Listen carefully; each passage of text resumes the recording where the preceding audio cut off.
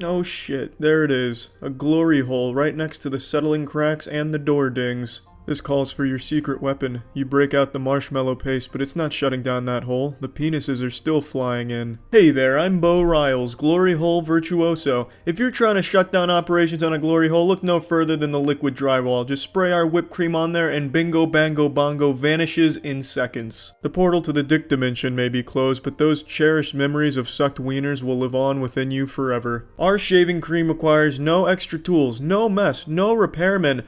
Fuck this repair guy in particular. Give me that wall, bitch. Let me show you how the liquid drywall works. It takes that wall and it puts it in a can. This is wall in a can, motherfucker. It doesn't get more simple than that. Then you spray it on the wall and that wall leaves the can. Now that wall's on your wall. Gone are the days of playing with old Play-Doh. Gone are the days of painting cake frosting on your walls. Martha, you clumsy slut, you've banged the table into the wall. But luckily, thanks to the liquid drywall, we don't have to sell the house anymore. Thanks to the fast and easy repairs. Whoopsie, you got a little asshole on your wall? Butt plugged. No problem. I'm filling more holes than a male porn star today. Another one hiding behind the door? Not on my watch. What's that smell? Another one? Oh, goodness me, more holes than a block of cheese in this motherfucker. But luckily, there's no match for the liquid drywall. If your house is prone to glory holes, go ahead and install our boner barricade with the liquid drywall. No more worrying about rogue cocks popping in. Are your kids so dumb they fight over the broom and then hit the wall? Well, we can fix the wall, but we can't fix the bad parenting that led to this situation in the first place. There's Bill. What's up, everybody? It's Critical.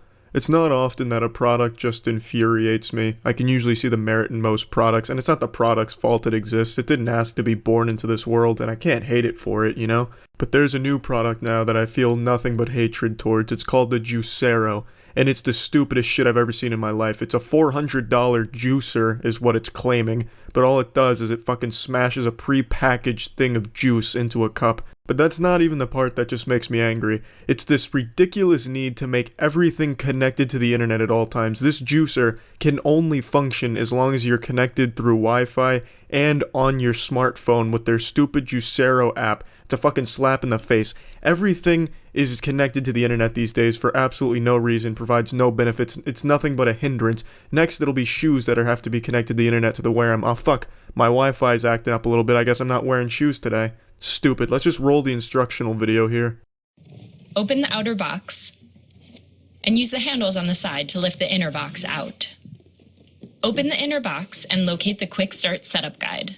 This is the best thing about the product, is the packaging. That's the only thing I like about it. It opens up really cool. It's like you're discovering an alien artifact, but then once you take that ass-wiping cloth off, all you get is a fucking brick.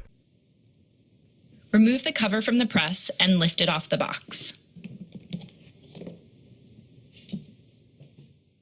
To get started, plug in your press and make sure the lights on the front flash a few times. Open your Juicero app and sign in with your account. Ah, yes, a natural second step. After you plug it in, make sure to sign up on the app. You know, it's like if I bought a bowling ball, I'd have to download an app and sign up before I could use the bowling ball. It's fucking stupid. And also, in the actual privacy statement from this company, it even says blatantly that it is going to give your private information at any business that asks. So that's good. I know no one really gives a fuck about privacy anymore, but that's just a nice slap in the face, just spitting right in your mouth. The app will guide you through setting up your press. First, choose the Wi-Fi network you'd like your press to connect to, and then enter its password. This is a pivotal second step here in the setup process. It's important to be on your Wi-Fi so that way you can watch porn while your shit's juicing. Locate the scanner and read the instructions for generating your QR code. Tap the button to generate your QR code. Turn your phone sideways and hold the QR code up to the scanner. You'll hear a beep when it scans the QR code. Tap the button on the screen after you hear the beep. Your press will now try to connect. This could take up to a minute. When it connects, your app will update and the cloud light on the inside of your press will turn white. Why the fuck are there all these steps? All this thing does is clobber a fucking juice packet. Why does it need to connect to my phone? And what if the fuck does it need to update? It's not gonna get a more efficient boulder to smash it with. It's fucking static. It can't change. It's not gonna morph into something. It's not a fucking Power Ranger. It is just going to remain exactly the same. Why does it need to update? What is it updating? And why does it need to connect to something? What is it connecting to? The fucking Code Lyoko? Holy shit. Now that your press is all set up, you're ready to press your first pack and enjoy some juice. Yeah, after you've already been taken to the hospital for dehydration because it took 45 fucking minutes to set up this son of a bitch. Already lost your appetite now. You know, honestly though, I see why this is attractive to some people. Honestly, when I'm making some smoothies, sometimes I'll think to myself, you know, I really wish this quick and efficient process could be stretched out over the course of 30 minutes and require 14 different gadgets to accomplish. Now, thanks to the Juicero, I can set up my Indiana Jones of booby trap juicers, and it only requires one telephone, my TV remote, and my digital alarm clock to pull it off. Start by removing your pack bundle from the packaging. Rip open the top of the bundle and remove a pack. Open your press and place the pack inside. Make sure the spout of the pack hangs outside of and below the door. Shut the door of the press. You will hear a lock after you close it. Place a tall glass under the press and then press the button. In a few moments, juice will start flowing out of the bottom of the pack. It will take a couple of minutes for the press to make the juice. It's like magic. Wow, it's just that easy. Damn, all of that setup was certainly worth it and obviously required to go ahead and hang a packet and then slam a door on it. Your juice is ready when all of the noises stop and the light on the front turns off. Ta-da! That's all, pussies. What, were you expecting more out of $400? What really shocks me about this thing is Google poured $120 million into this product. How the fuck would they ever think this is a good idea? What was the pitch like? Oh yeah, you know, we just kind of put a packet in there and close a door on it, but you can do it from anywhere, and you're connected to the internet while you do it. Oh, brilliant! Get on board, Johnson! Take out all the funds, we're going in. We're doubling down. This shit can juice from anywhere. Another shitty business practice for this hunk of fuck is that the Juicero will refuse to juice any package that is not a Juicero brand, which is what the QR code is for, to verify that this is an authentic Juicero brand. If it's anything else, it just won't work. It will refuse to smash it. You know, that's what I want with my technology. I want to buy a machine that can tell me no when I ask it to do what it's fucking designed to do. If everything I've said and everything you've seen is not enough to convince you that the Juicero is not a necessity in life, let me just go ahead and play this video for you.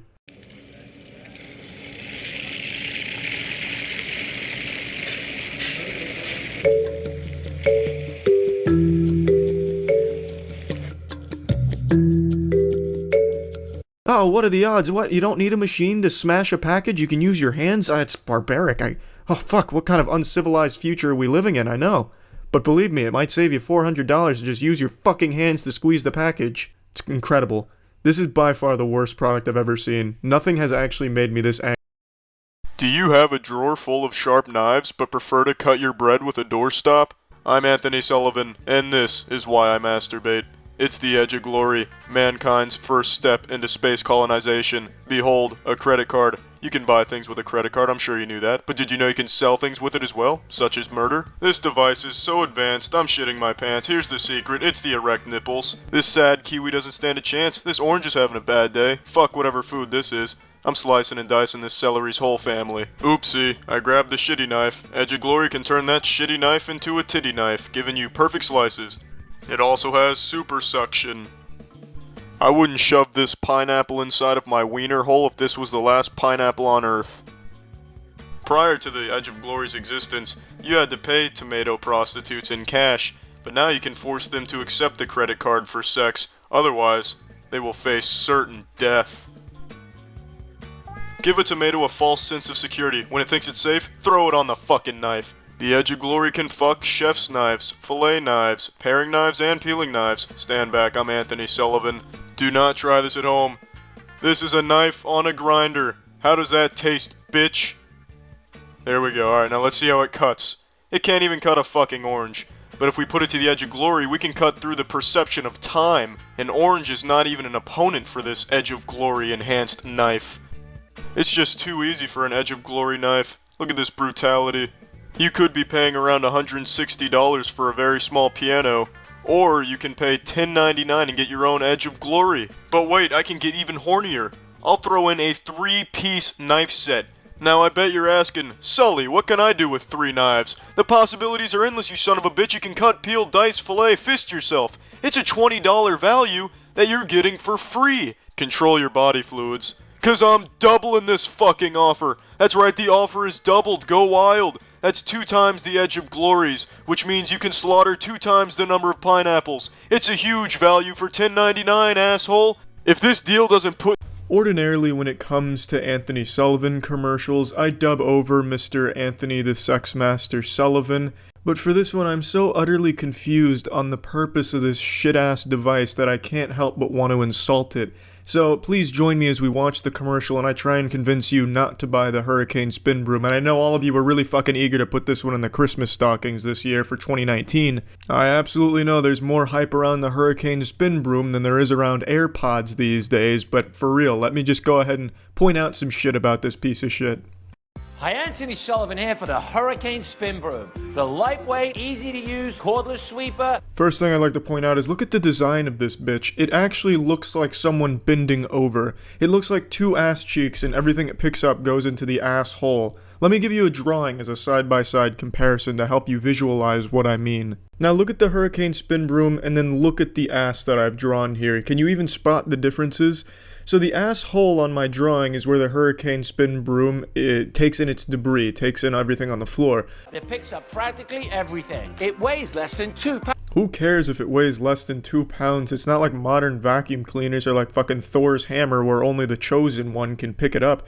And its rotating bristles clean like a street sweeper. It gobbles up everything in its path. Yeah, I guess it's great for these large objects on the floor due to its gaping maw butthole containment facility that the bristles sweep it into. But that's super useless because no one's gonna take a bite out of their donut, get all fucking slippery fingered and drop it on the floor and then just all of a sudden gasp, "Oh, this looks like a job for my Hurricane Spin Broom, I'll be right back." You know, go upstairs, get the spin broom, come back downstairs, get it up with the spin broom, then go empty out the spin broom.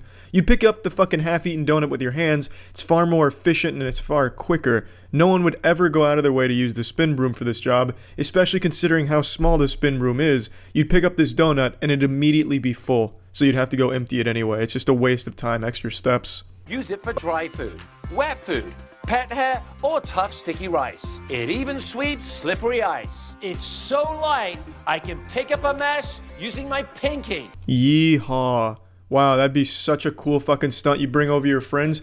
Guys, look at this shit. I'm gonna dump out some gummy bears on the floor and then watch this. With one pinky going freestyle mode here, bang, spin broom that bitch up. Are you impressed with my magic trick yet? Please clap. The secret's the triple brush technology that uses centrifugal force combined with the rotating action to sweep up everything in its path. Just push to empty in the trash, your hands never touch the mess. Yeah, huge dustbin, and it advertises this by showing it dumping out half a shot glass worth of Fruit Loops. The dustpan on this shit is laughably small. You could pick up maybe 3 pencil erasers and it'd reach full capacity and you'd have to empty it out. That's totally fucking useless. You were better off using a vacuum. It's just as easy for the most part, and you get a whole lot more bang for your fuck. You get to fill up so much more without having to constantly go to the garbage can and empty the shit out. This is totally useless. Spin broom has a mega mouth that's big enough to pick up a ham sandwich. Look at that. And then you'll immediately have to go empty it because the spin broom reaches max level and can't hold any more shit. And I highly doubt that this is a legitimate test here. I don't think that the little Hurricane Spin Broom prison cell that it has there could hold anything more than 2 tiddlywinks worth of rice, let alone an entire ham sandwich. Plus, it stores practically anywhere. Yeah, that's when you know your goose is cooked and you're out of compliments to give a product when you say you can store it anywhere. You know what else you can store anywhere? A vacuum. There is nothing that's preventing this woman from putting a vacuum in there. It's not like the universe would stop her with some type of invisible fucking wall like it's a video game. Vacuums are heavy, and the old way is back-breaking work. And stop chasing around the line from a dustpan and broom. Call now to get the original Hurricane Spin Broom for just $19.99. I won't be doing that, but I'm not your dad, so if you thought the spin broom looked pretty fucking swell, please by all means go for it. I actually saw this on the subreddit, someone posted it, and I just got so fucking caught off guard by how bad this product was, and it made me upset to see Anthony Sullivan selling it, that I just felt compelled to shit on it and point out some things that I just don't. Anthony Sullivan here. Whoops-a-daisy, I spilt my beverage. This ordinary sponge just can't handle this type of shit. Go fuck yourself, sponge. Introducing the Mighty Thirsty.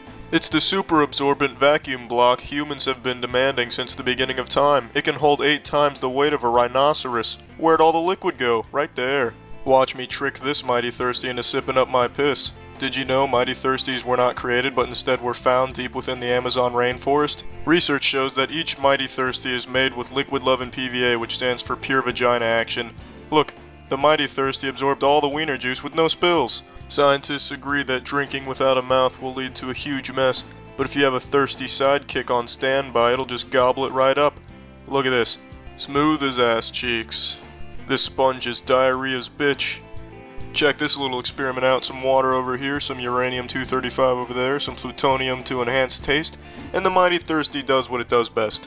It's thirsty, it's mighty, it is fucking thirsty, so it's gonna fucking drink. On the left, you can see me torturing an innocent roll of paper towels, while on the right, you can see that naughty Mighty Thirsty taking a bath. Toothpaste on the windows, no problem. Stand back, assholes. Anthony Sullivan special dance moves for this bitch-ass glass. Zoinks, you invited me over to your house and I poured soda on your carpet. Ordinarily, you just have to get rid of the entire carpet, maybe even sell the house, but thanks to the Mighty Thirsty, you can just clean it. Ponce de Leon searched high and low for a Mighty Thirsty. You can actually wash this thirsty son of a bitch in your sink. Got shit stains in your fridge, we'll send you 2 Mighty Thirsties to wear as flip-flops. Got shit stains in your car, we'll send you 2 minis to clean your titties. Got shit stains on your desk, it's probably time to get a new job. Aquaman ejaculate on your granite countertop? You just earned yourself the Jumbo Mighty Thirsty. For only $20, you can have your own fucking family of Mighty Thirsties. But call right now, and I'll fuck the offer in half. You get the same deal for $10. You save $10. Imagine what you can do with an extra $10. But wait, I'm not done. You thought I was done? You must be shitting. I will double this offer. That's right, you get your own army of Mighty Thirsties for only $10. So if you're fucking tired of the ocean, take this deal. Throw your collection of Mighty Thirsties into the ocean. They'll absorb all of it. Get rid of the ocean entirely. Anthony Sullivan here. I'm not thirsty. Go fuck yourself. Let me tell you why aliens visit our planet from time to time. They come here to study our smart mops. The smart mop is an ancient Mesopotamian artifact that we've recently started to manufacture. Allow me to show you how this bitch works. First, get the mop wet. Then drop Chucky Finster's hair right on your mess. Whether it be misplaced diarrhea or fluoroantimonic acid, it's no match for the Smart Mop. Now the most incredible feature of the Smart Mop is you can actually use it for a game of Limbo. Feast your eyes on this. I'm the fucking Limbo champion. You can shove the Smart Mop up a crocodile's asshole, absorb the ass juice, put it in a glass and save it for later. It's the perfect beverage for any meal. Now picture this, you son of a bitch. There's someone going door to door selling sand. They drop it on your floor and try to clean it up by blasting it with ketchup. But then they sneeze and their titties empty their mustard tanks on your floor. How the fuck are you gonna clean that up? Now ordinarily you just call the Men in Black or brush it under the refrigerator. But with the Smart Mop you can pulverize that shit. There's no such thing as a mess if you own a Smart Mop. Here at Smart Mop headquarters we call messes Smart Mop snacks. No sweeping, no vacuuming, get ready to take a vacation, it's saving you time. You shit on your Smart Mop, it doesn't mind. You trying to drown your Smart Mop, you must be a fucking psychopath. It's also machine washable. Don't ever eat diapers again. It'll save you money on paper towels, then you can take that money you save and throw it in your trash can. The Smart Mop is the perfect weapon to slaughter string mops, sponge mops, and it can protect you if you're being hunted by a broom. You dropped lotion on your floor, but the Smart Mop is there to help. Your wood floor is dangerous, but the Smart Mop will make it safe. Is tumbleweed a problem for you? It's not for the Smart Mop. Here's a woman fingering a toilet. And here's a Smart Mop cleaning up the bubblegum squirts the toilet left behind. Read a poem to my wiener, and I'll give you $20. And I'll give you 3 super chamois cloths. You can erase milk with them, put them on top of the world's smallest rug. It's a $10 value that you get for free. You can now treat your Smart Mop to a $10 dinner. If you spend $20 on a Smart Mop, our company will get $20. And you will get a second set free. That is correct, you get 2 Smart Mops, 6 loaves of bread. That's a $50 fucking value that you can get for $20 fucking dollars. I don't know what it is about chairs that compels people to constantly reinvent them by creating these batshit insane ideas one after another. It seems every month there's a new horrible chair design. This one's made out of sawdust. You sit on it and it'll help your posture and also reduce body odor and combat swamp ass. I just made a video on a shitty chair design not too long ago, and now there's an even shittier design. It's just crazy the rate at which these awful chairs are being produced. So this is the anti-man-spreading chair, and Mashable says it's absolutely brilliant. So if Mashable says it's brilliant, it's probably the dumbest fucking thing you've ever seen.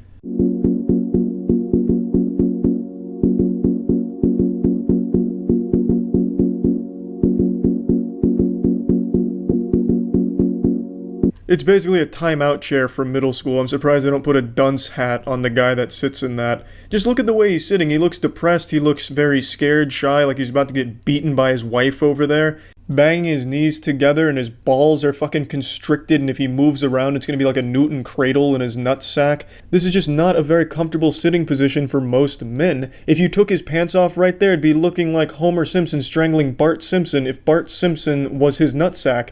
The testicles need room, and the sack needs room, otherwise everything gets strangled and uncomfortable. That being said, the men that flail out their legs are obvious douchebag assholes, but it's not just a man problem. Women do that same thing too. It's not exclusive to one of the genders. Anyone can spread their legs out, taking up way too much space. I don't know why all of a sudden it's been named after men. It happens for all genders.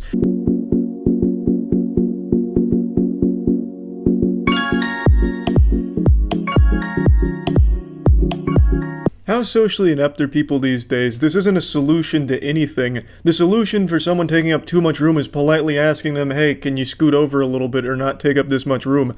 A conversation with someone is typically enough. Unless you're squaring off with fucking Cobra Commander from G.I. Joe who happens to be man-spreading on your subway, then yeah, maybe he won't budge, but most people aren't opposed to moving their legs a little closer together if you nicely ask them to. But to say they need to curl up into a fucking fetal position, little ball sitting down like this chair makes them, that's not exactly considerate because that's super uncomfortable. The nutsack needs a little bit of room, which is why the legs typically get spread out a little bit.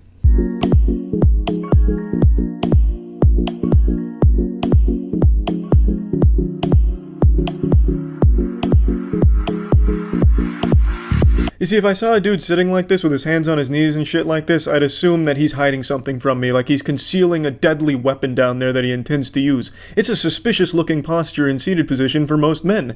All curled over like that, looking all proper like they're at the bottom of the pyramid on a cheerleading team. It just doesn't make sense because no one's gonna willingly sit like that because it is uncomfortable. And also, this chair doesn't help with the issue of spreading your legs too far, both men and women, because you can just rest your legs on top of it. It's not that high. Unless it's coated with barbed wire and broken glass, it's not going to hurt you that much. It's just it's a useless invention. I don't know if they plan on selling this. I didn't bother looking into it more. I imagine they will try and sell this as like a novelty chair for someone who thinks they're fighting some noble fight against the man-spreading menace, the epidemic of legs spread out too far.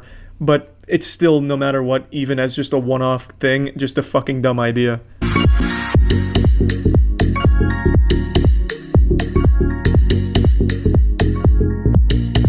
And this is where I get totally lost on what their idea is here. They make the kryptonite to their own chair with a man-spreading chair that teaches you to spread out further than you need to. I don't know why they say only women can use it. I don't see some type of biometric lock on it that's going to prevent a man from sitting on that chair and spreading out. And I don't know why you'd be teaching people to spread out if what you're trying to stop is the spreading out. I guess they just want the women to be the one to spread out, which I don't fucking get at all. If I was a woman, I would be genuinely offended and insulted that this product exists because it treats women like they're too fucking stupid to know how to spread out. So instead they're going to charge you money to buy this chair, to put a little fucking wood block where your vagina is, so that way you spread your legs out. Fucking charging you money for man-spreading training wheels. It's embarrassing. I just really don't get it. Again, I don't know if this is something they're trying to sell or not, but my god, even the fact that they invented these two prototypes is just insanity, just straight fucking lunacy.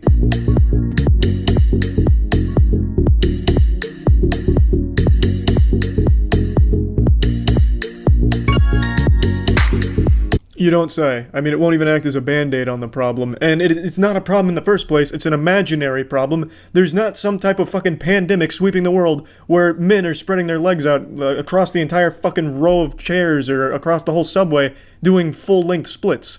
You can ask someone to scoot their legs in closer if you need the space. I don't think there's going to be many people that are rolling up their sleeves ready to fight you because you asked them to scoot their legs a little closer in.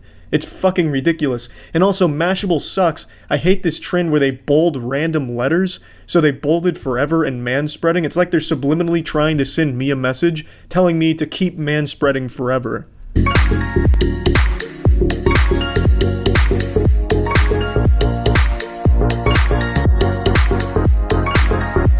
It's not a problem faced by only women. In fact, it's not a problem faced by many people at all, but it's not exclusive to women when there's someone spreading their legs too far. That affects anyone that wants to sit around the area. Yep, just absolute garbage, but hats off to anyone that wants to pay for some of these bad boys. You know, maybe I'm wrong and this will catch on huge and I'll be going to a restaurant and I'll have to ask to order the man-spread-proof booster seat. Or I'll have to take like a driver's ed course of man-spreading, learning the proper ways of sitting using these chairs. It's just do you jerk off your sink, have 2 legs, or try to potty train your toilet so it stops pissing everywhere? Anthony Sully Sullivan here, assholes, and I'm here to slap those titties with a brand new splendid product. It's safe, it's simple, it's totally green. It's everyone's favorite Spider-Man supervillain, the Green Gobbler, and he's here to fix those clogged pipes of yours. It's only the latest and greatest in Sullivan engineering. That's right, I invented it myself. It's powdered hydrofluoric acid. You pour a little water on that bitch and watch it go to work. Just look at this cum shot go. It is cleaning up all this sludge. Unbelievable. It fucks grease, it fucks hair, it fucks soap scum, it fucks paper, it fucks organic matter. There's nothing it won't fuck. Feminine products, toothpaste, shampoo, everything. You name it, it fucks it. This bong was once dirty, now it's not. It's magic. I put a bowl under it so I caught all this diarrhea in it, now I got a nice beverage for later. If you're taking economics courses right now, there's no need to worry. Green Gobbler is eco-friendly. Copper, cast iron, PVC plastic. These were the ingredients chosen to create the perfect little gobbler. But Professor Sully accidentally added an extra ingredient to the concoction. I put it in my asshole. Watch me go head to head with this water right here. Look at this water. It's not doing anything. It's not eating any of that crusty shit. But the Green Lantern, the Green Gobbler, it thrives on that crusty shit. Just watch it. Just ready? Watch this. It doesn't just devour it. It turbo eats it. Oh my goodness, this was once a breeding ground for disease, and now I want to breed with these clean pipes. I bet you can't even believe a soggy marshmallow can do all of this work. Look at this, it looks like a sad hanging snake spitting out oil. And the other one's not even close to being clean. Disgusting. Showers, tubs, sinks, disposables. You've seen Walter White dispose of a body using this substance. Now you can use it too to clean stuff. Look at, here's a tree branch I found outside. I'm yanking your chain. This is actually a shit I took this morning that I fished out of the toilet. Yes, this chocolate loaf is yucky, but watch me melt it. It emulsifies, it liquefies, it defies the laws of physics. Grease, fat, oil, that's what this shit consisted of, and it didn't stand a chance against the Green Gobbler. So what are you waiting for, pussy farts? Call me right now, give me $10 and I'll snort 6 of these packages. That's fucking right, you heard me. But if you call in the next 2 minutes, I will give you 6 that I don't feel like snorting. So don't just go green, gobble green. Oh, I love the way you practice good hygiene. You always make sure to get under the nails. Oh fuck. Hello there, Beatrice. Your ass made a queef. And I came here to tell you that we have just the product for you. No more queefy asses. No more having to shake hands with your colon to try and form a truce. No more having to shove a loofah or a towel or a blue flower up your ass to try and keep it clogged. Introducing the revolutionary new product, the My Shiny Hiney. It's an acorn for your anus. That's right, ladies and gentlemen, this plastic shower head with a marshmallow on the end inserts directly into the asshole and cleans the shit out of it. Literally. The My Shiny Hiney will make your ass clean enough to eat out of. It's available in 6 colors, it comes with suction cup holders for all your holding needs, and it's available in soft or medium bristles. Don't just take our word for it. Look how much fun she's having. It also comes with a soft silicone brush in case you want to give yourself an exhilarating prostate exam.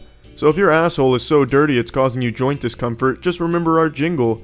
Ass not clean causing elbow pain, hop on the My Shiny Hiney train. Let your secretary fuck you with it. Most people believe that the Neanderthals' biggest discovery was fire.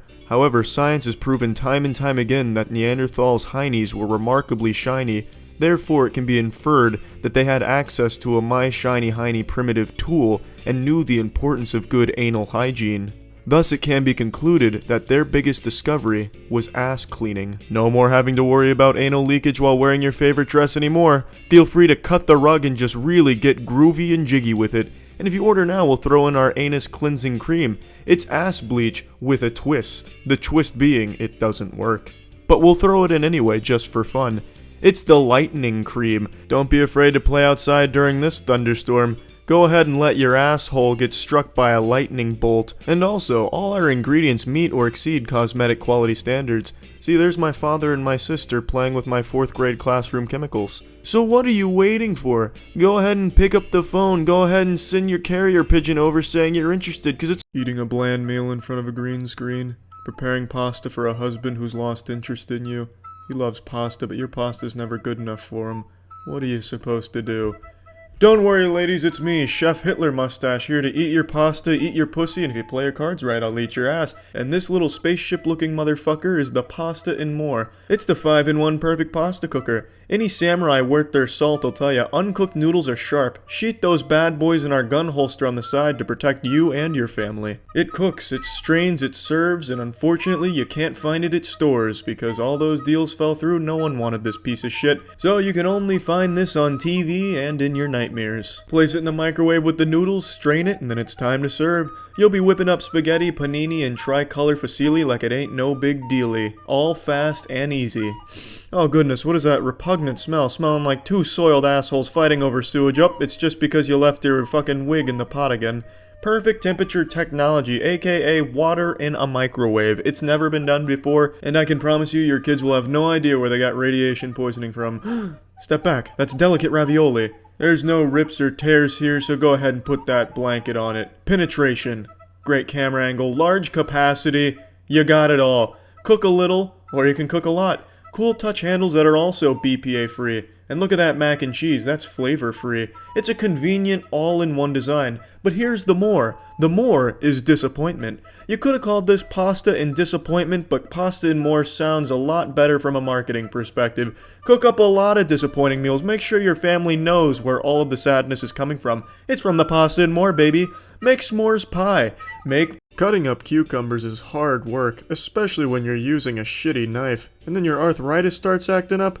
Put that shit to rest and put some titties on your chest. It's Chef Jimmy Neutron here with the Rolo Slicer. It's like a circular saw, but for pussies, and also nothing like a circular saw. It slices both ways. It's bisexual. I guess you can call it sly-sexual.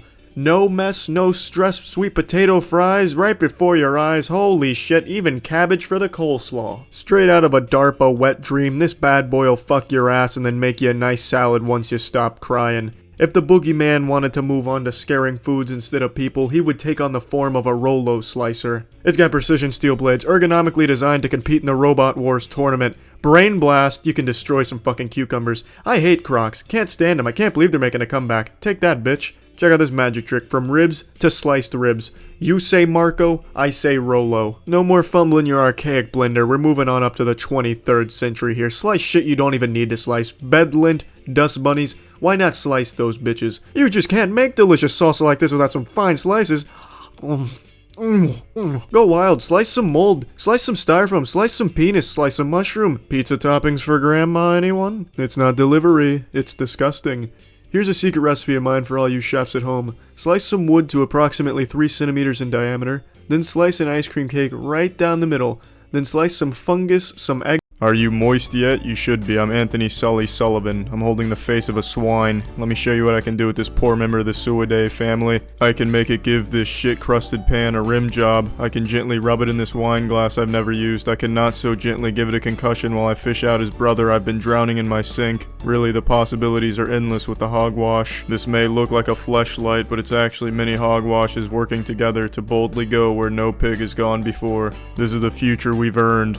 This scrubber is tough, so tough it makes graphene look like an uncooked noodle. And let's not forget, it never scratches. You scratch its back, it won't scratch yours, bitch. You don't need your cock in your hand right now, you're gonna blow your load anyway. For all those times you vomit on the stove, just grab the old trusty hogwash super scrubber and just get that shit out of there.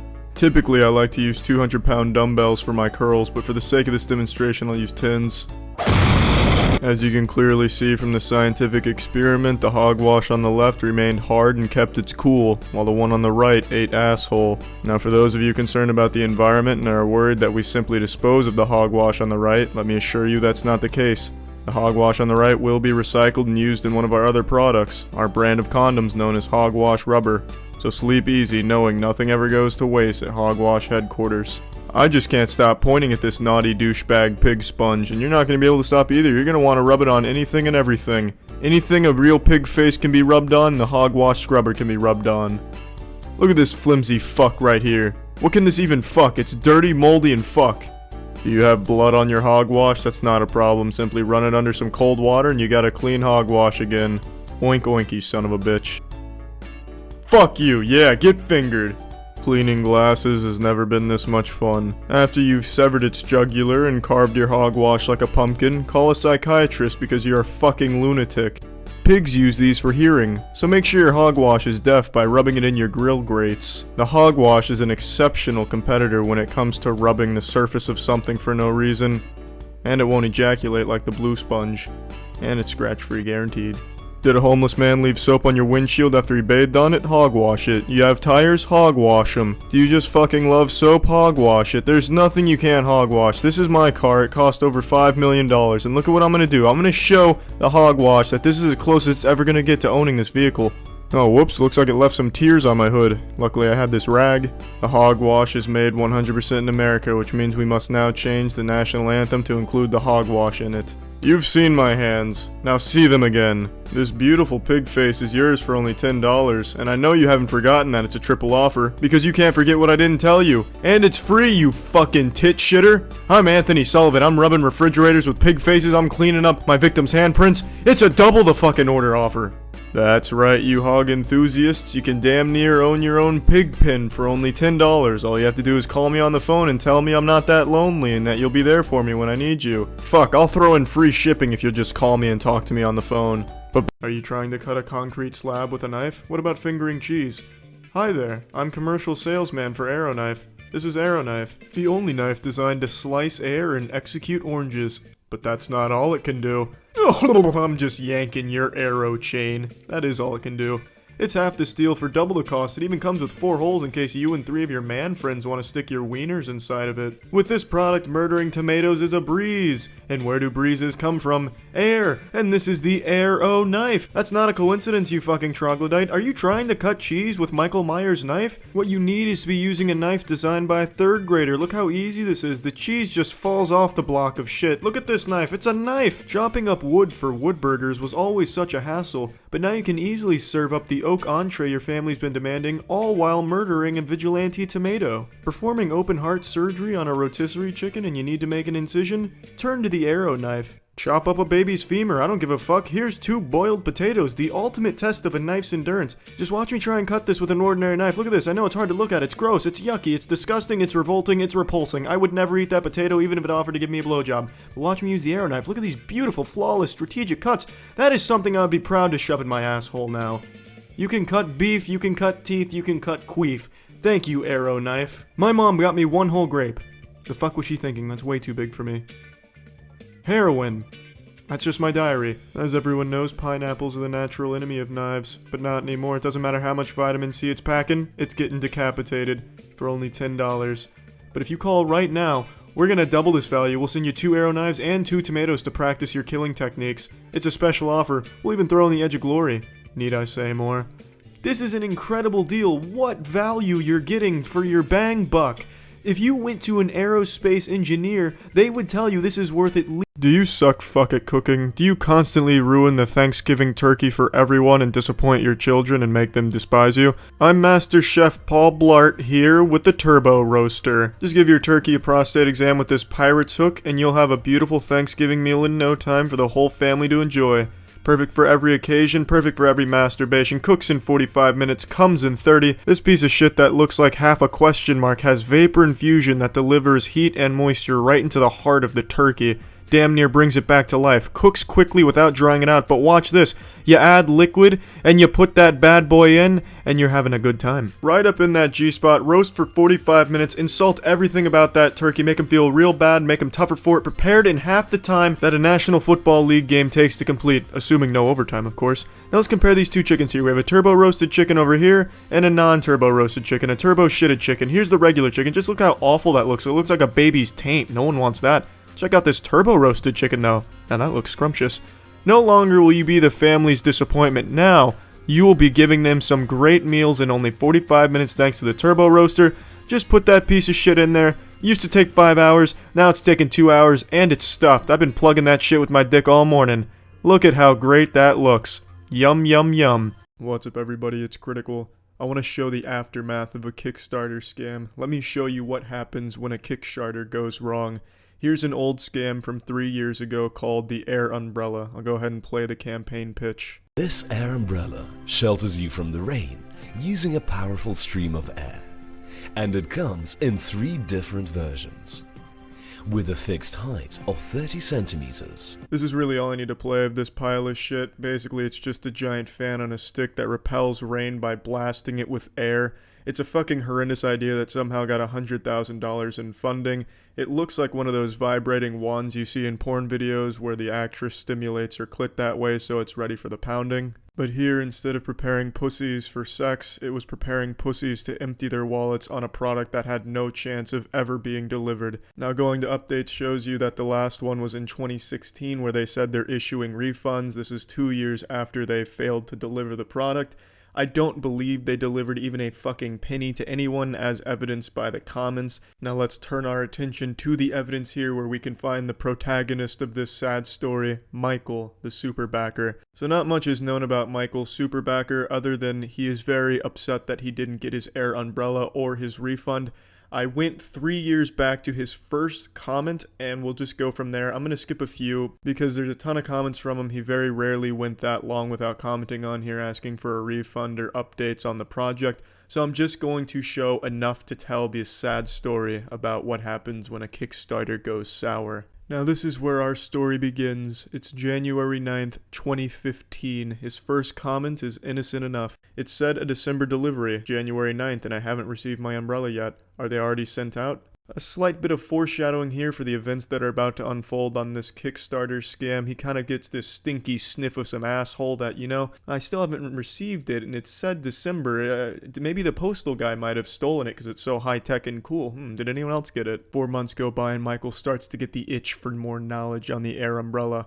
What's going on, boys? Has human technology advanced far enough to bring to fruition this beautiful air umbrella idea? Looking for updates, but you don't go on these parts looking for updates on the air umbrella unless you're trying to get yourself killed. A couple weeks later, we're introduced to our supporting character, Rahim. Remember this name, it won't be the last time you see him during this saga. Another scam on Kickstarter, he says. Looks like Kickstarter is full of fraudsters. How right you are, Rahim. Michael then asks for an update. How is the umbrella coming along? A question that will forever be unanswered since the creators tucked their dicks in their assholes and ran away. After 6 months of searching for updates, Michael finally reaches his breaking point, his limit, his boiling point, his coming point. This is the first time he demands a refund. In May, he tries again. Refund, please. May 17th, he just wants an update now. Fuck the refund, just give him some information. I would like an update, Kickstarter. You can't just sit around and do nothing. Air Umbrella and Kickstarter, this is unacceptable. Little does Michael know, Kickstarter doesn't give a fuck about anything on their website, and there's no quality control, nor is there any responsibility. Michael, you know what Kickstarter says when it sees something like that? Ha ha ha. And then it spits in your fucking mouth, because Kickstarter is still wiping their ass with a cut of the money you donated to a scam on their platform. Michael then says, after backing over 30 campaigns, I have never seen a project go silent. No updates, no comments, doesn't even sign into Kickstarter since 2014 until now. I want an update, my umbrella, or a refund. Kickstarter, do something already.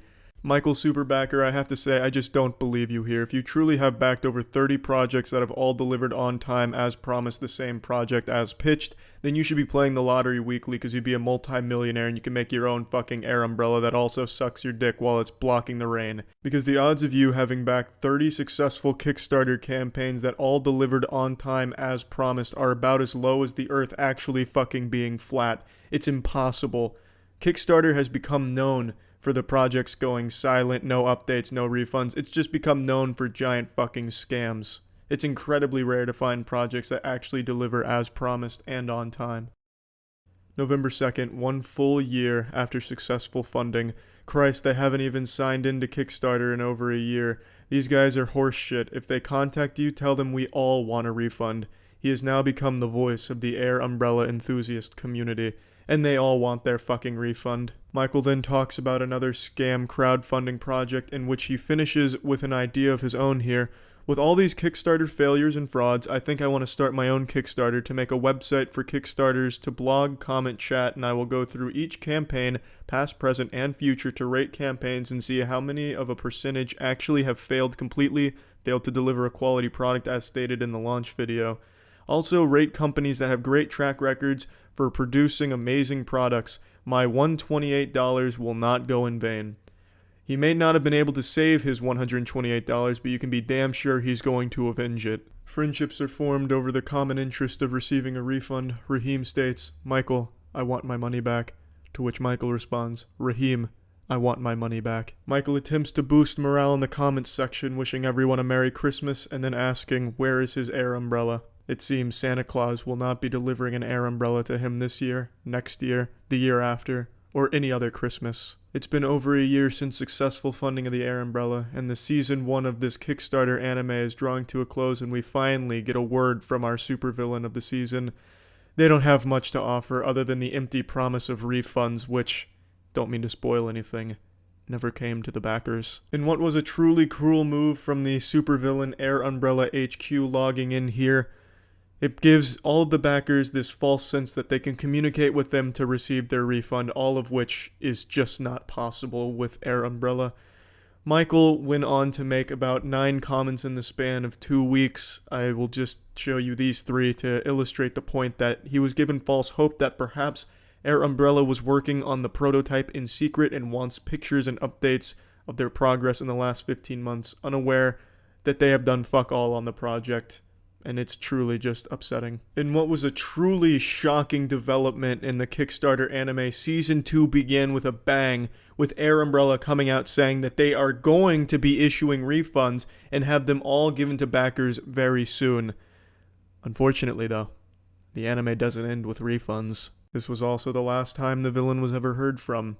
Some say the villain died on this day, but me, I think this was truly the birth of the villain. Michael wastes no time letting it be known that he is ready to receive his refund of his $128 investment. The comments section erupts with people ready to get their refund and excited to finally wash their hands of this horrible scam they fell victim to. Keen suggests sending a private message to the creators to honor the refund, but they don't check private messages because they haven't logged in years. So they take to the comments still. Michael then asks if anyone has received a refund. Maybe they're just singling Michael out, but it turns out they don't hold a grudge against Michael Superbacker.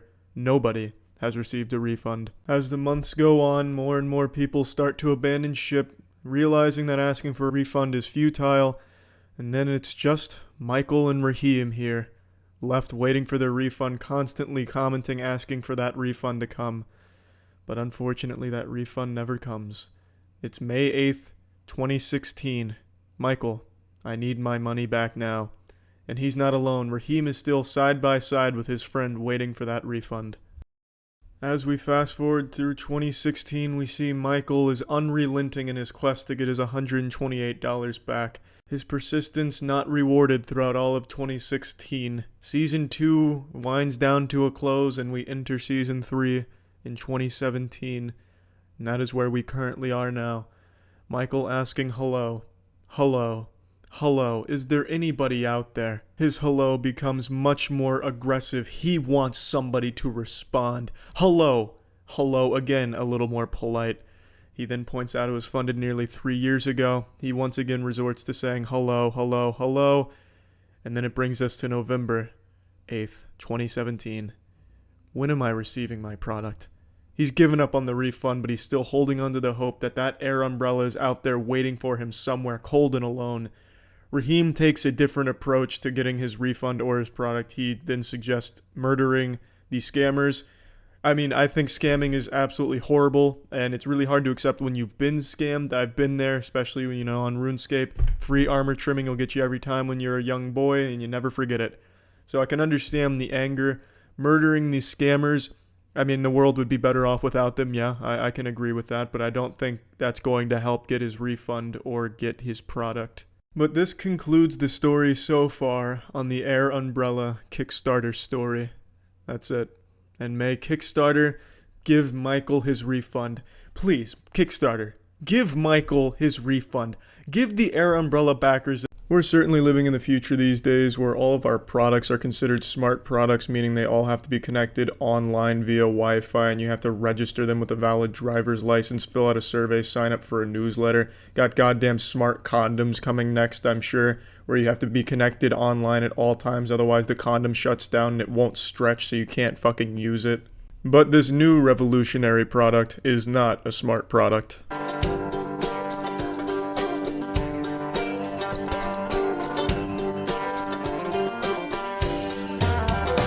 It will allow you to sit anywhere, but not comfortably.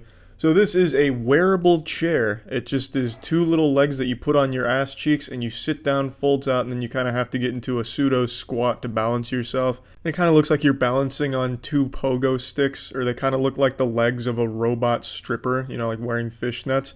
It could have at least made the legs kick out and look kind of cool, but it just looks really odd. They look like the roller blades from Alita Battle Angel.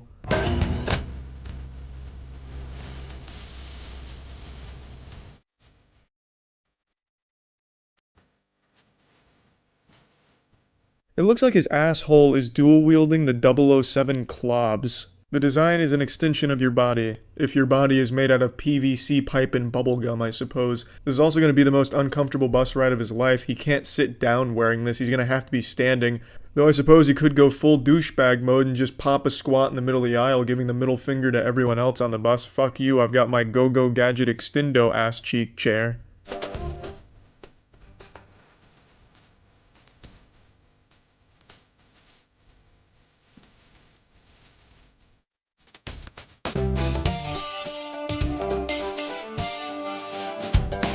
Yeah, 265 max carrying capacity is just not going to cut it, not winning the Nobel Prize there. This seems like a product that would be aimed at people far in excess of 265 because it appears to make the assumption that everyone is just the laziest fucking slob who can't be bothered to stand for more than 2 minutes, and the only people this would appeal to are people that get winded when they're standing for more than 2 minutes waiting for a bus and their knees are about to fucking explode. But that clientele is going to weigh more than 265, so they can't even use this. And at the end of the day, there's places to sit everywhere. In fact, any place is a place to sit if you're willing to just pop a squat on it, you know what I mean? Even on the ground is far more comfortable than this, I imagine. And also, you're not locked into wearing the saw trap all day.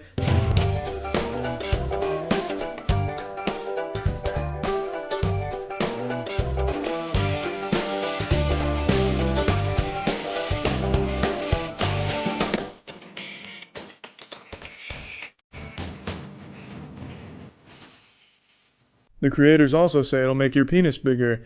I can promise you this is not going to change how you use your workspace. No one's going to be using this. This will never catch on. But you know what? I'll toy around with the idea. I also think I can come up with a suggestion on how to change this workplace in particular. Why not just put a nice chair there? Why not just pull over a chair? What kind of goddamn sweatshop is this guy working in where he can't just pull over a chair that should already be there in the first place or readily available? Why does he have to come to work with these two aluminum sticks on his ass in order to sit down? This is just a job he might want to consider leaving. If you have to come to work wearing a strap-on just so you can sit down, it's probably not worth whatever you're getting paid to work there.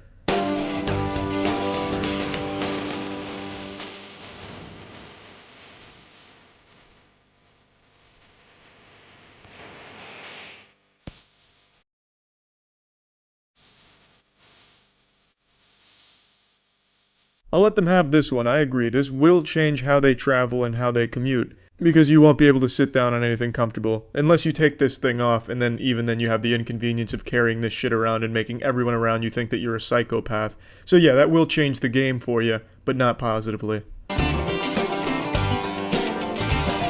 Almost every scam gets fully funded on Kickstarter. A man making a potato salad crushed his Kickstarter goal. This isn't a selling point. Just knowing it was on Kickstarter is enough to immediately make me question it and really kind of not want it. Kickstarter has such a negative reputation.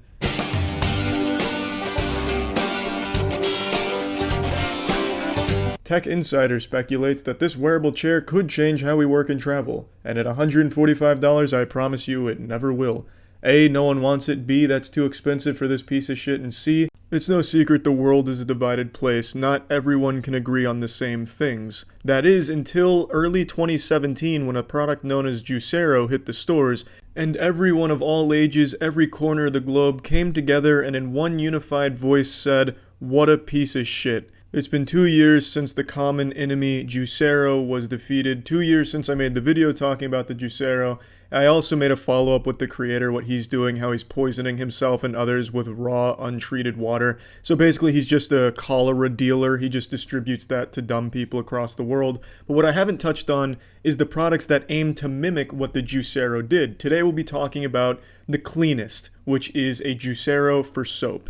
Cleanest, a revolutionary system for mixing your favorite products with an easy-to-use appliance, concentrated ingredients, and reusable bottles. For those of you that aren't familiar with the Juicero, who didn't achieve enlightenment in 2017 with the product, I'll go ahead and put it in a little nutshell for you, a tight little nutsack. The Juicero was basically pre-packaged things of juice and a giant $400 machine that would slowly squeeze the juice into a cup underneath. But all you needed to do was just squeeze the packets yourself to get the juice out, because it was literally just juice in a bag that would squeeze through a small opening. It was really fucking stupid. And that's exactly what the Cleanest is, with a couple extra bells and whistles, and it probably tastes better than the juice Juicero shipped with. Just add water from your own tap, and at the press of a button, you mix up products that are better for you and better for the planet. Why? Because you make them yourself, with naturally derived ingredients in these beautiful reusable bottles that will eliminate hundreds of single-use bottles and help shrink your carbon footprint. Basically, what you're paying for is a machine that squirts water and pre-packaged soap into a bottle and it stirs it underneath. It also gives you the ability for some DLC, some fucking EA loot box style fragrances that you can buy for extra and squirt into your soap to make it feel like you did a little more with the soap making process than just press a button and have water squirt with your soap. It's a remarkably useless tool because you're just buying pre-packaged soap and having it stir it for you. There's nothing that would stop you from buying that soap, putting it in a bottle yourself, and then pouring hot water in and shaking it by hand like a fucking caveman. But the creators of the Cleanest thought of that. They said there's no way the human touch could possibly get the correct viscosity when it comes to mixing these together.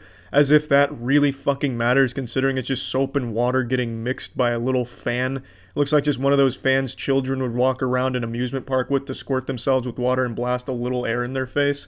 It's not exactly the most heavy-duty industrial fan or stirring procedures. It's not that complex, it's just fucking useless. And the coolest part is that you save money because we're only shipping necessary ingredients in minimal packaging. No, I don't mean to cut you off, but I'll tell you the coolest part. If you pledge $5 to this Kickstarter, you get nothing. You get absolutely fucking nothing. Also, spoiler alert, I don't believe you would save money using this product. The packages that you have to buy individually come at $3 to $6, and they don't give you a whole lot of bang for your buck. They give you like 2 tiddlywinks worth of soap, which would last you maybe a week. As opposed to the fucking kegs that you can buy at Walmart and Costco full of dish soap. More dish soap than you could ever imagine. More dish soap than God planned to exist. Ingredients pouches are delivered directly to your door. You load them into the appliance along with an empty bottle. Select the mix type, and Cleanest does the rest. In 2 to 3 minutes, you will have a perfectly mixed product that is ready to use and guaranteed to work. Who gets this excited about soap? Look at this guy. He's full of just straight jubilation. He looks happier than hearing impaired children getting hearing aids for the first time. He is loving this fucking soap. We launch with a complete line of 10 everyday products, even thick ones you probably never thought could be easily mixed at home. All products will be available in either free and clear or naturally scented with botanical extracts and oils. If you're feeling creative, you can even personalize the free and clear concentrates to mix your own scent creations. That's right, baby. Be your own chemist. The sky is the limit. There's no end to the creative flavor combinations you can create with these fragrances. Only if you're using our fragrances, though. But I swear to God, if you're using some other fragrances that aren't ours, it will turn this soap into hydrochloric acid. It will just straight up fucking explode if you drop any other fragrances, a third-party fragrance, into our Cleanest soap mixture. Yeah, no, you're going to be using our products, or else you're going to pay the ultimate price. Cleanest was co-founded by 3 brothers who spent most of their careers on the inside of the packaging and ingredients industries. Holy shit, the Gunnia family is behind this? Well, now I'm sold. My goodness, I have to buy it now with these 3 brothers. Now, I'm sure you don't need me to whip out the ruler like a Catholic school teacher on the desk and tell you exactly why this is a bad product. I think it's pretty clear to most people why this is useless. But I'm going to go a step further into something you probably didn't think about when watching this. This harps on being very good for the environment, very green, but I'd argue quite the opposite. This is far worse for the environment than going to a store and buying your soap. And it's not only because you're paying over $100 for this overpriced piece of plastic that doesn't do anything more than mix water and fucking pre-packaged soap for you. The main problem, is their idea where everything is reusable, but it's used through the mail. So you get your pouches mailed to you, use them, and send them back through the mail. Do you see what I'm saying here? That's a lot of fucking gas getting that to and from your place of residence. Plus, since you're not getting a whole lot of soap, you're going to be doing this a lot, as opposed to just going to the store and getting a giant fucking oil drum full of soap that'll last you far longer than these pouches will. It costs the environment a lot less in the long run. I won't lie and say I'm shocked that this got more than double its funding. This is the exact kind of trendy shit that people love. You know, oh, I'm gonna make my own soap by squeezing 2 rocks together and then dumping a little bit of basil leaf in there. Oh, that's gonna be the perfect soap. It's gonna be great. I understand why something like this would catch fire in certain communities, but it is not a green product. It's not a useful product. This is just a shit product that emulates what the Juicero did, but for a different market. And we all saw what the Juicero was. What's up, everybody? It's Critical. I usually don't like to make anything on any Indiegogo projects because most of the projects on this site are the most unrealistic, putrescent piles of shit in existence that will never be completed, or just blatant scams. I truly believe Indiegogo is the most despicable, deplorable crowdfunding website in existence. However, this greasy-ass stain of a product is something I couldn't ignore. It's called Smalt. It's a motherfucking smart salt shaker. I thought we'd hit the ceiling with stupid, smart products being crowdfunded with the fucking smart shoes and the smart suitcase.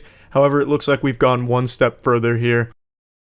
Meet Smalt, the world's first interactive centerpiece that enhances your dining experience. Smalt has a sleek and portable design. So this glowing pregnancy test of an item is the Smalt.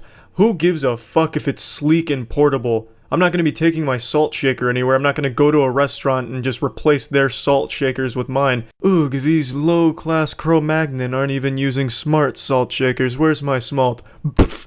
Ah, much better. Now I can safely use my salt from my smartphone.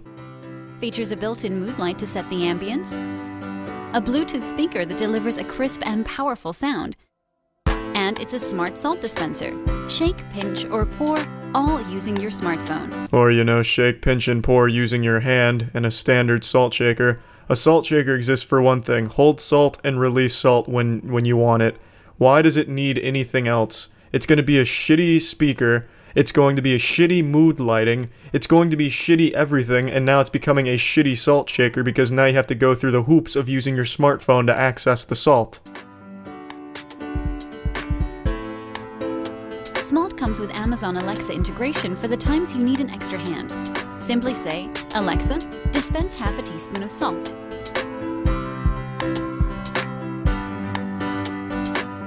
So it drops the salt into a small condom that you still have to pour yourself. So basically this giant tampon serves no purpose because ultimately you're still pouring the salt yourself. Yes, if it works perfectly as advertised and you tell it how much you want and it gives you exactly how much you ask for, that's cool. But you know what's even cooler? Not spending the extra money on this stupid looking device and just pouring the exact amount you want yourself from a standard salt shaker. You can also track and monitor your sodium with the Smalt app. Gargle fat smegma, no you can't. What it can do is monitor your sodium levels just from what you've got from your Smalt shaker. Won't take into account whatever you're pouring the Smalt onto. Whatever sodium content's in there will not be involved in the calculations here. So your sodium level obviously won't be accurately reflected on the smartphone app. That's just a deceptive marketing tool by saying that. Smalt's easily portable design makes it an on-the-go centerpiece no matter where you dine. Pair your phone with Smalt to stream your favorite music and let the entertainment begin. Oh yeah, I'm sure a lot of people are just begging to take their salt shakers with them where they go to dine, but they're just so embarrassed by the bad design. You find me 5 people that say they wish they could take a salt shaker that looked cool with them to where they dine, and I'll find you 5 liars. Also, check out the speaker here. Yeah, that looks like it's gonna deliver a high quality audio experience. It's like a fucking spider bite on the side of this thing. There's no way that's going to sound decent. I'm almost certain it'll make it sound like your songs are being broadcast through a 1940s ham radio. Let Smalt be the conversation piece of your dinner party. If I ever host a dinner party that's so goddamn boring that people start talking about my salt shakers, just fucking shoot me. Open your Smalt app and simply pinch the screen or shake your phone to dispense salt. After all, Smalt is a smart salt dispenser. I like how they try to make this seem like it's convenient. Oh, just simply pinch your smartphone to dispense the salt. Oh, you know what's even more easy and convenient than that? How about you just pour the fucking salt? I can already imagine how this will go at a dinner party. Can you pass the salt? Yeah, hold on, I'm gonna pinch it real quick. Alright, go ahead and grab it, pussy. Yeah, it's gonna be real nice. Set the perfect ambience with Smalt's color-changing mood light.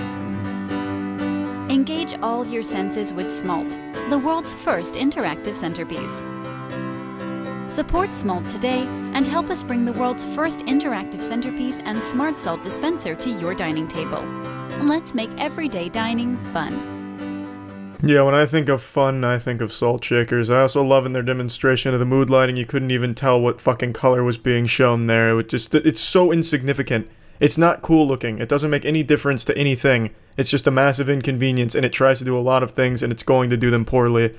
Also, this thing has to be charged and has 4 hours of battery life. So, if you forget to charge your... How many times have you boiled packing peanuts and tried to kickflip them into a strainer only to fuck it up entirely and ruin old Pop Wiggleberry's birthday bash? I'm Daniel Green, here with the latest in Lucius Fox technology. It's the Gotham Steel Pasta Pot. It's got a glass lid with a strainer. It's a no-brainer. The people of Gotham have been crying out for a better pasta pot, and I'm here to fucking deliver. It's a twist and lock, so you give this bad boy a titty twister, not even Batman can find his way into this. This pasta will be safe. What if I told you perfect straining was guaranteed? Would that put some grease in your shit stain? I bet it would. You know the most incredible part? No matter what happens, the handles will stay cool. They might as well be rocking an undercut and a barbed wire tattoo. They're so fucking cool. This pot's New Year's resolution was to hit the gym, and it's paying off. It can hold up to 5 pounds now. It's got a titanium core with a beautiful layer of ceramic just shit right over top of it, creating a divine symbiotic relationship between science fiction and cooking utensils. It never scratches, cause it's never itchy. Now I know what you're thinking, does shit stick?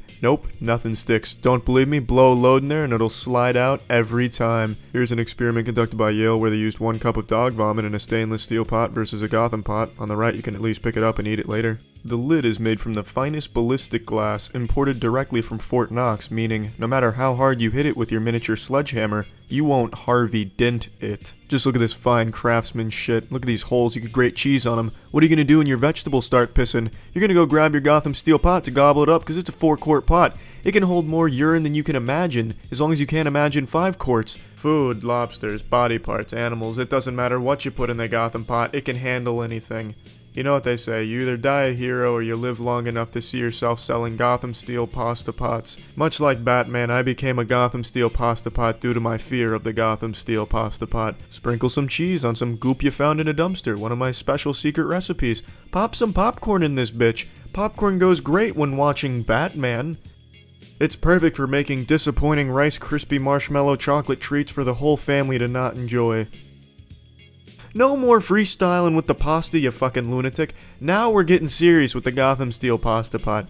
This is for serious chefs that do serious pasta business. For only $30, it's yours, with a 90-day guarantee that I will not give your money back if you buy one. I won't give it back after 90 days either. And who wouldn't want the free T-Cerama Big Slamma Jamma bonus that I'm throwing in with this motherfucker? That's an $80 value for only $30. So in the words of Bane from The Dark Knight Rises, when your wallet is ashes because you spent so much money on the... Do you enjoy smashing eggs, making an unnecessary mess, or using a poor defenseless egg to give yourself the bukkake treatment?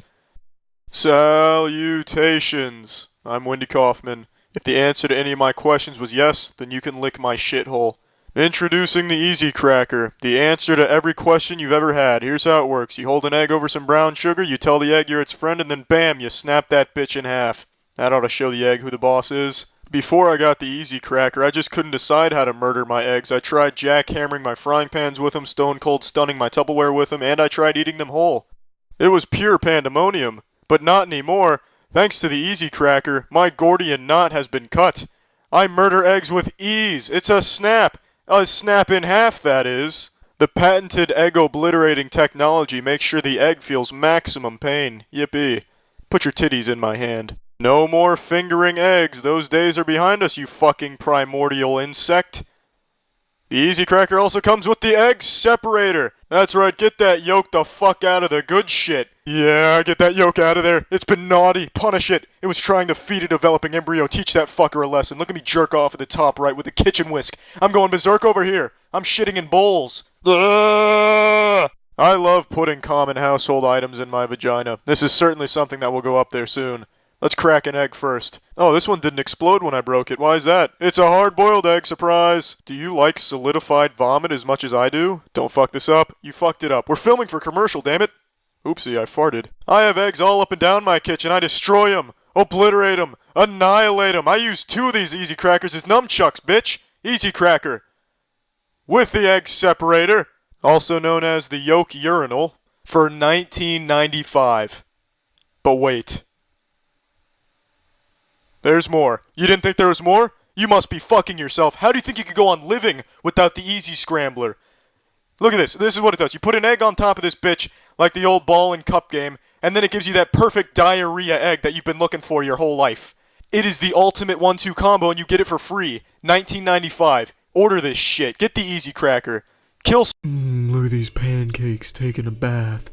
You can't make pancakes out of cum. The quantum physics just don't check out. Every amateur knows that. Hi there, Pee Wee Herman here with the flippin' fantastic pancake flipper. You just fucking slam dunk the pancakes onto the pan and you've got some bite-sized pancakes for the whole family to love. Just pour your pancake batter into this pancake condom and then like a coin you flip it. Except when you flip this coin, your odds of perfect pancakes are 100%. Let me let you in on the secret here. It's the same design used by the Wild West 6 shooters, except we're not putting bullets in these bad boys, we're putting pancakes in these bitches. Check out our animated upskirt here of the pancakes. Got a little naughty there for ya. The family will love these pancakes. You're gonna love these pancakes. Put some rabbit shits on them, why not? Sprinkle some cocaine. Everyone's gonna love it. Strawberries go great on them too. Come on, pancake scientists, experiment a little. People say I can't make good eggs. To that I say, fuck you. Catch you on the flip side. Don't take your finger out of your asshole yet, folks. You can even make Krabby Patties here. No, I'm not pulling your leg. I can snap them right into existence. Piss patties, urine cakes, cheese clumps. No matter what it is, it's gonna come out beautiful. The sky's the limit. Fucking fantastic. The flippin' fantastic perfect pancake flipper upper flick your bean extraordinaire comes with X's so you know where to put your hands in case you're stupid. It's been too long since I've watched a Nick Bolton infomercial. I probably don't have to explain to you who Nick Bolton is unless you're living under a fucking rock. He's like a real Avenger, like the Captain America, but in reality. Nick Bolton is the most decorated G.I. Joe soldier actor in all of commercial history, earning himself over 5 Bronze Stars, 10 Silver Stars, and 60 Purple Hearts, starring in 4 commercials advertising all kinds of tactical utility devices straight out of Batman's laboratory, such as the tactical lantern, the tactical shaver, the tactical sunglasses, and what you're about to see, the magnum opus, the tactical flashlight. It doesn't matter what tactical situation you find yourself in because Nick Bolton has got you covered. He's got a gadget for any kind of tactical situation that may arise in your life. I'm sure he'll soon come out with a tactical butt plug. Everybody has a flashlight, but can your flashlight do this? Yes it can. That's kind of the whole point of a flashlight, to shine light at something. So before we really get into the commercial, I just want to say Nick Bolton unironically has one of the most American names I've ever heard. That is so fucking patriotic. The only name more patriotic than Nick Bolton would be something like Frank Hamburger. Now I want to give a little warning here because this commercial goes pretty fucking hard. I'm giving an epilepsy warning. If you do have epilepsy, you might want to skip the next scene like 5 or 6 seconds here. Because Nick Bolton doesn't believe in epilepsy, I suppose. If he can't taste it or fuck it, it doesn't exist to him. So it's just like a full-on strobing moment here that's just disorienting, and I imagine for epilepsy would be a problem. So just giving a warning there. They do it again, and I'll give you another warning later into the video, but just a little heads up. Or how about this? The Bell & Howell Tactical Flashlight can. Similar to flashlights used by elite military units, the Bell & Howell Tac Light can do things no ordinary flashlight can do. I like how they hype this bad boy up. This tac light is used by the world's top soldiers with at least 5,000 confirmed kills, and then the person they show on screen is wearing a hoodie and pantyhose over his face. I also really like this idea that it's going to stop a burglary just because you shine a flashlight at somebody. Maybe it would if the burglar is really shy. But I mean, couldn't you get the same effect by using any other flashlight or even just yelling like, hey, you're breaking into that shit over there and I'm watching you do it. This is a problem. I'm gonna call the police. I don't think it's necessarily the tac light that's striking fear into their boners like, fuck, I was gonna keep breaking into this, and if it was a normal flashlight I would, but I can tell that's a tac light. I can tell from the luminous flux that that's definitely a tac light. I'm fucked. I gotta get out of here. My goose is cooked. It's so bright, it can be seen up to 2 nautical miles away. And if that something that goes bump in the night turns out to be someone... Spoiler alert and quick warning, they're about to use the strobe effect again like you're stuck at a fucking obnoxious nightclub, so just another epilepsy warning. Only a tac light has a super bright strobe that can stun and disorient would-be attackers. Yeah, far be it for me to question the experts here like Nick Bolton, but I can't imagine a flashlight is the best tool for self-defense. Like, that strobing thing would be annoying for like 1 second maybe, and then you're back to normal. It would only be effective if the burglar happens to be epileptic, or if the burglar happens to be one of the ghosts from Luigi's Mansion, and you also have a vacuum nearby to help. There's just no world where shining a flashlight at a burglar should be like your first means of defense. That should be something where it's like, shit, I misplaced my baseball bat with the nails in it, I can't find the shotgun, what do I have in this drawer? A flashlight, fine. And then your next thought should be, I'll try and beat them to death with the flashlight, not try and like fucking stun them with it because of the strobe. Like, it's just not gonna work. It's a terrible idea. Unless that flashlight has the same intensity as, like, the fucking sun, you're not gonna get anywhere with this tactic. That's, like, downright dangerous advice to try and advertise this as, like, a self-defense tool. A car battery will stop working in sub-zero temperatures, but even getting frozen in a block of ice couldn't make our tack light stop working. Oh, that is fantastic news. Wonderful. I've been looking for a flashlight that I can hibernate with in a block of ice. And it'll keep working when fully submerged in water, even 212-degree boiling water. Excellent for those tactical situations you find yourself in where you're inside a volcano and need a flashlight. This bad boy will keep on working. It's tough enough to survive getting run over by a Humvee. Try that with a regular flashlight. I don't care how indestructible this tack light claims to be, I guarantee Nick Bolton could break it in the palm of his hands with those fucking meaty, red-blooded American bear claws of his. Those fucking meat cleavers. He could crush that fucking tack light into a massive diamond just from the pure pressure of his patriotism. Compact and lightweight, it goes where you go. So you can feel safe in dark places at night, or just have the right light for emergency situations. What else? 5 preset modes. It's made of high-grade aircraft aluminum. The bulb lasts 100,000 hours. I mean, there's just nothing like it on the market today. Yeah, but there is something else like it on the market. It's called every other flashlight that has ever been made. There's nothing in this commercial that tells me that this is anything unique when it comes to flashlights. They haven't reinvented a flashlight. It just does what every other flashlight does. I didn't see anything here that just is wild and wacky about the tack light that makes it stand out. Unless, like, when you shine the light, it calls Nick Bolton's hotline, his direct cell phone, and he'll come and beat the ass of whoever you're shining the light of. Or, like, when you shine the light, it calls in an airstrike if you use one of its presets. But I didn't see any of that. It's just a normal flashlight. Are you fed up with using primitive instruments to properly grill decomposing body parts? Anthony Sullivan here, this bitch is the Grill Glove. If you've ever wanted to put your entire hand inside of a nipple, this is the product for you. Designed by the Wright brothers, this technological breakthrough is 100% food-grade silicone, meaning you can now put your meals on some fucking square plates. You can make hamburgers, hot dogs, steaks, yourself, throw yourself on the good old George Foreman, serve your rotting corpse at a family barbecue. Perfect grip, every flip, you piece of shit. You fumbling that shriveled voodoo head? Peekaboo, it's Anthony Sullivan, son of a bitch. With the Grill Glove, I can now grab the sun by the titties. Who wants to see how far I can throw this? You can flip some ribs. Try and get Bill Nye to explain that shit. Now the secret to the Grill Glove is the cyanide capsules all over the glove. It helps keep the heat away from your skin so you're safe. I fucking hate my hand.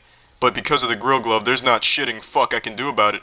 I can't even scorch my skin with a damn blowtorch. Are you hiding your dildos in hydrofluoric acid? Retrieve them with the Grill Glove. This is boiling water.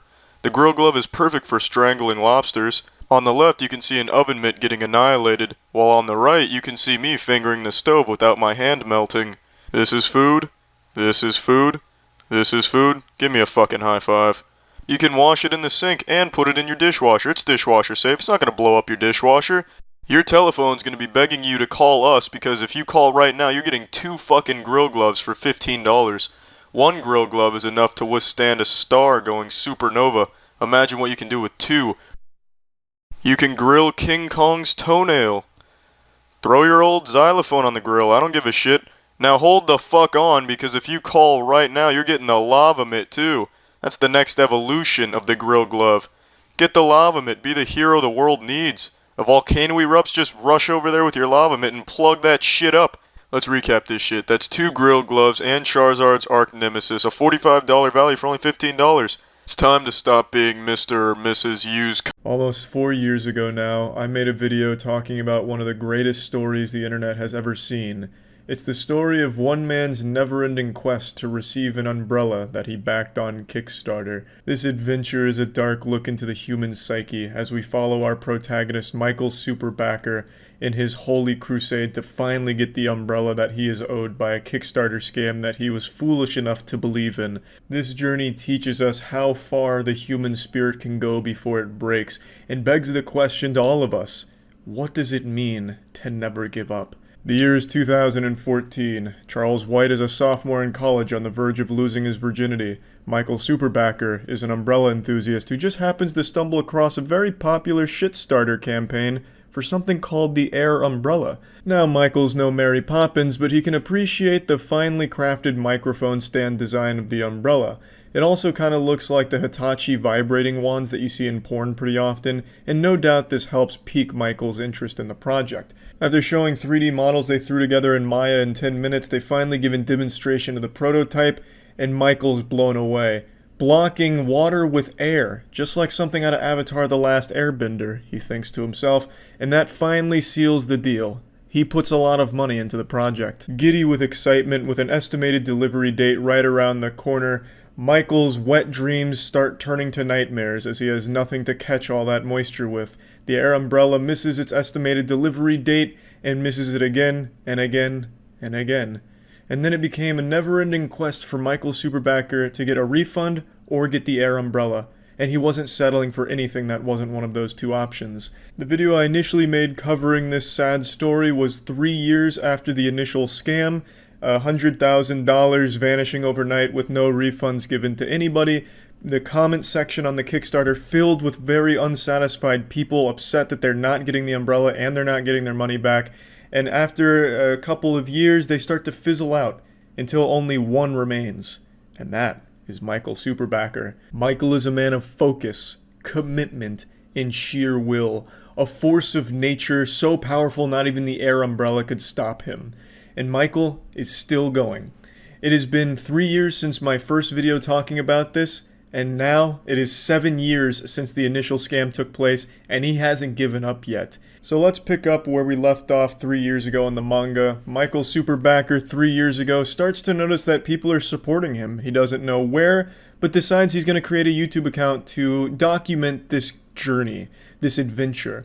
He then starts putting poems and lyrics from his favorite songs into the comments, hoping his very best to just get the attention of someone who accidentally logs into the Air Umbrella Kickstarter page. Scrolling up, it's kind of like reading those notebooks you'd find on ghost ships where the captain starts to go insane and starts writing gibberish at points. But Michael maintains a level head. He knows his mission. He is driven for one ultimate goal.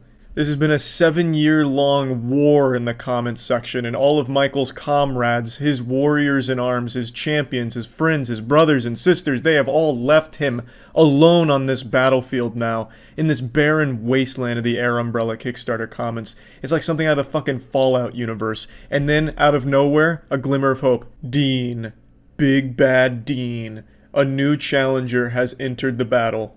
A new, strange face pops their playful little head out of the gopher's hole and starts talking in the comments section.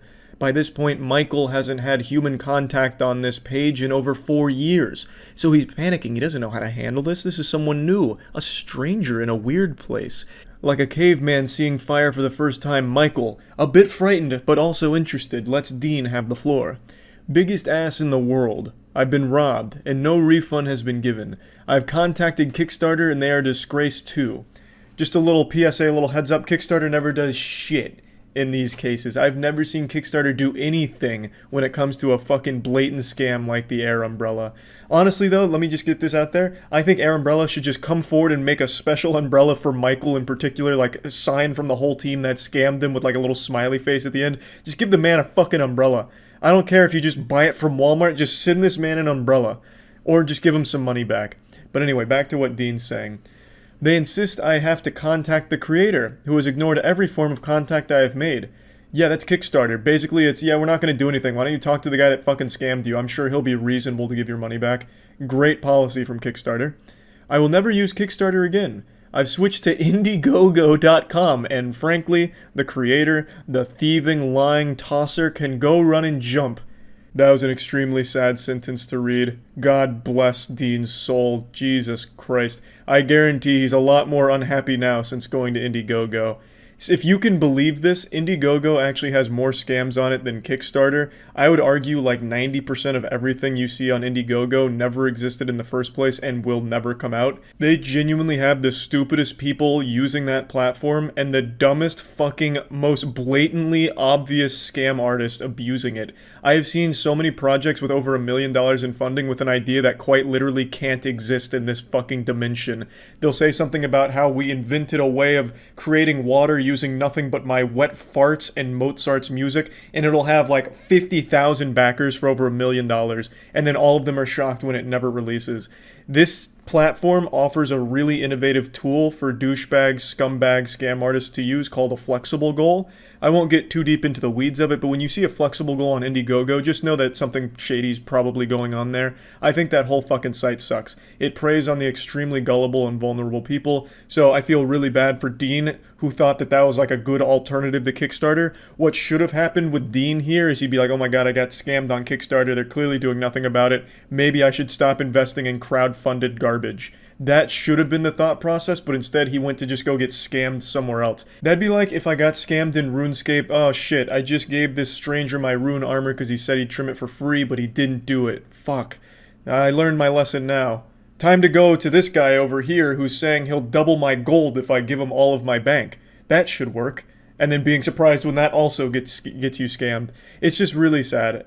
I feel bad for Dean. And just to finish off his statement, I hope you get what you deserve. Kickstarter also, you have failed to protect or even represent your backers. Your platform is one that has entirely let me down. I will not touch with a barge pole in future. Bye bye, go to hell. You and the creator are a match made for each other. Dean's very upset, understandably so. This was a big scam. 100 grand in the fucking toilet, right down the fucking shitter. And Dean was an unfortunate victim of it. I am a little surprised that he waited 5 years to make this statement. Like, I feel like after the first year of constant missing the deadline, you'd be like, okay, this fucking sucks. I've clearly been lied to about this project, but this guy, he's got the patience of some kind of Zen master. He waited 5 years, the entire time believing that it's right around the corner. I'm sure it'll be delivered any day now. Probably looking out his window every morning for the FedEx truck to come by with his air umbrella. But it just never happened. And then finally, after 5 years, he's like, yep, this was a scam. But anyway, Michael, after seeing signs of life in the comment section, once again lets out a triumphant, oh shit, they pissed off another air umbrella enthusiast. Looks like I'm not the only one. Stay strong, Dean. I will find us an umbrella one day. And I guarantee Michael will at some point. It may take 10 years, may take 10,000 years, but I fucking believe Michael will finally either create an air umbrella himself or discover one in like some kind of ancient Egyptian tomb or something. It's on its way. Michael and Dean will be avenged. As the years go by, Michael continues on the grind, looking for updates, trying to connect with other people that have been scammed. You see we're at day 1657 of the captain's log here. Then we get another encounter with a living, breathing human being who says, I invoke my rights under Kickstarter's terms of use, and then just goes into this general statement. We've seen this a few times over the last 7 years of people believing that Kickstarter gives a fuck about their terms of use. This has never worked in the history of this website, and it never will because this website just wipes its ass with its own terms of use. So you're not guaranteed a refund, and posting this doesn't help your chances. This is just an act of desperation from the scammed people, and it's really always just upsetting to look at because I truly understand where they're coming from. They've lost a lot of money on this, and they just want it back. But probably won't ever happen, and this right here, it doesn't do anything. We continue through the timeline. A few other people pop their heads in here now and then. This person says no one's responsible for this scam. That couldn't be further from the truth. Whoever was behind the air umbrella is the one responsible for this scam. This wasn't like an act of God or like some kind of natural event of nature. Like, this was a coordinated scam from a team of people. They're absolutely responsible. Michael continues with some lyrics and some poems, hoping to lift the spirits up from anyone that's still a refugee here in the comment section, just desperately looking for a refund or the product. We're up to day 1753. Michael is still on the prowl. He's the only one here. Then Brian again comes with the invoking my rights for the Kickstarter terms. Again, falls on deaf ears. I actually wouldn't be surprised if no one works at Kickstarter. It's just kind of like a functioning machine, kind of like Skynet, but it doesn't think very hard. It's not a very smart machine. Another one here, invoking the rights for a full refund, doesn't work. But you have to at least appreciate them trying to offer their prayers to the Kickstarter gods. Another one coming through. So there was a little activity over the last 3 years, at least more than we'd previously seen. People finally starting to recognize that this was a huge scam and they want their money back. And now, 23 days ago, Michael makes his most recent post as of making this video, day 2474. Michael, from the front lines, reports, it's still raining outside. God damn it. Michael is still out there, in the rain, cold, hungry, no umbrella to stop that rain from hitting him. It's just Michael out there now. Michael's the last one, still fighting for that fucking umbrella. It is tragic. It is a sad story, but a story that needs to be told nonetheless. Michael has been here for 7 years in the comments section, and I imagine he'll be there for 7 more. Because that shit is not coming. And there is a 0% chance Kickstarter does anything. They wouldn't spit on a dollar bill and send it to Michael. They probably wouldn't even apologize to him for this shit happening on their platform. Kickstarter wouldn't piss into his mouth if he was dying of thirst in the desert. They do not care. But again, this is just the nature of crowdfunding projects. You have to accept that a lot of them probably will not come out. Or if they do, they will probably not be as hyped up as they were in the original Kickstarter pitch. That's just the way it is. Sometimes they are very good, sometimes they're not scams, but a lot of times, face it, they are. And this is one of those cases. It's easy to forget that when a scam happens, real people are affected. People like Michael and the other people we've seen throughout this 7-year comment section. It is, unironically, a very sad thing. And, Are you tired of putting your lunchbox in the refrigerator, only to find out the refrigerator ate your shit? Anthony Sullivan here, and this is the pinnacle of human ingenuity. It's called the Fridge Locker. It is the food security system of the future. You can put your moonshine in there, your absinthe. It's got a fucking 3-digit combination for maximum security. It keeps your food safe, you son of a bitch. You have expired bread, put it in the Fridge Locker. Make it better bread. Tired of your kids shitting in your lunchbox? Well, throw your food in the portable Fort Knox. They won't get it. You can put it in the fridge, freezer, pantry, your asshole. Open it like a mailbox. Use it as a flimsy shelf. Damn it, more shit in the lunchbox. It's well ventilated so you can keep your pets inside of it. Now I'm holding this Fridge Locker, and it is heavier than a fucking boulder. This pile of plastic is your knight in shining armor if you happen to have food allergies. This is innovative technology here, folks. This is technology you won't see for a few decades. This is true Star Wars shit, but I know what you're thinking. I'm short. Fuck you, how about now? That's right, the cat's out of the bag. This bitch is made out of adamantium, but what does Yogi Bear think? Now, ladies and gentlemen, this is an 800-pound grizzly bear attempting to slide its wiener into the Fridge Locker. There's no smoke and mirrors, no sleight of hand. This is authentic fucking shit. The Fridge Locker is perfect if you need to put entire dorms, offices, or homes inside of something. You can even travel from inside of the Fridge Locker. The possibilities are endless with the Fridge Locker. Now you can have one of these for only $20, or you can send me pictures of your ass cheeks, and I'll toss in another heap of this shit, and I'll call you on the phone and yodel for you. That's right, this milestone in human engineering could be yours for only $20. You could be the envy of your neighbors and have 2 of them for only $20. Fucking incredible.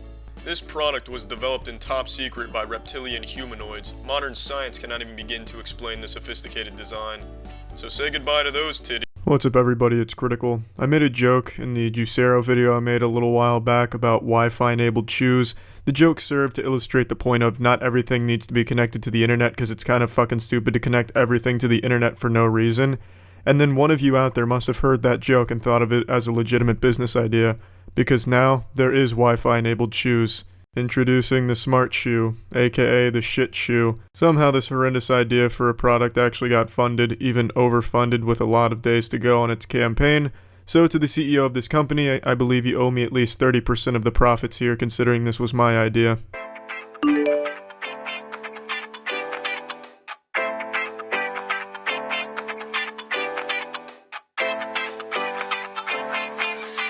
There it is, the next generation of Heelys. This little transformer for your foot certainly looks really cool. I wonder what would happen if it malfunctioned and just kept pressing down. Would it just fucking hydraulic press your foot into a pancake?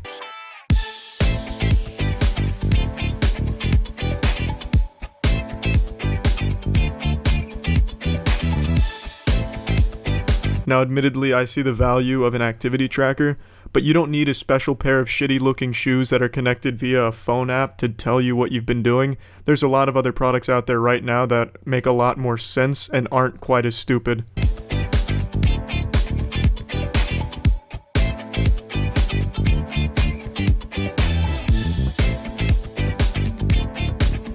Cushion monitoring. Who gives a fuck? What is that 97%? 97% cushioning? What the fuck does that even mean? 97% of your foot in that shoe is on the cushion, the other 3% is just being dragged through broken fucking glass? I don't get it. I've never heard the term cushion monitoring. When buying a mattress, I don't ask what percentage of cushion this has. Oh, that chair looks mighty fine. What's its cushion percentage? What does that stupid graph on his phone even tell him? It just looks like the Bitcoin prices by hour.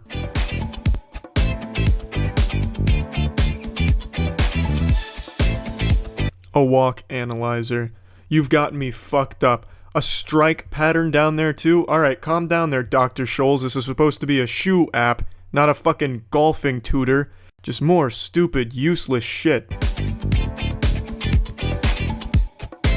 Walk 50% faster to be on time. An AI audio coach. Yep, that's what I've always wanted my shoes to become. I wanted them to be my fucking personal trainer. Your dick is small and you'll never find love with a walk pattern like this. Disgraceful. Fuck you. I'm turning myself off.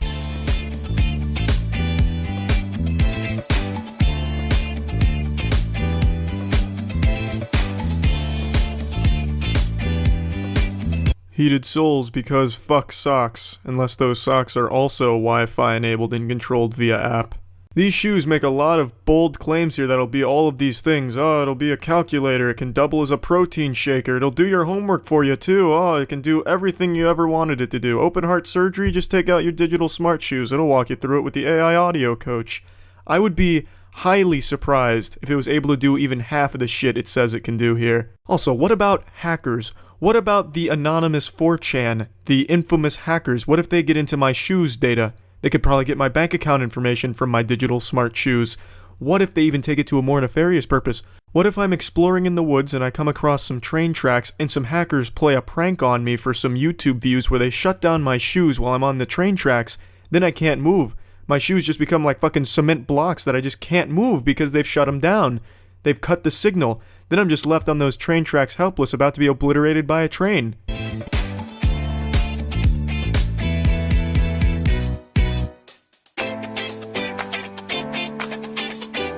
More bold claims I don't believe they'll be able to follow through on, especially the temperature-controlled shit. Modern technology can't even do that at the moment, I don't believe. But according to this marketing campaign, these shoes can do everything shy of making girls just throw their titties at you.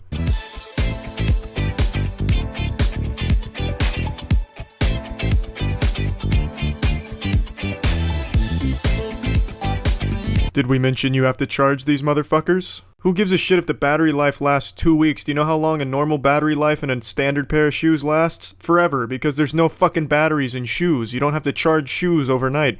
This would just be an absolute disaster. I'd wake up in the morning and remember I didn't charge my shoes. Well, I guess I just am not wearing shoes for that day, huh? What would happen if it rained too? Would you just get electrocuted by these shoes? I just don't understand. It doesn't cover these things. I imagine there's some type of watertight thing in here, but wouldn't that throw off some of the data? I think that would really throw off the numbers here and they wouldn't be very accurate or even come in at all, especially with all the data it's saying it's collecting. It collects everything from the number of steps you take throughout the day to how long your nutsack hair has grown in the last 2 hours.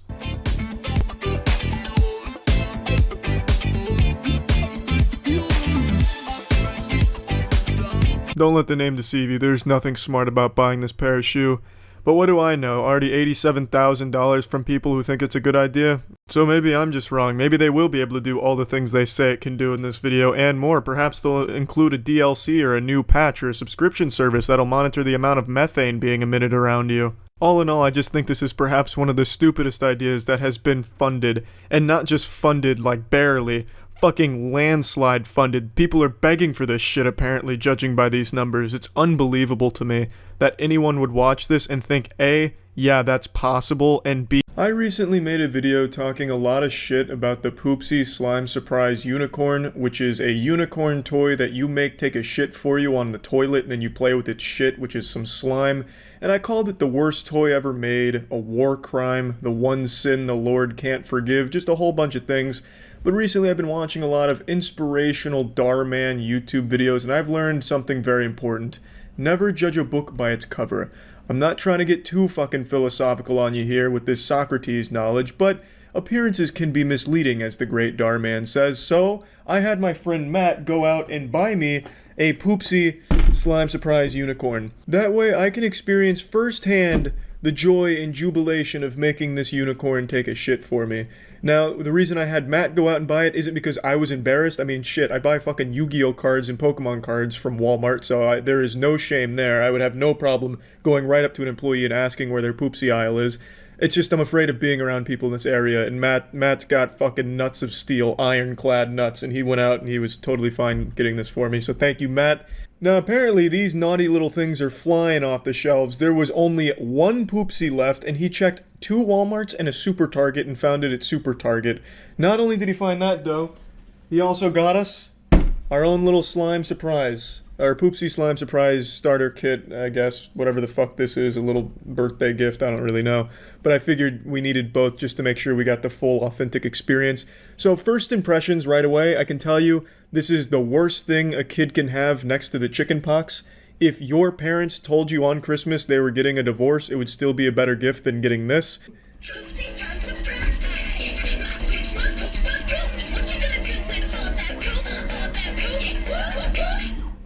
What are you going to do with all that poop, am I right? Now, I'm sure you can hardly contain yourself. Go ahead and amplify that excitement by 100 for me. I'm about to start scratching at my neck like a meth addict if I can't get into this box soon. So let's just go ahead and dive in here. Let's go ahead and raid the public bathroom and check this shit out. So we'll crack this open here. We'll start with the actual Poopsie unit, and we'll save the slime surprise for later. Jesus. She's really sealed in here real tight. Like a fucking sarcophagus. I'll save you, Poopsie! Ah!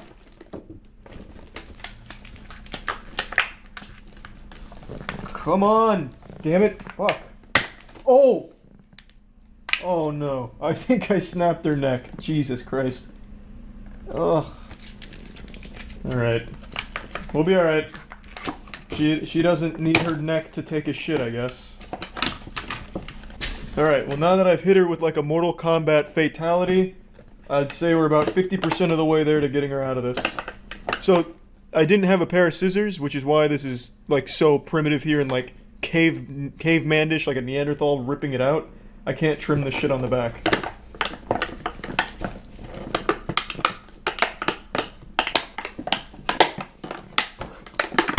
Ah!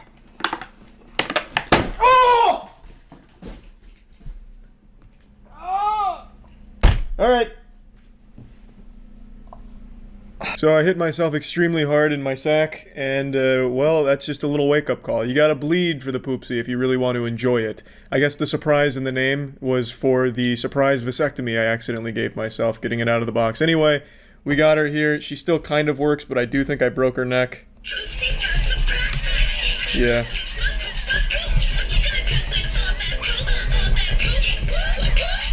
Not bad.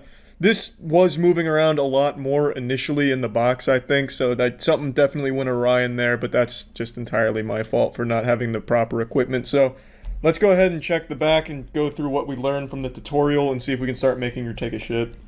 So on the back, of course, Wait, what? Oh, don't fucking tell. Oh my god. So I just looked it up. There's actually other Poopsie models that don't take shits. They just sing about taking a shit, and that's all. Unfortunately, this happens to be one of those musical Poopsies instead of the actual shitting ones, which is beyond disappointing. I guess I can confirm beyond a shadow of a doubt is if she has an asshole. Let's see. Nope. As you can see, there's no butthole here, so this model absolutely could not take a shit. I feel like I got scammed. No, it's not the time.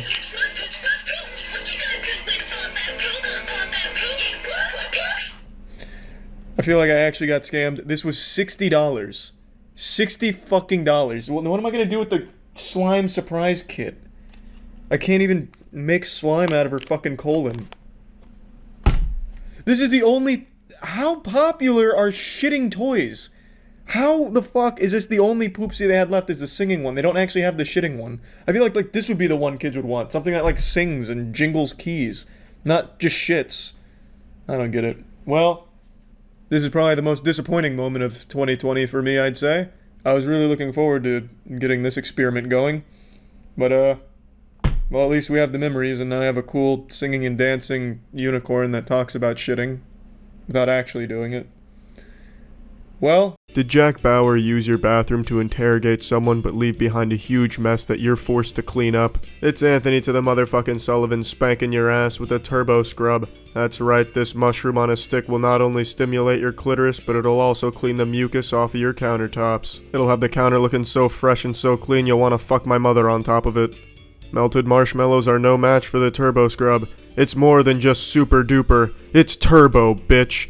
I was spying on you in your shower, but I couldn't see through the glass because of hard water stains, calcium, lime, and rust. But luckily the turbo scrub was here, so I can see you nice and clear. Here's Anthony.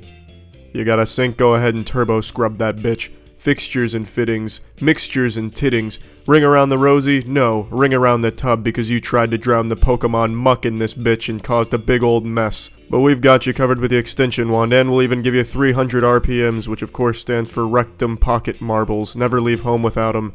This device is so turbo it'll chisel out your jawline, put hair on your chest, and put biceps on your ass cheeks. This scrubber will make you feel like $1,000,000, 50 ducks, and 25 trucks, and we're throwing in a cone brush. Check out the scare cam if you dare. Look how dirty this once was, but the cone brush gets rid of it thanks to the angled bristles. That's the secret. Corners!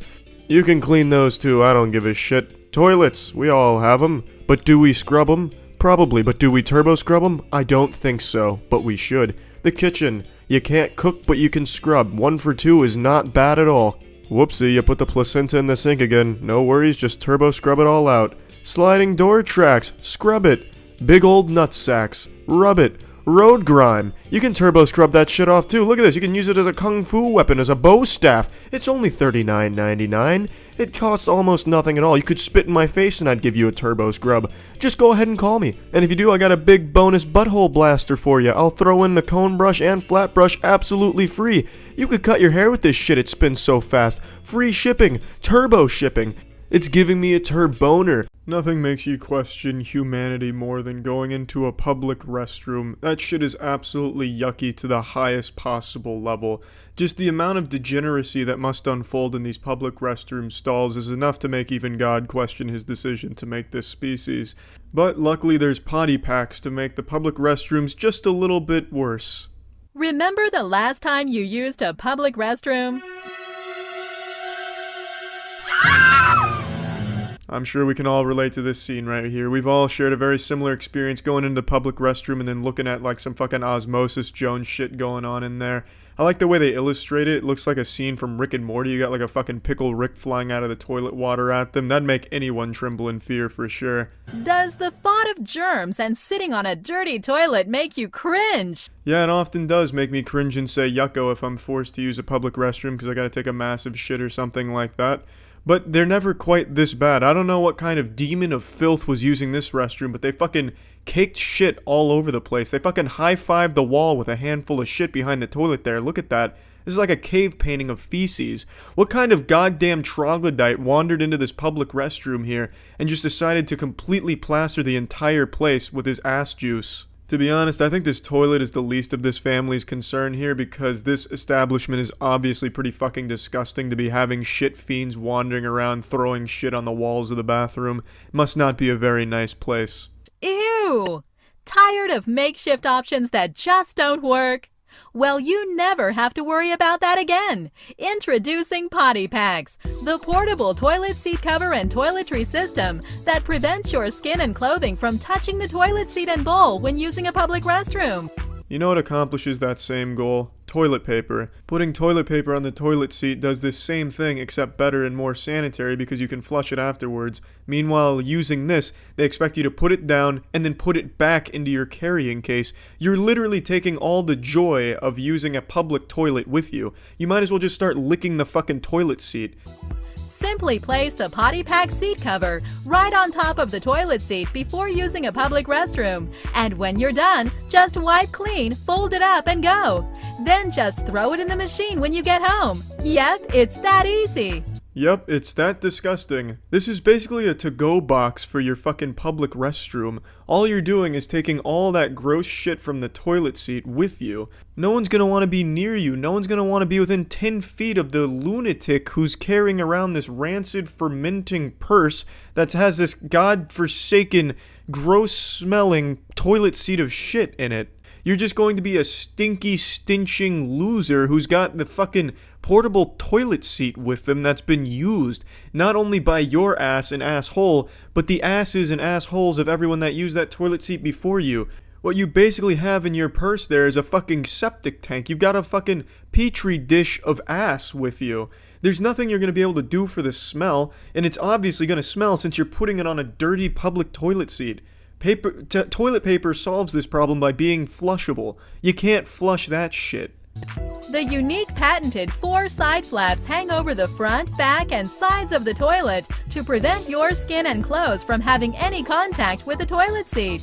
Best of all, the Potty Packs is waterproof, bacteria and mold resistant, and machine washable. There's few things I have less respect for than patented technology. Patents are an absolute scam these days. Patent squatters, it's such a corrupt market. Fuck your patents. And in this case, patenting the fact that it drapes over the toilet, yee-haw. What a hero. God forbid someone take this genius idea. The only person that would want something even close to this is some psychotic fetishist that wants to always be sniffing toilet seats or some crazy shit. And who the fuck cares if it's machine washable? No one's going to want to wash this. No one's going to want to touch this. The second you use this, you're going to want to immediately throw it away. It's a waste. No one's going to want to keep reusing this, and they shouldn't want to, because it's just goddamn disgusting. Unlike messy toilet paper or those flimsy paper seat covers, Potty Packs is made of a durable yet comfortable nylon material with non-skid pads underneath, so it stays in place and leaks won't soak through.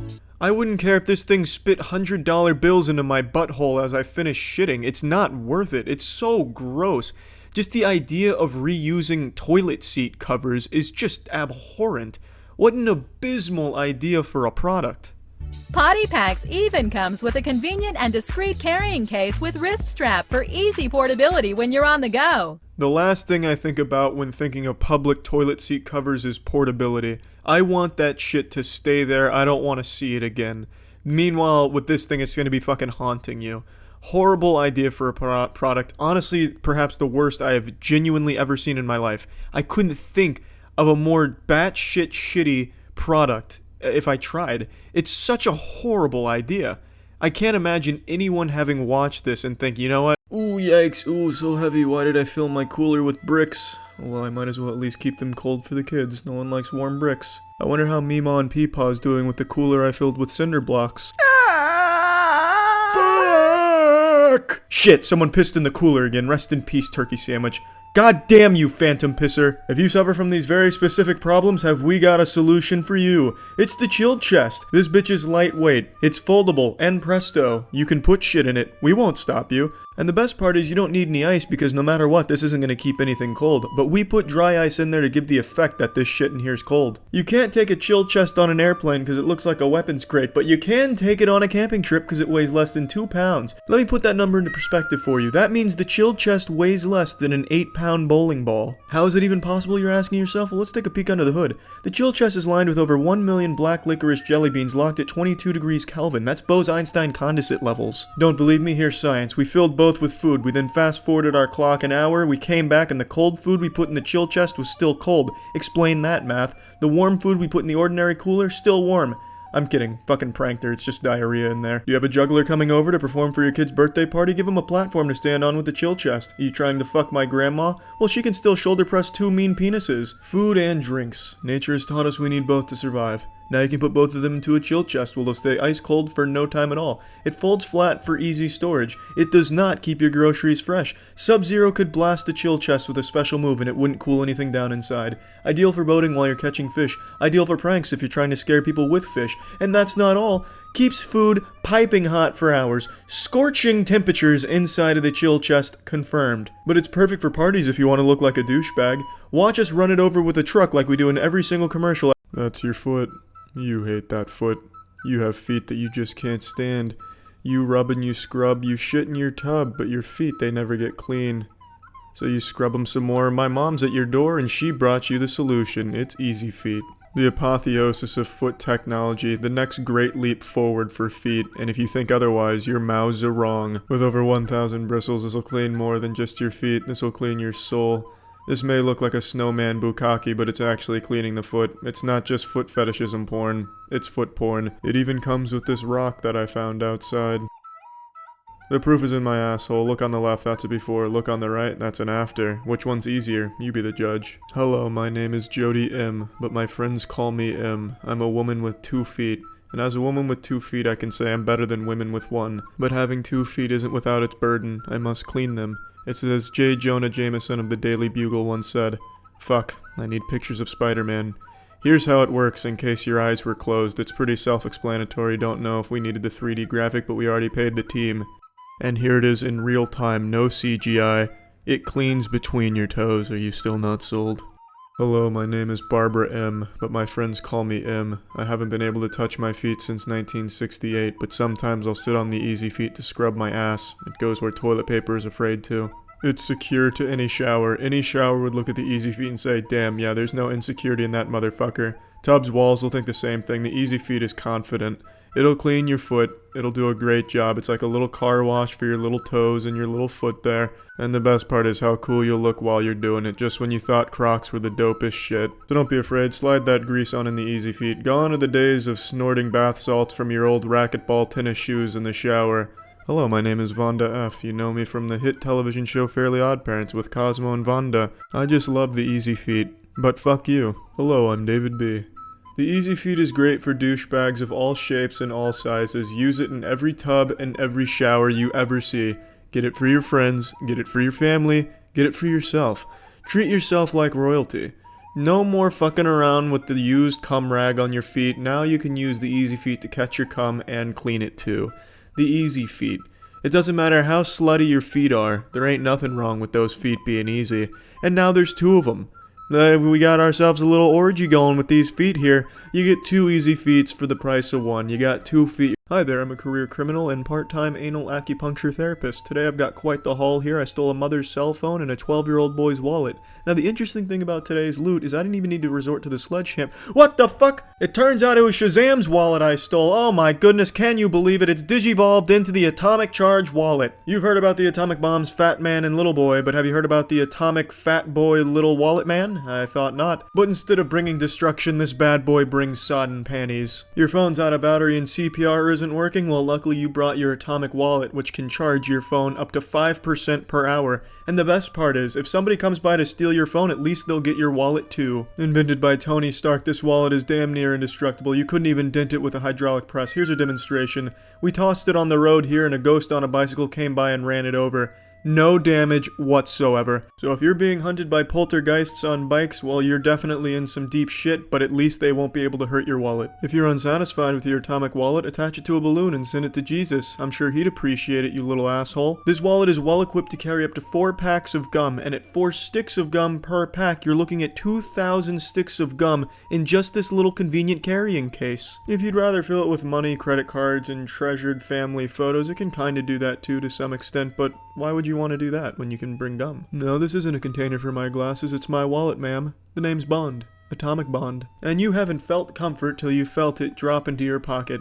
And it comes with RFID blocking technology, which of course stands for Rotating Fluoride Independent Dildos. Let's give you a demonstration of how this feature works. You just casually walk by a man who's made out of credit card scanners, and look at that, he blinked red, which means he couldn't get inside the RFID blocked atomic wallet and read your credit card. Either that or it's because your credit card was made out of paper. Now you put it in your old wallet with real credit cards and bang, he's got all your information and he's fucking your daughter. Could have been avoided if you just cock-blocked him with the RFID blocking atomic wallet. Now let's get a brief recap for all you slow shits out there, a little montage of the atomic wallet's usefulness. Does your dog not speak English? Does your dog try and escape your poor ownership? Yes. No. What's a dog? No more using Jigsaw's rejected contraptions. I'm sorry we can't help you if you're weak as shit and get pulled by your dog, but we have a product to be used by everyone of all strength levels. It's the Quit It, the air horn for your dog. Just sneak up behind your pet Sam Fisher style and scare the fuck out of them, guaranteed to terrify them. This product is vegan friendly and organic. It uses only canned natural instincts, no artificial instincts in this bitch. Just real fresh instincts. Does your dog want to help you put your shoes on? Scare him away from that. Here's a cobra. That's scary as shit. But not scarier than the Quit It. The Quit It sends infrared signals to the dog's brain, triggering their self-destruct mechanism. Did you have a nightmare? Go ahead and spray the Quit It to scare away the bad dream demons. Is your cat chewing on your poison ivy? Go ahead and save its life. Please, somebody, anybody, I need help.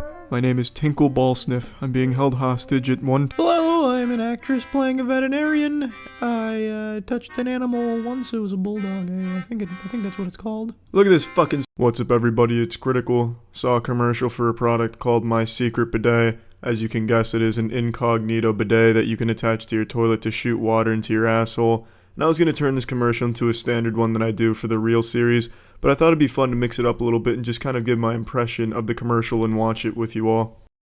Still feel dirty after going to the bathroom with traditional toilet paper? Look, toilet paper and wipes are no good. Paper smears and wipes still leave residue behind. I don't know how many people out there feel dirty after using the restroom, just feel like you're covered in a layer of filth near your anus, unless your wiping technique consists of you using your bare hands whilst you have them covered in Cheeto dust. And I also don't feel like this is the best test to demonstrate toilet paper and wet wipes are ineffective for cleaning yourself. Trying to paint a fucking picture with them. Oh, you can't paint a Van Gogh with them, therefore you can't clean your ass with them, so you can Van Gogh fuck yourself. Unless you have the world's most viscous shit every single time, this test proves absolutely nothing or speaks to the effectiveness of toilet paper or wet wipes. Now there's a better way. Introducing My Secret Bidet, the discreet bidet that fits right on your toilet. It couldn't be easier. Just turn it on and My Secret Bidet rinses you completely clean. Yeah, unless your friends are blind, it's not all that discreet. Most people wonder why you have a nitrous oxide booster on the side of your toilet. Oh, I swear to God, Hank, it's so I can drift with it. Just kind of pops out of nowhere like a golf sprinkler and blasts your ass. I also feel it's not a very good design going at an angle like that, because then it's just going to be misting poop particles. It's just going to be a doo-doo shower of shit everywhere all over your toilet. And God forbid your chocolate starfish isn't plopped in the perfect location. The angle this is coming at is merciless. It will absolutely smack your scrotum, or in the worst case scenario, go between your legs and just get all over your bathroom and cause a huge fucking mess. Turn it off when you're done, and My Secret Bidet instantly hides away. Look, the toilet paper on the left just spreads the mess, and the wet wipes on the right still leave residue behind. Watch as My Secret Bidet uses fresh water to rinse you completely clean, leaving nothing behind. To prove how well My Secret Bidet works, we drew on this piece of glass with blue sticky residue. Turn it on, and My Secret Bidet gently rinses the mess away, leaving you clean and shower fresh. Gently spraying it away is being extremely generous here. That looks absolutely vicious. They probably went through 6 sheets of glass, upping the power each time, each one just exploding under the sheer might of the My Secret Bidet's power. Fuck, plexiglass didn't work. Give me bulletproof glass. Oh, damn it, that didn't work either. Give me that shit they use at Cape Canaveral for the shuttles. I mean, this thing just looks absolutely vicious. So if you ever want your asshole pressure washed, look no further than the My Secret Bidet. If you're looking for the quickest route to a prolapse rectum, I'm gonna let you in on a little secret. It's my bidet. After going to the bathroom, turn it off and it hides away. My Secret Bidet is your little secret. You don't realize what stays on you when you just wipe versus when you use the bidet. That's a true statement. No one really realizes what stays on them when they wipe versus using the bidet. But once you use the bidet, you start to really understand that when you wipe, what stays on you is the skin. Whereas with the bidet, or at least the My Secret Bidet, that skin is going to get eviscerated, get fucking torn off. Best of all, My Secret Bidet installs on any... Looks like a fucking Keyblade from Kingdom Hearts. Toilet in minutes, guaranteed. Just connect the line to your toilet and you're ready to go. It couldn't be easier. Anyone can do it. In 5 minutes, you can change your bathroom. Look again. My Secret Bidet rinses you completely clean while both toilet paper and wipes leave a mess behind. Sit back and relax while My Secret Bidet gently washes you clean without toilet paper or wipes for a clean you can't get with paper alone. For kids, it's awesome. I don't have to help. They can do it themselves and they get totally clean. I can promise you this would be absolutely catastrophic with children, and I can speak from experience because my house growing up when I was a little kid had a bidet in it, and I used to play with that shit all the time. I would flood the bathroom once a week. I put my head over it, turn it on, and just let it all hit me in the face. I put my action figures on top of it, turn it on so that way they shoot up in the air, and it was just a grand time. It was a lot of fun. But that was a very low-powered bidet. At absolute maximum settings, it had about the same amount of power as an old man leaning back and spitting into the air a bunch of times. This My Secret Bidet is a fucking weapon of mass destruction. The secret to this bidet is its power. It's like a fucking fire hose. This shit would wreck a kid's face. This shit would wreck a kid's anus. If someone was using this with the best of intentions, like a kid, but he just turned it all the way up by accident, that is a permanent anal annihilation. Their colon would probably explode. A toilet with a built-in bidet could cost over $1,000. Call now and get My Secret Bidet, the ultimate toilet accessory for the introductory price of $19.99. But wait, there's more. You can double the offer and get a second My Secret Bidet. Perfect for a second bathroom. Just pay a separate fee. That's right. Get My Secret Bidet for only $19.99. And then the commercial ends abruptly. So I hope you're good at keeping secrets, because now you've got 2 of My Secret Bidets here. Now, they say use the second one in another bathroom in the house, but no, they can hold my tits on that. If I'm getting 2 of My Secret Bidets, I'm installing them both on the same toilet for maximum excitement. I'll install one in the back for my asshole and then one in the front to just make my nuts stronger, to just clobber my testicles, like how Muay Thai fighters will kick down trees to cause microfractures on their shins so that way their shins will grow back stronger. I'll do that same procedure, except it'll be causing micro scroty injuries, so that way my scrotum will grow back stronger and I'll have fucking balls of iron, just these absolutely heavy mammoths. I'll be like Colossus from... There are some products out there that I'm convinced exist solely to capitalize off irresponsible idiots that serve as nothing more than a public dunce cap for people to point and laugh at you because they can immediately identify that you are just stupid because you bought it. These are things like a shake weight or an NFT. Now, I know some sensitive Sally crypto bros are probably a little upset that I mentioned NFTs here, but you have to admit how incredibly comedic it is to watch all of that money burn up over JPEG pictures of monkeys wearing hats. It is remarkable that anyone ever bought into the scam to begin with, which is why they get laughed at so heavily when all of it crashes. It is just one of those products that people will make fun of you for. You know, sometimes tough love is required. Yeah, I'm not going to sit here and baby you, pat you on the ass and tell you good game because you spent 15 grand on a fucking Google image that's minted on the blockchain. You just gotta buckle down, grit your teeth, and face the reality that you bought something dumb. It's just that simple. But don't worry, I'm here to give you the final boss of dumb products. It's called the MewTalk. You probably already have heard of this because it went viral on Twitter recently. This is just one of those products that serves as this beacon to highlight financially irresponsible fools that are just so fucking reckless with their money they buy anything.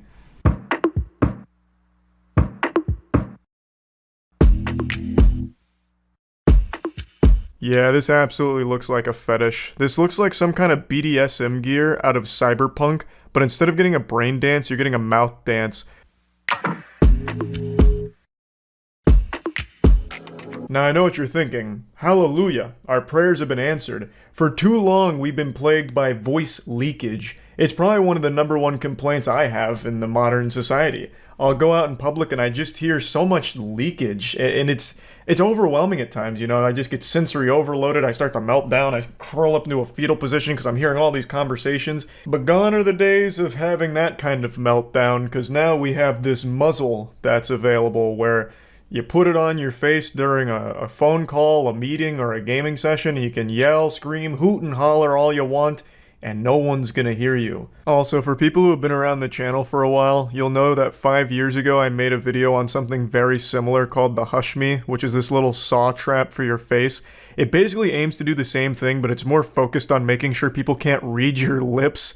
So it's only actually good if you're some kind of super spy engaging in espionage and you don't want anyone to see what you're saying or who you're saying it to. But it's fundamentally the same idea, just a fucking muzzle.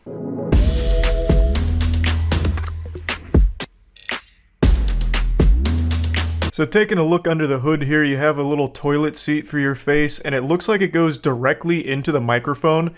So my heart breaks for anyone that you're having a conversation with over the phone, because every time you answer a question, it's going to be just screamed at them. It's going to be some way too dang shit. It's going to sound like an absolute fucking wall of noise. It'll be ear-piercing because it's directly into the microphone and all of it is concentrated right into it. Unless they've somehow dampened it, which I imagine they must have. Surely that would have been a problem that they would have identified during testing.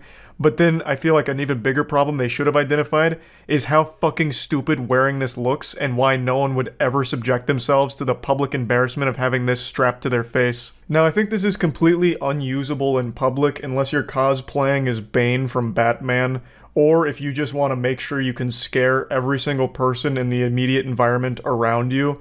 It's just, I don't see any case where this could ever actually be acceptable to have on your face. It's fucking alarming. But I think the idea of having some way of dampening sound for private conversations in your own home could be useful for people that live in apartments with thin walls, or if you're in a dormitory or any kind of shared housing really, where, you know, you don't want to be like loud around other people and disturbing them. I could see the core idea itself having some merit of just like dampening sounds, that way like your roommates aren't hearing you, but it's certainly not this fucking horse feeder. There's got to be another way, because at that point you can just soundproof your room and it'd be a lot less fucking creepy.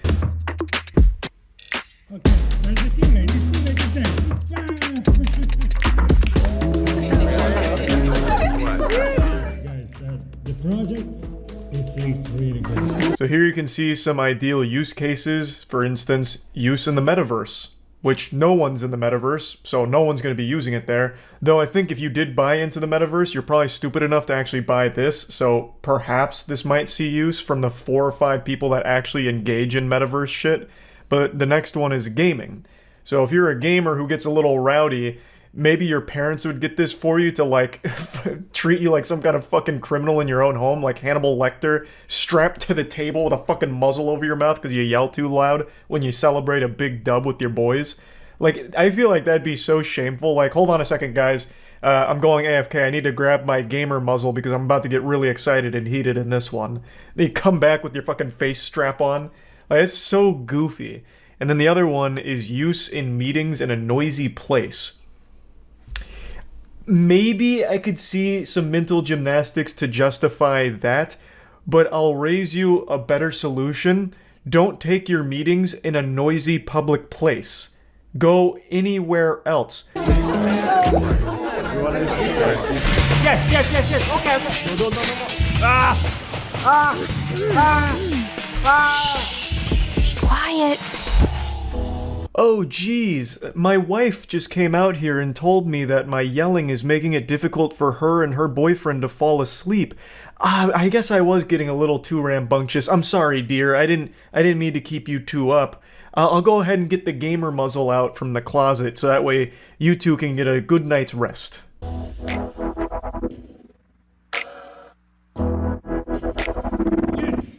Yes, guys, yes. We won, guys, we won.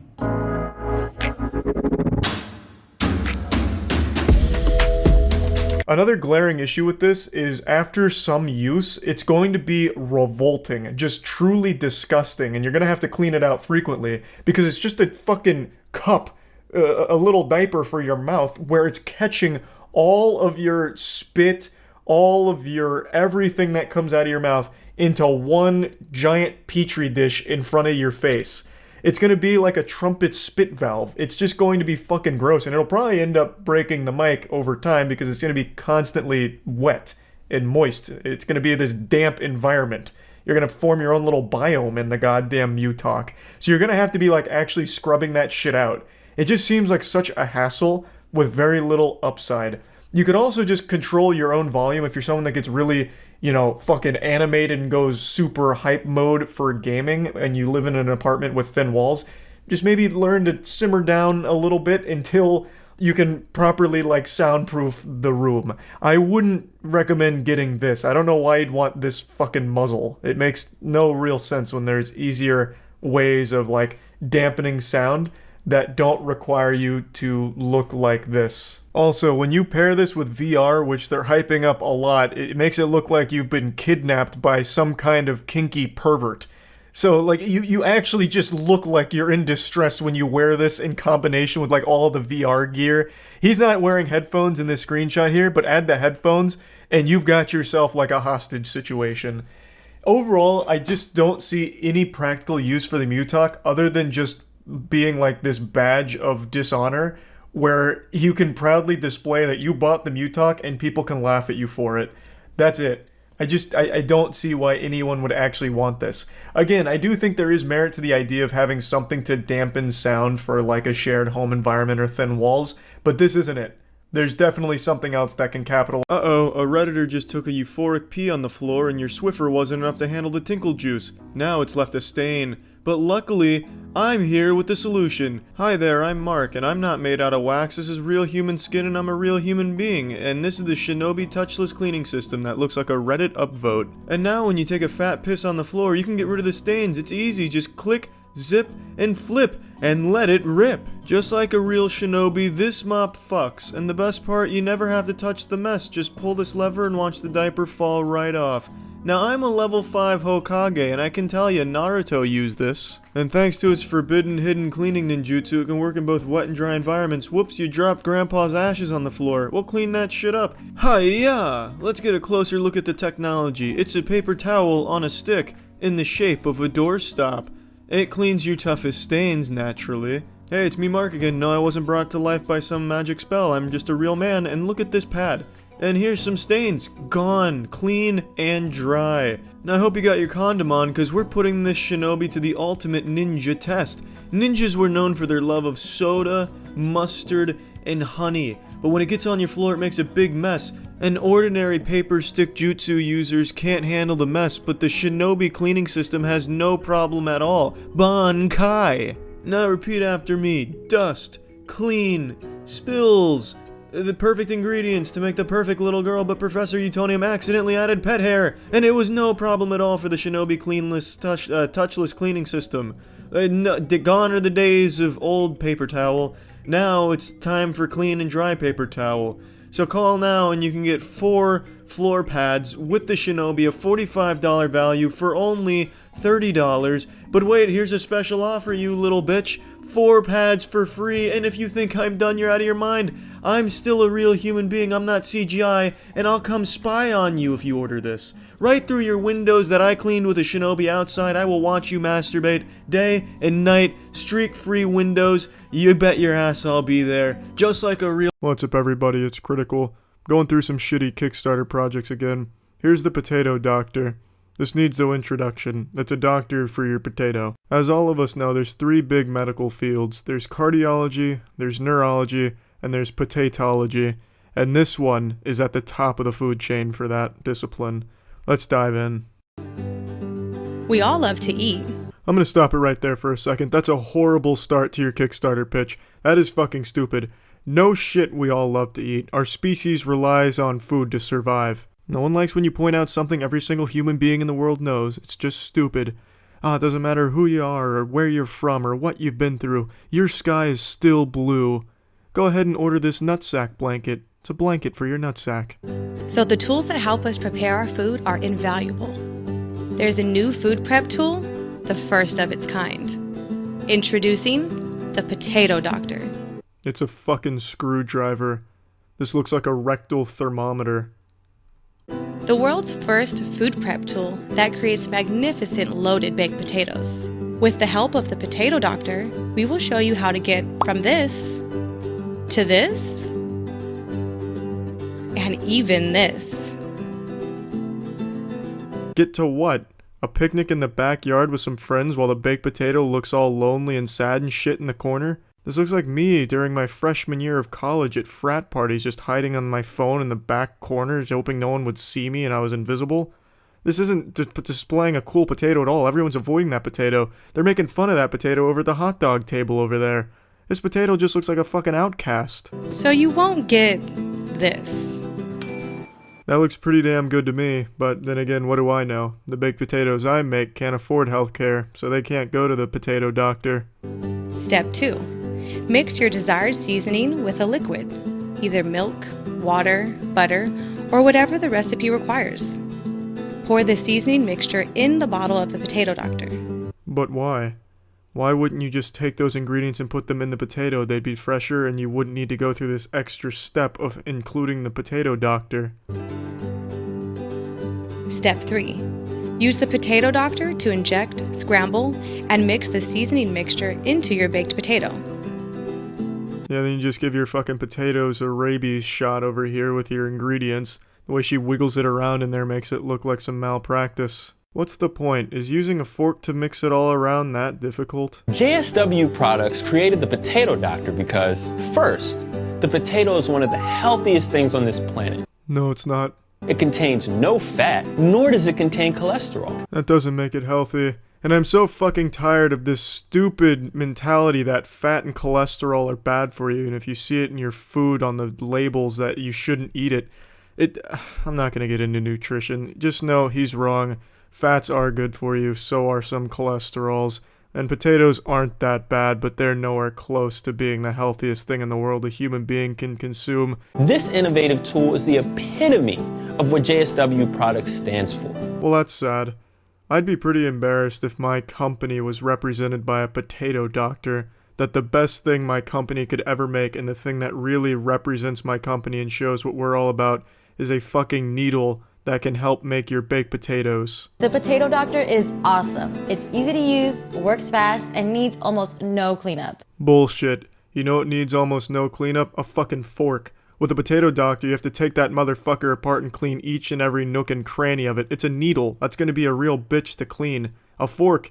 That's pretty simple. You can receive the Potato Doctor, some Flavor Monsters. Why are these called Flavor Monsters? It's not an Xbox Live gamer tag and you're not 12 years old. This is a company.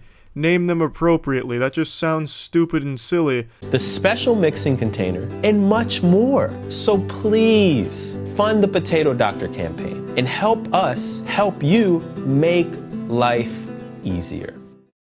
I'm sorry to say, JSW, but the Potato Doctor makes the process much more complicated and much more of a headache. A, having to clean the damn thing, and B, actually using it's going to be much more of a hassle instead of just putting the ingredients in the potato and mixing it with a fork, as everyone has done for many years. There's nothing wrong with it. There's no reason to reinvent the potato or modernize it. It's fine just as is. It's about as perfect. What's up, everybody? It's Critical. I'm here to slap those cheeks with another shitty Kickstarter project. This one's the Hush Me, the world's first voice mask for smartphones. I've noticed a common theme among these horrible Kickstarter projects. They all say the world's first something. The world's first Wi-Fi enabled pencil eraser. Just a bunch of stupid shit. Let's just dive into this one.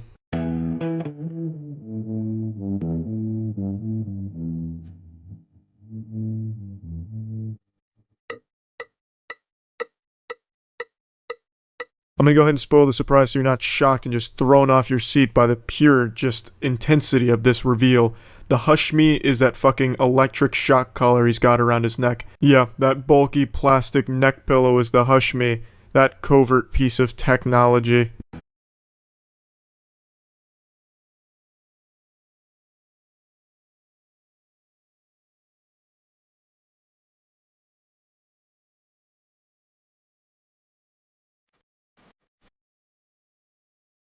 Problem solved. No longer will anyone eavesdrop on your business phone calls, which I don't think is really common anyway. Now they're just going to be giving you weird stares because you look like Bane.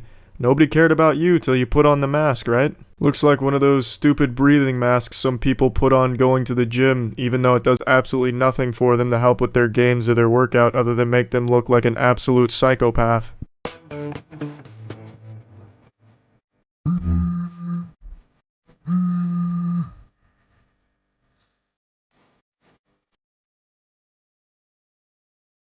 Instead of stepping outside to take your private phone calls like a civilized human being, thanks to the Hush Me, You can strap on your ridiculous looking iron jaw, just this fucking disgusting looking dental tool, and talk right in the presence of everyone. How well can this really muffle the sound though? Let's be honest, look at this piece of shit. It looks like a stretched out condom. It can't be perfect here. You can probably still be heard. If you're in a library and you get a call about your girlfriend cheating on you, I don't think you're going to feel comfortable putting the hush me around your mouth and then yelling on the phone in the presence of everyone there. I'm pretty sure everyone there would still hear you yelling. Passive and active. The passive voice muffling mode is provided by the insulator, which is embedded inside the mask, as well as by the ergonomic embouchures, which on the one hand prevent your voice from spreading beyond the mask, and from the other hand, keep the external noise from getting into the microphone. Yeah, you're not fooling me here. That's literally just like screaming into a pillow. All that is just a little bit of padding for you to talk into. You can throw around all the cool hip buzzwords you want, like ergonomic and smegma infused. I just don't believe it. That does not look like it would actually keep people from hearing what you're saying. So the person on the other end will hear you clearly, but the people nearby will not be able to understand a single word which you've pronounced while wearing the mask. Now that's a big difference between not hearing and not understanding. If you can still hear them, just not quite make out what the words are, that's still disruptive. You're still an inconvenience to that person. It's just, this is solving a non-existent problem. Just step outside. It's a lot less disruptive to the people around you, a lot less of an eyesore because you're not wearing this fucking weird set of braces like Jimmy from Ed, Edd n Eddy, and you don't have to worry about the FBI agents posted at the laundromat listening in on your business calls. The active voice masking mode is provided by the electronics, which is located in the headband. The button pressing activates the external speakers, which are located on the perimeter of the mask. These speakers will generate sound. While using the mask in the active mode, the resulting sound will, in any case, be lower than the sound from your voice itself without a mask, so you will not cause any inconvenience to others. I have watched this small segment here about 6 times and I still don't get what the fuck this is about. So a speaker that I guess transmits some white noise at a low frequency that's lower than the sound of your voice without a mask, and that's somehow not an inconvenience to people. If I'm wearing a fucking boombox around my mouth and transmitting white noise, even if it's not very loud, even if it's less loud than if I was just talking on the phone without this ridiculous Happy Meals toy around my face, that's still an inconvenience to people and a distraction. It'd be just much better to step outside.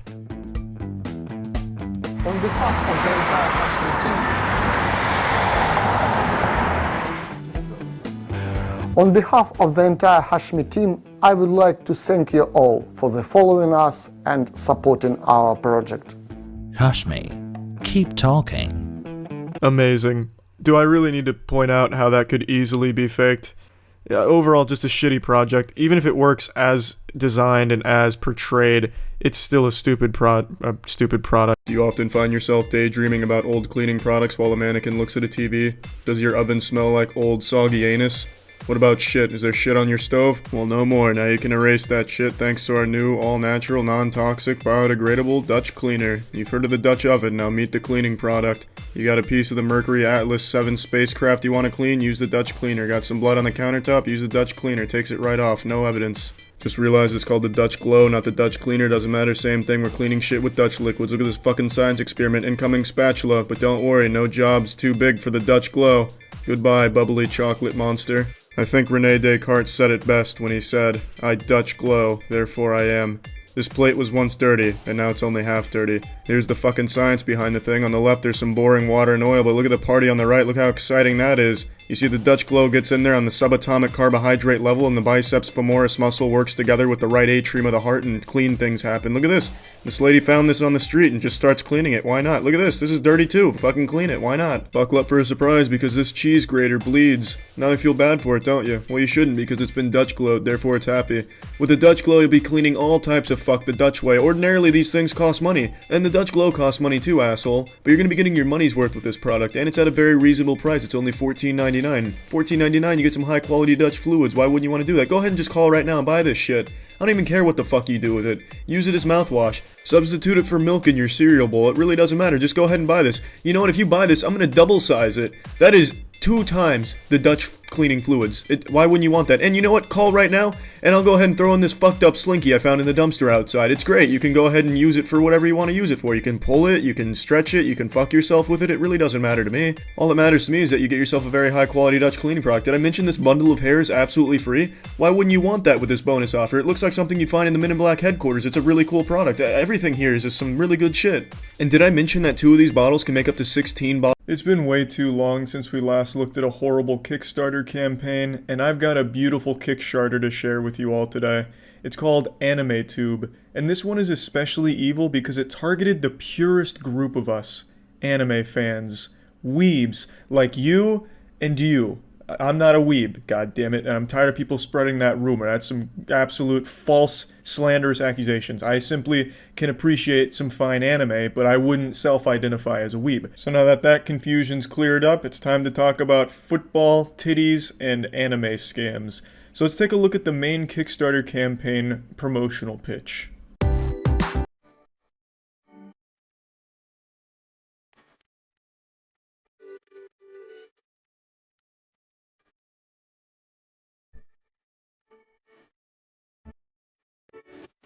Ooh, AnimeTube's coming in here raw, no rubber. The condom is off and they're not playing fair. Taking shots at Crunchyroll. AnimeTube won't crunch on your roll. Fucking Gangnam styling on Crunchyroll's corpse after that one. Damn, AnimeTube. I don't even understand, like, why the fuck that's there. It doesn't make any sense. That just sounds like some weird sexual euphemism. AnimeTube won't cream in your pie. Like it doesn't work, won't crunch on your roll.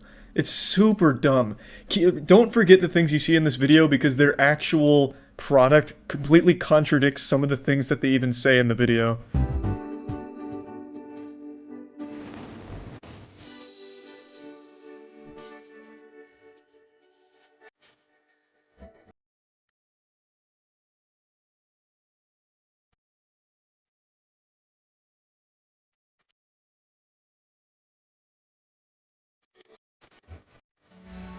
This video is the longest minute and 7 seconds of my life. Whoever filmed this should absolutely be fired and blacklisted from the industry. This is the slowest, most boring promotional pitch for anything I've ever seen. A single shot will last like 20 seconds in this video, and it does nothing. It is trash. It is absolutely awful. It's a minute and 7 seconds, but I feel like by the end of it, you've aged 6 years.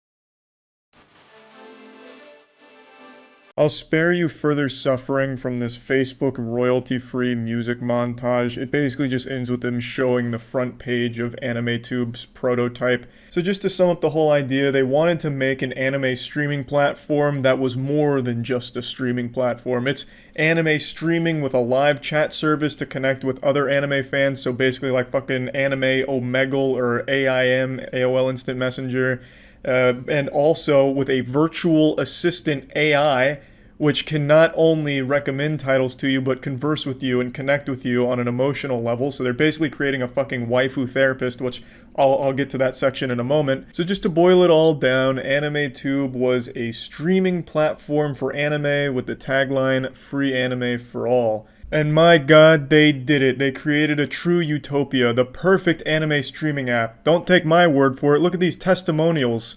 It is routinely maintained, it's comfortable, it's quite logical and ergonomic. It's way beyond any competition, I like it. Steven.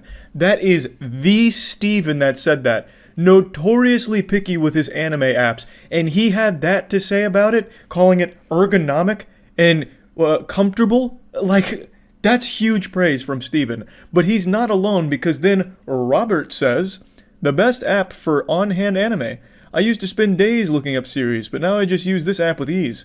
That's that ergonomic, quite logical design coming into play right there. If Robert can use it easily, anyone can use it easily. I could put this in front of my dogs and they'd figure out how to watch some high-quality anime with AnimeTube. They consider Robert the dumbest anime viewer of all time. They call him the anime caveman. But he loves his anime, he's just real fucking stupid, and he had no problems navigating this app, so kudos to the design team to make it this intuitive. And then the final testimonial, and this one I think is the most important one. AnimeTube is an excellent app for old and young. It will keep you entertained for hours. It is fun for all ages. James. That seals it. What else do you even need to hear anymore? If you're not sold on this app, you're not human.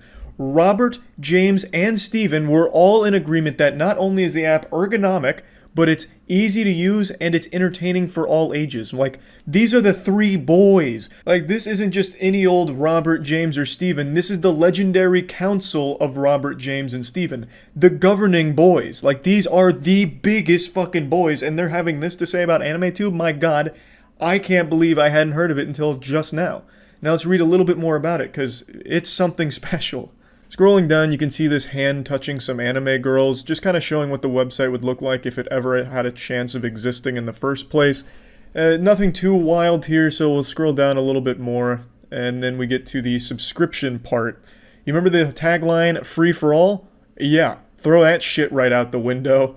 Look at this pricing scheme. It's looking real good. Yeah. That's super interesting. Free for all, but best if you pay for it. If you don't mind, please. And then, of course, they throw in the competition saying that they're low rated and what they're doing is actually the ultimate free anime app. And the amount of delusion that you have to go from showing the subscription pricing model to then calling it still free is just baffling to me. So basically what they want to do is make it free with ads. And you can pay to get the ads taken off. Which is eerily similar to what the competition does. Crunchyroll's pretty close to that, where it's free with ads, but you can pay to upgrade. So to me, it does sound like AnimeTube did want to crunch on that roll just a little bit, considering that they're just taking existing apps and making them shitty. But let's move on to the actually wild part. Amy-chan, their virtual assistant AI, which would be native to the AnimeTube platform. So, Amy-chan will help users find additional content, so based on user history, favorite anime, shit like that, and build a show and movie queue. They want it to be more than a virtual assistant though. You see, they want Amy-chan to be like a fucking Skynet supercomputer kind of thing. Q&A capabilities where you can ask her questions and she'll answer them, kind of like the Microsoft paperclip from back in the day when you'd ask it questions about PowerPoint. But it's not that simple. They want her to also be able to connect and converse with the users. Through natural, branded anime-style speech, Amy-chan can converse with users and connect with them on an emotional level. They are quite literally trying to create a waifu therapist. This is actually pretty heinous. They're hoping that if this ever existed, which it absolutely will not, at least not in any way that they're pitching it here, they wanted to create some type of like Hatsune Miku obsession with the app and its users. So they'd have Amy-chan as someone that someone could hyper-fixate on. So a guy that's lonely would connect with Amy-chan by asking her like 2-word questions that are yes or no based, and they'd fall in love with Amy-chan and keep subscribing so that way they have access to Amy-chan. It's actually really fucked up. It's pretty dark. They're also teasing 3D capabilities where she'd have her own 3D animations for responses and conversations. They say think VTuber but with an AI, which I'm sure they absolutely could do, especially when you scroll down and meet the team here. So, I'm only going to show George. All of them are like this, where it's just random first name and then some fanfic about them. I'll go ahead and summarize this book report. It claims Ken and George are the two main chefs in the kitchen here, and they have a combined 50 plus years of full stack software development experience, including working on complex military software, as well as having a background in AI technology. And then with George's little segment, it says that he has 25 years of successful high-quality software development and leadership, as well as 2 years in Japan, 10 years on the mobile app and console development, and that's all you get. So there's no way of verifying any of this is actually true, but they tried, because at the very bottom of the page, it links to a LinkedIn for someone named George, but when you click that, it leads you to a dead page. So you click on his LinkedIn and it doesn't go anywhere, it just says this person doesn't exist. Which makes me trust George even more. He is so powerful that the government is scrubbing official records of his existence. The only way that George is able to communicate with us is through anime now, goddammit. He's too strong. That's basically it for the Kickstarter page, but this wild ride doesn't stop here. This was apparently not the first time they even tried this project. They initially launched it back in like last June or something with a $285,000 goal. They raised $50K, and since it didn't reach that goal, they didn't get any of that money. So now they've come back and lowered it to $50K, and they've exceeded that, but now they can't touch it because it's been suspended. According to AnimeTube, they suspended it themselves over the copyright issues that they were facing, but I've read evidence to the contrary. This isn't the initial page that they pitched it with. On this page, originally, they had a list of anime that they claim they were in talks to get the license for their platform. Some of the biggest in the world, the Attack on Titan, Sword Art Online, like that caliber of anime, they had listed on their Kickstarter page to sell people on the idea, claiming that they were in talks to get this officially licensed for their platform. Anime professionals came forward and said, no, that's some bullshit. We've never even heard of these guys or talked to them. They were calling this platform a scam, and now it's been suspended. Anime News Network had a detailed article going over everything kind of as it was happening. They started getting called out all across the internet. They were blocking people on Twitter, calling them haters or shit and some shit like that. Then you had comments from industry professionals saying things like, anyone intrigued or thinking of donating to AnimeTube Kickstarters should not. They're about a decade too late to that business model and competing with Netflix, Warner, hell, even Disney, basically pointing out that they're really fucking late, which is absolutely true. It's very unrealistic shit that they're trying to do here, especially with their waifu therapist idea. It shouldn't take a lot of thought to recognize how fucking dumb it is. But what's really sad is the fact that a lot of people bought in over 100K, and 5 people bought in at the $4,500 level, which is a load of promises that will absolutely never be fulfilled, and the biggest one being a cameo in the Amy-chan manga, which apparently they had an estimated release of December of this year. So who knows, maybe the Amy-chan manga is going to take the world by storm, and we'll see these 5 backers somewhere in there as a piece of manga history, some of the best characters of all time. But back to reality, going through the article a bit more, they talk about the titles that AnimeTube claim they were currently in discussions with for licenses. The list includes hundreds of titles that are already licensed by other distributors for the US streaming market. Nozomi Entertainment CEO Sean Kleckner publicly tweeted at AnimeTube, "Why do you have listings for my titles on your Kickstarter's anime licensings currently in discussion? We're not in discussion with you." That was hard for me to read, but basically, Sean flopped his cock onto the lunch table and called them out on their bullshit. And then George, the legend, the man and the myth, comes forward with a tweet and says, "Hey Sean, we've contacted you on LinkedIn to discuss directly with you."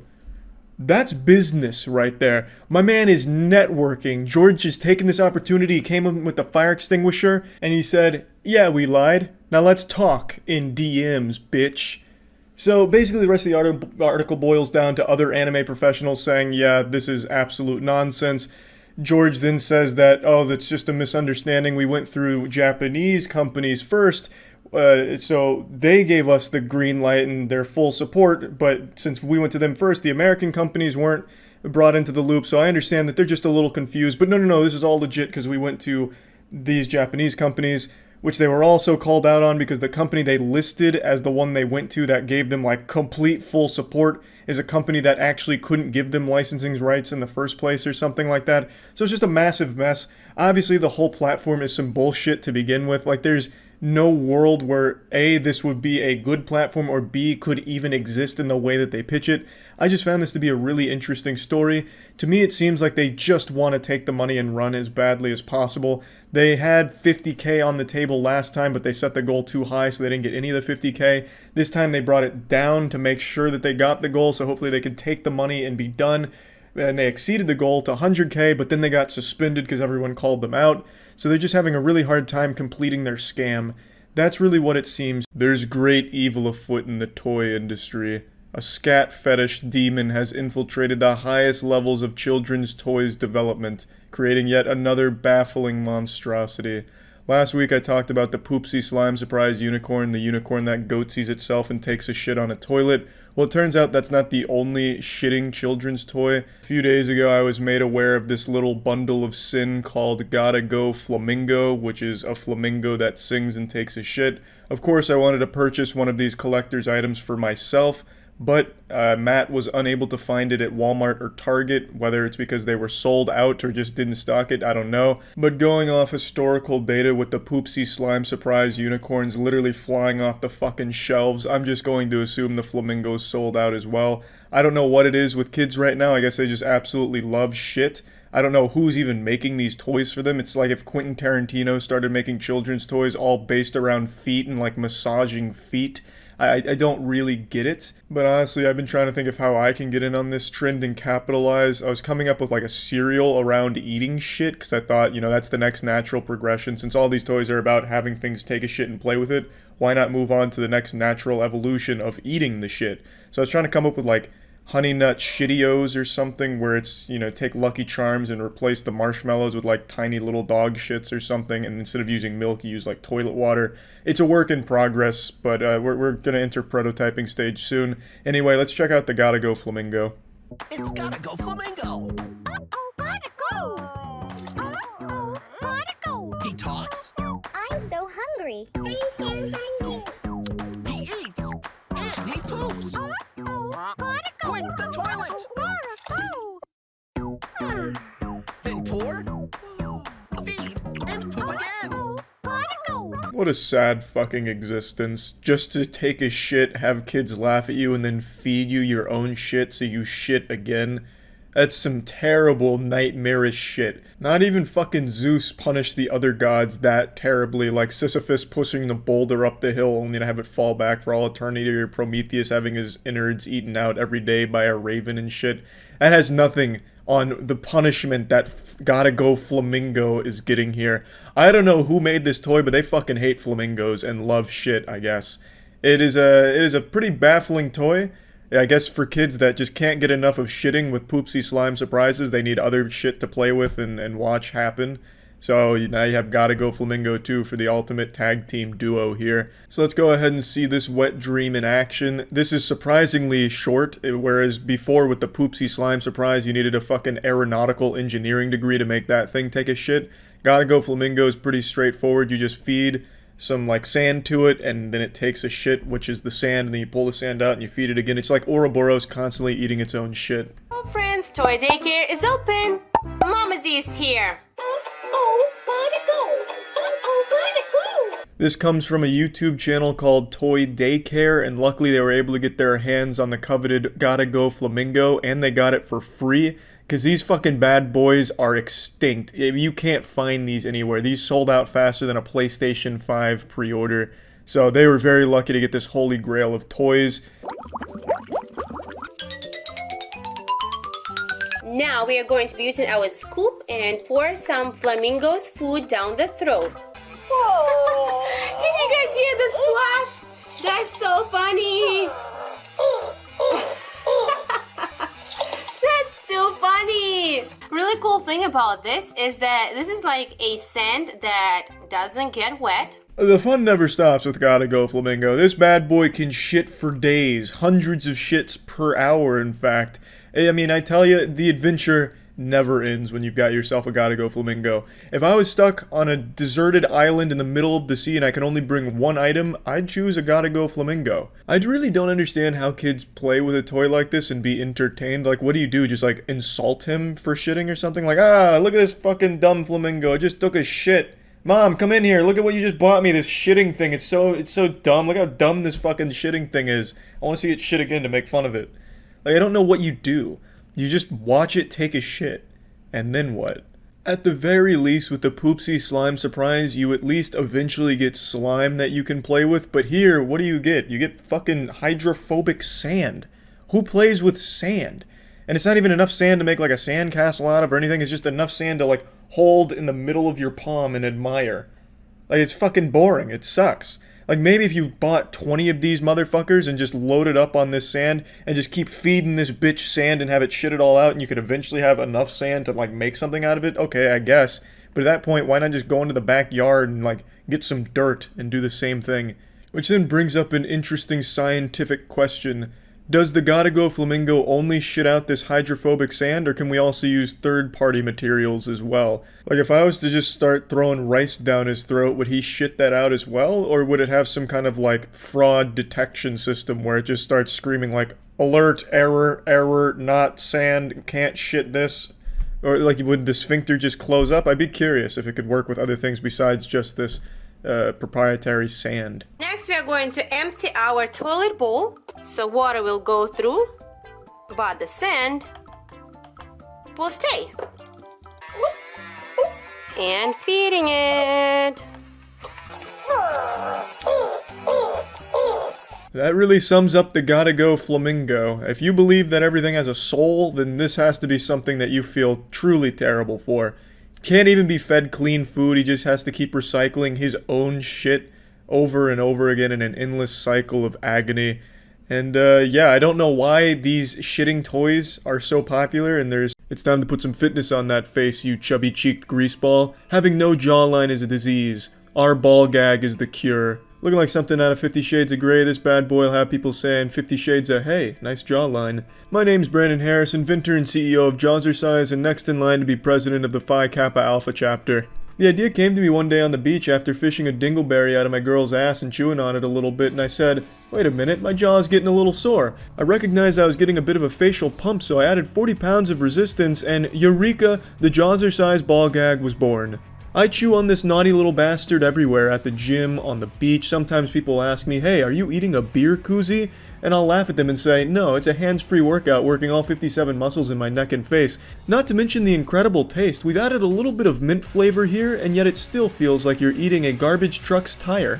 It is the only product that successfully activates the over 57 muscles in your face and neck by confusing your muscles into thinking that they're trying to break down a shoe. You're gonna love the way it feels and looks to chew Jawzrsize, but don't just take my word for it, here's my friend. Yeah, Jawzrsize is okay. See, don't just take my word for it, you would be surprised the amount of things you can do while Jawzrsizing.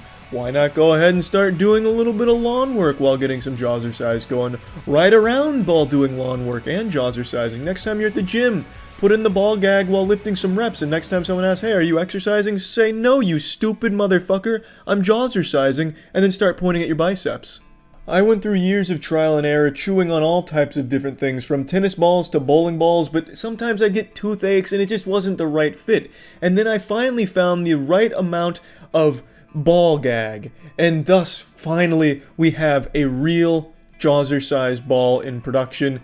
Attention, if you have trouble sleeping, this commercial will change your life. But if you and your husband beat the shit out of your pillows for no reason, I'm sorry, you're hopeless, you're lunatics, and we have nothing for you. Introducing the Sobakawa Pillow, all-natural buckwheat pillow. I say buckwheat, you say fuck treat, cause this thing is a fucking treat. This naughty boy comes equipped with adjustable support technology. Let's show your dumbass how it works. You lay down and you think of all the debilitating conditions you have. That information is then quantumly beamed into the buckwheat fibers, and the buckwheat will never forget it. The buckwheat will remember, and here's the world's largest hornet's nest. Whoops, looks like you just got stone cold stunned onto our Sobakawa buckwheat pillow. Don't worry, it didn't sever your spine, but it still hurt like a motherfucker. With the Sobakawa buckwheat pillow, you're never truly alone. Uh-oh, it looks like the predator snuck in and is spying on you. Oh my goodness, and downstairs a burglar is torching your feathers, your foam, your cotton, and your buckwheat in a pan. Tonight is just not your night. It's a two-pronged assault, but the buckwheat's fine. Yes, that's right, that army of Hershey's Kisses repels heat.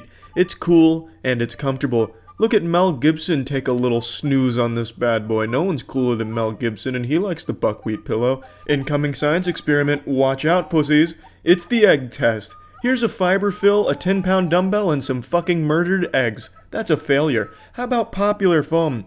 Well, looks like it's not too popular anymore now that the eggs are dead. I know what you're thinking, what about feathers? No chance. 10-pound dumbbell claims another victim, but the buckwheat stands strong, protects the eggs like it's the fucking president. Now it's time for the Brunswick test. We dropped the bowling ball on a pillow on top of a glass table and that glass got shitted. Failure. Popular foam? Failure. But then we put the Sobakawa on top of some bulletproof glass and there was no damage at all. That's a gutter ball. It never stood a chance against the bulletproof glass and buckwheat tag team. Let's have a little recap. Adjustable support, cools your head, lifetime guarantee, and did I mention the buckwheat? Sobakawa. If you've been around the channel for a while, you'll know that I've made a lot of videos on bad Kickstarter projects like the Air Umbrella, which is an absolute timeless classic. And I've also made a lot of content just on bad products in general, and it's just been far too long since I dipped my tootsies back in this pool of bad Kickstarter projects, and boy do I have a doozy for you today. This is a product that aims to solve a problem that modern science has been unable to crack. How to protect our children on Halloween from those villains that are putting razor blades in our chocolate bars. Halloween is one of the deadliest holidays of the year. There's children dropping left and right, littering the streets with their mangled corpses, all because some bad actors are filling the chocolate bars with razors and pins and needles. And we've been defenseless against this menace for too long now.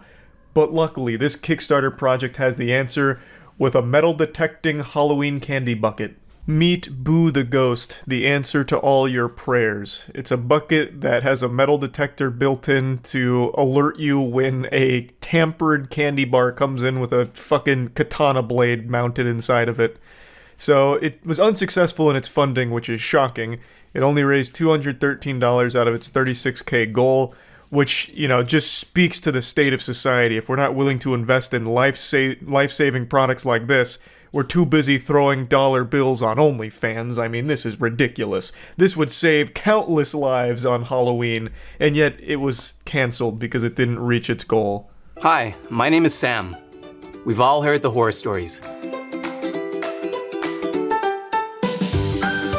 Holy shit, that stock royalty-free Facebook background music is about to have me acting up. That shit is fucking hypnotizing. But let's talk about this real quick. So the product aims to solve a problem that doesn't exist. It's a made-up boogeyman. The myth of like razor blades in chocolate bars and shit. Razor blades in apples, I think, is where it started back when I was in like elementary school, with that urban legend of like this kid got an apple on Halloween, which I don't know what psychopath gives out apples on Halloween, and he took a bite and there was a razor blade in it, is the story we used to get told. And this actually dates back all the way to the 1950s, where someone even wrote a book on it and then concludes that they couldn't find a single report of a child killed or seriously injured from a contaminated treat received during trick-or-treating, and it's a contemporary legend, and that's all it is. And if you look at the statistics, from 2008 to 2019, there were 4 cases of tampering, and none of them resulted in an injury. And among those, I'm pretty sure a couple of them had very sketchy details around it that seemed like it was there to drum up fear and hysteria. A couple of the articles he pulled up, one in particular with the Long Island 13-year-old who got like a razor blade in the Three Musketeers bar or whatever, that one had quite a lot of media hype and stir around it. No one was injured during it, but I have seen a couple of theories to suggest that this may have been planted there as more just fear-mongering, though of course I can't fully state since I wasn't there and I don't know the whole situation. But once again, there's been no real cases of people tampering with Halloween candy that's led to children getting injured or killed from it. It's just a fucking myth. And also, if we're going to play ball with this whole idea of tampered Halloween candy, Boo the Bucket here is completely defenseless against drugs in the candy. I remember a couple years back there was this big hoopla about, you know, parents, be careful with your kids trick-or-treating on Halloween, there's some scum that's lacing the candy with drugs. And when I read that, I about fell out of my fucking chair. Who's giving away free drugs on Halloween? Are you kidding me? That shit's more expensive than the candy. I highly doubt there was anyone just willy-nilly giving away fucking free drugs in the goddamn trick-or-treat buckets. And if there were, Boo has no protocol to stop that. You know, this fentanyl-laced Hershey's bar is going to fly right under the radar under Boo's nose. That's going to be given the green light. No razor blades, no problem. But then all of a sudden, bang, little Jonathan's got a whole fucking system full of fentanyl, and it could have been prevented if Boo only had drug-sniffing protocol as well built into the metal detector. Boo the Ghost Inc. will stand by no further. We've developed and patented a proprietary detection system that picks up on these dangerous contaminants and alerts the user before any harm becomes them. His name is Boo the Ghost. Could you have chosen a more creative name? This is so remarkably lazy. Boo the Ghost? Holy shit. That name has been used billions of times by now. It could have just been anything else. Like, it doesn't even have to be, like, even ghost adjacent. You could have just called them, like, you know, Glorbus the Ghost. Like, anything at all that's not just Boo for the millionth fucking time. Boo is crafted with a fully integrated, patented detection system. This system consists of a detection coil in the rim that picks up on any metallic objects and uses a vibrating handle with a built-in LED light to alert your child when they are in potential danger. It's pretty simple. It's a metal detector built into the rim, so when something metal passes through it, it has sirens that blare. You know, be careful, metal presence, initiating self-destruct protocol to protect the child, that kind of thing. Except instead of sirens, it just plays like a really weird honking sound. So that's basically the system in a nutshell. Pass through a metal detector. If there's metal, you get a honk. So that your child knows when there's a hazardous object present and that a thorough inspection of the candy should be conducted to eliminate the hazardous pin, needle, razor, or metal debris. So you get the little happy birthday kazoo sound effect there when the metal passes through, and I'd like to digest that for a moment here. Let's assume you have this bucket, you get a handful of candy, you dump it in, you hear a honk. Well, now all of a sudden you have no idea which candy triggered it, so you have to go through each and every piece of individual candy and ruin every single one of them. No one's putting candy in one by one. That's not happening. This isn't the TSA, it's fucking Halloween, and these are kids just reaching in the buckets, or parents taking a handful of candy and dumping it into their bucket. Like, this would never be practical, because if a honk did go off, you would then have to open every single piece of candy, and you'd then probably want to do it in front of the house where this honk happened, because maybe they put a razor blade in there, and now you're about to get into a confrontation with this family here. So you have to break every single piece of candy apart to see which one triggered it. And that just seems really ineffective. There's no way of knowing which one it was unless you literally do it one by one, which isn't happening. Right now, it picks up on all metal objects that pass through the rim of the container. As you can see, when a detection is made, the handle vibrates, making your child aware of the danger. Again, this aims to solve a problem that is completely non-existent and is just made up. But, you know, hats off to them for, you know, trying to tackle it. I always appreciate when someone at least tries to make something that they think will be helpful somewhere, but in this case I think it's remarkably misguided. I think they have been brainwashed by media fear, and even then, this is so rare. Like, it's fine to, like, caution parents, like, hey, there are weird people on Halloween, you should probably trick-or-treat with your kids instead of letting them go all, you know, out in their own willy-nilly. I think that's good advice. Hey, just be with your kids, you know? When they're going out to trick-or-treat, you should just be with them. I think that's fine advice. That's not exactly like being fearful or anything. It's just, why not? Just take that safety measure. I think that's fine. But to try and put the fear of God in everyone, like, you need to be with your kids because there's people putting fucking razor blades and drugs in the candy. Like, then it's a step too far, and then you lead to a situation like this where this guy thinks that, man, I have to protect my kids on Halloween because no one else is. There's razor blades in every piece of fucking candy out there, I guess, and this is an essential tool for it. But anyway, we've all been there. The electricity goes out while we're fiddling with the pepper and then we start spanking a flashlight. It's time to cut that shit out. I'm Anthony Sully Sullivan here with the Sun Genie. Listen up, you ass anuses. I know this mason jar doesn't look like much, but it uses solar power, meaning it generates just as much power as our entire solar system. Perfect for the kids. Doesn't use batteries. Get those batteries out of here. I hate these fucking things. I'm throwing them right off the roof. They fucked my wife. I'm tired of them. But unfortunately, these little glowing condoms are nearly indestructible, so it looks like it's another sleepless night for me wondering why Meredith left me. They're inflatable. They're infallible. This is the only genie you don't have to rub out. Instead, this genie will be rubbing you out. They even work underwater in case you want to shoot a cool music video like this. Look at this. The Sully Slide music video. Official shit, baby. Regular lanterns only last 100 hours. The Sun Genies last up to 3,000 hours. That's longer than the sun's ever existed. In fact, scientists have proposed using a Sun Genie as a replacement for the sun when the sun eventually fizzles out. Too dark to find your oxycodone? Don't worry, Sun Genie's got your back to help feed that addiction. It's powered by a lithium polymer battery. I don't think anyone gives a fuck. With only one charge, you get 12 hours of light. Imagine what you can do with 12 hours of light. You can walk a dog in the dark. You can walk yourself in the dark. With the Sun Genie at your back, you can do anything. It's also the perfect speed bump. Look at that shit. 3,400 pounds. That's how much the Sun Genie weighs, and I'm picking up with one hand. I'm just so fucking strong. It's cool to touch. You'll be cool if you touch it. It's cool to tell its secrets and be friends with it. Replace the flux capacitor in your time-traveling DeLorean with this shit. Toast wine to it. Take it boating. Put it in the first aid kit as a joke, so when your buddy's bleeding out, you can say, "Don't worry, bro, I got just what you need." Then whip out the Sun Genie, and it'll be really disappointed. Write a song for it. This genie doesn't grant any wishes unless that wish is for 12 hours of slight illumination. Regular lanterns are heavy. The Sun Genie's not heavy. Play it like an accordion. Shove it in your backpack. It's also an excellent tool if you're planning a robbery. It's the perfect crime, and the slippery Sully gets away again. Regular lanterns are up to $40. That's bullshit. Batteries are bullshit. The Sun Genie inflates like an air mattress and costs a lot less than an air mattress.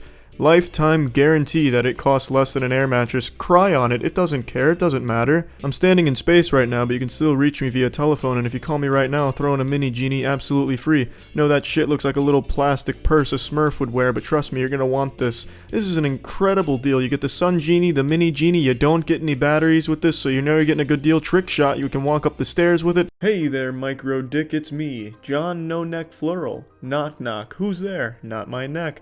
Now, you might want to clench those ass cheeks shut, because I might just slide up in there and deliver the pain doctor.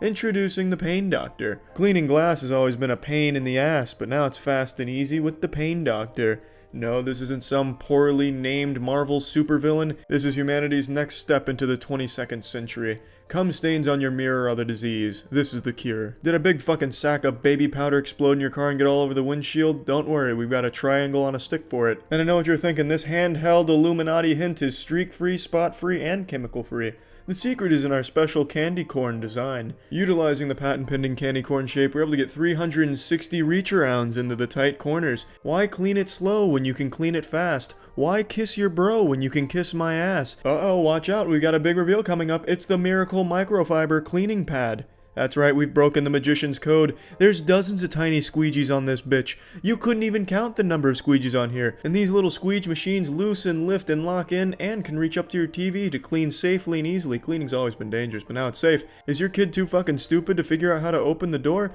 Well, there's no hope there, but you can at least clean it so you can have a clear view of them while you point and laugh. I know you're asking, where am I? Bang, peekaboo, it's me again, John Floral. Just got done boinking your sister in the back. Look at this piece of shit. God, I can't even look at myself in this. Whoop, now I can. Hey. Handprints of cocaine at titty level on your mirror? Get rid of that evidence. Oh, who's that making your mother moan in the laundry room while your father's at work? Well, that's just the Pain Doctor, baby. Hold the fucking phone. Did somebody just say go-go gadget extension handle? I think so. That's fucking right, ladies and gentlemen. This bad boy comes with an extendo reacher. The sky is literally the limit with the Pain Doctor. The word around town is you got a little cough. Butch Hartman is a man I have nothing but respect for. He helped bring to life some extremely creative cartoons that I grew up with, Fairly Odd Parents and Danny Phantom being the two biggest ones. But god damn it, how the mighty have fallen. You either retire a hero, or you sniff your own farts long enough to see yourself become the 1D Mr. Hartman is now peddling an abysmal, shitty Kickstarter that I just need to talk about. It's also worth mentioning I still like Butch Hartman. You can criticize people you like and still like that person. So let's get into this shit. Hey everybody, the show's on.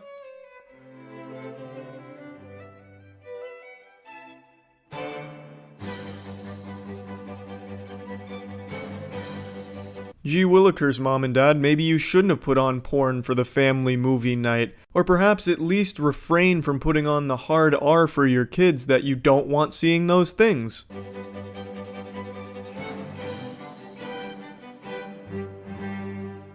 Look familiar? Why, yes it does, Evangelist Butch. It looks like bad parenting.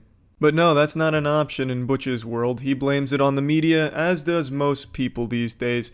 For some reason, there's this belief where it's never the parents' fault, it's always the media, despite the fact that the parents just hand their kids an iPad and tell them to go wild while they go lay in the bathtub with their soft dick in their hand and then get outraged when they find out their kids saw a nipple. Maybe it's time Butch and everyone else starts acknowledging that it's not the internet's responsibility to raise their kids. Maybe some of that falls on the parents. It seems like today's shows are meant more to shock people than uplift and inspire them.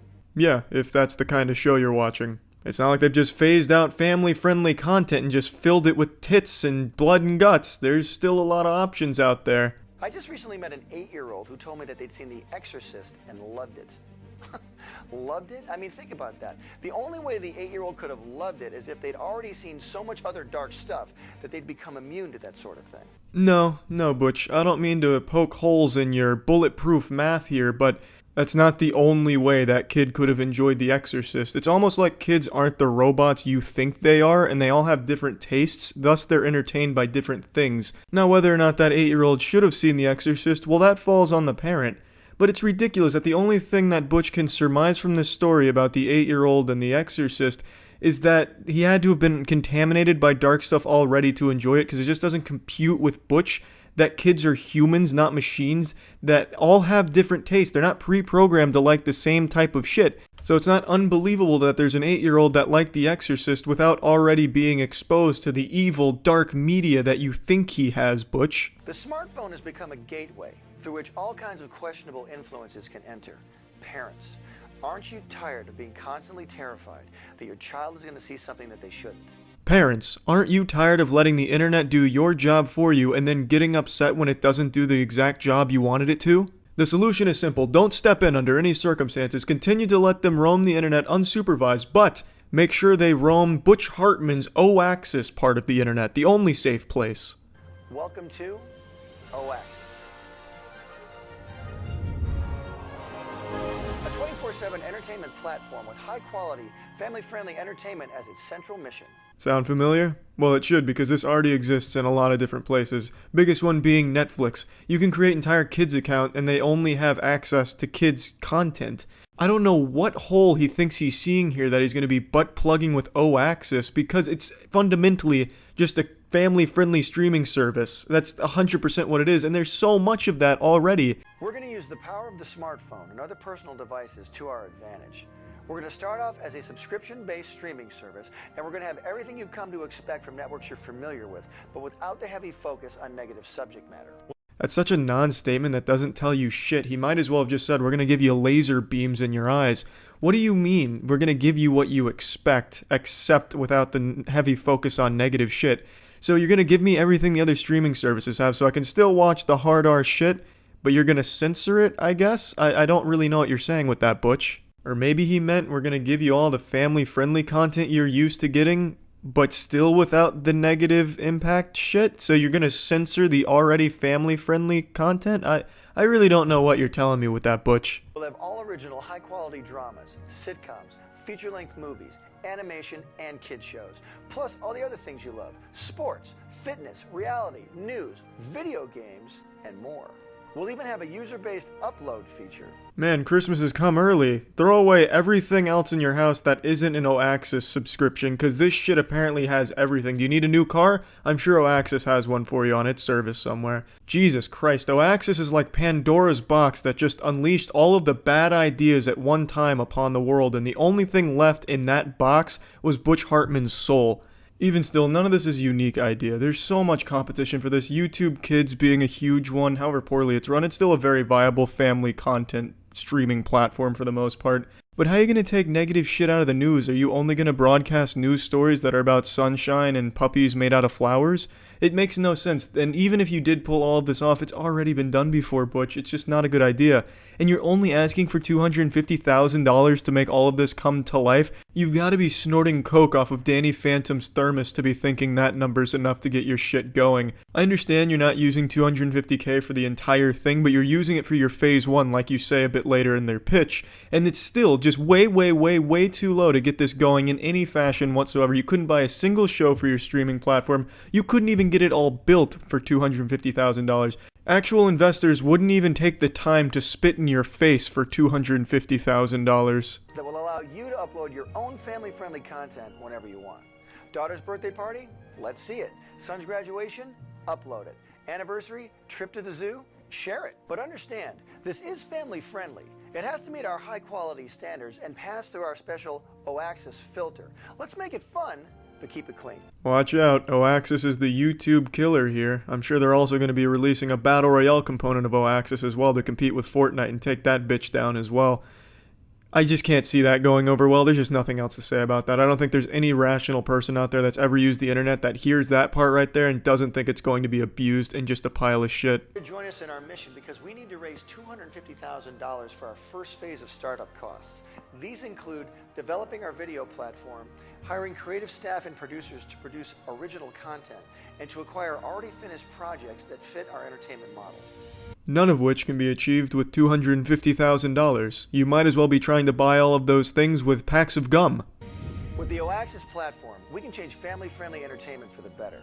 Better in your opinion, Butch. Some people like modern family-friendly content just the way it is. All in all, this is just not a good idea at all. I'm not going to call it a scam because I genuinely think Butch thinks it can happen, which it absolutely can't for $250,000. So I really hope it doesn't reach his goal because then everyone's just going to lose a lot of money and be very disappointed when it doesn't deliver. But I mean, I fucking love you, Butch. It's just, this idea has not only been done, but it's been done very well by companies that already have a background in this sort of thing. And essentially what you're doing is taking what they're doing and making it even more bloated by just taking every form of content that's ever existed in cyberspace. News, gaming, Twitch live streaming, kids like Fortnite News Hour. What about grass? Let's put grass in tubes on the Tube Grass channel on Oaxis. And then just run that through your family-friendly content filter.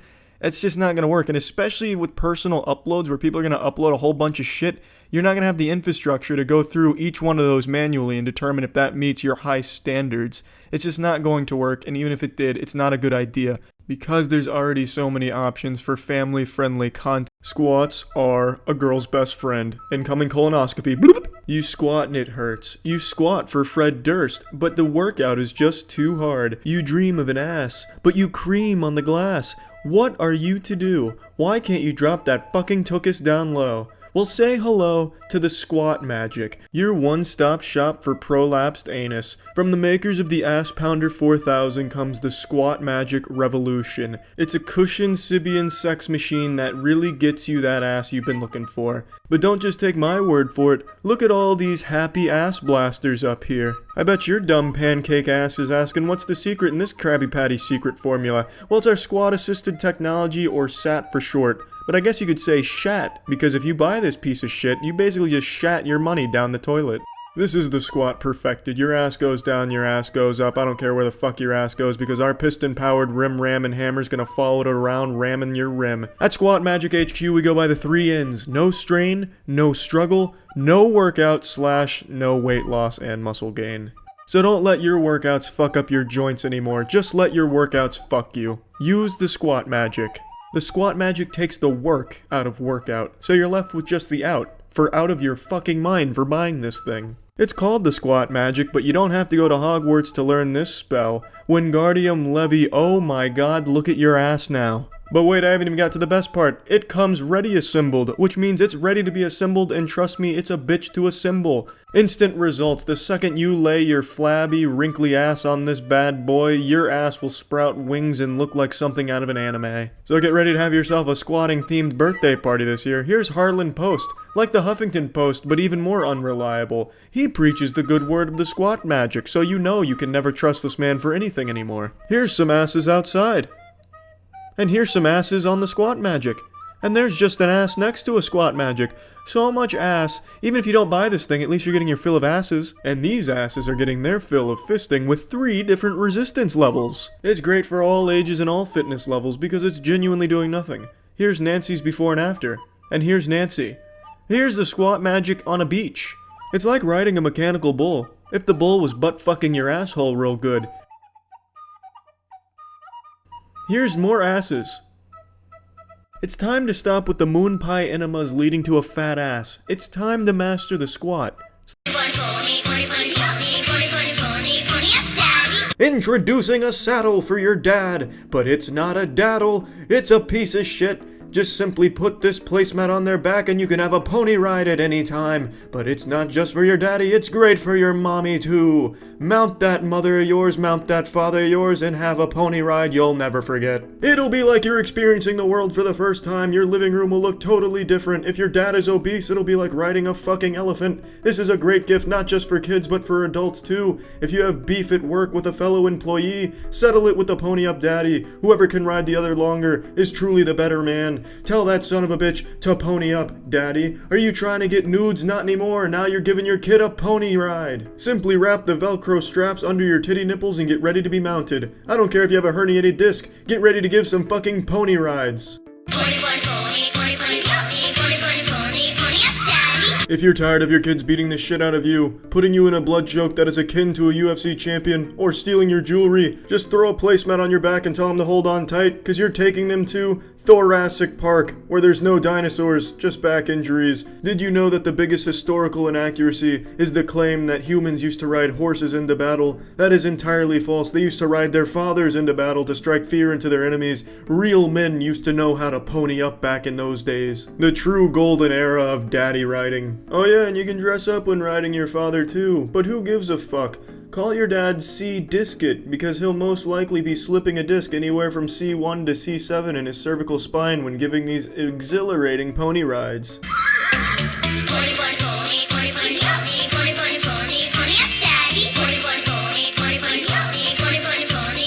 These ass napkins come in all types of different colors to embarrass your parents with. In the words of Albert Einstein, anyone who has never made a mistake has never tried to pony up, so put down that iPad and get ready for a pony ride. I know you're probably thinking these cost upwards of $10,000, but what if I told you it's only $24.99? Can you fucking smell what The Rock is cooking? Unbelievably low prices. So this Christmas, don't ask for a skateboard or a bike when this makes the perfect gift. Who needs to ride one of those things when you can just ride your parents? In fact, in a recent interview with Tony Hawk, they asked him if he always wanted to ride skateboards, and he said no. He wanted to ride his daddy, but just didn't have a saddle to do it. Don't.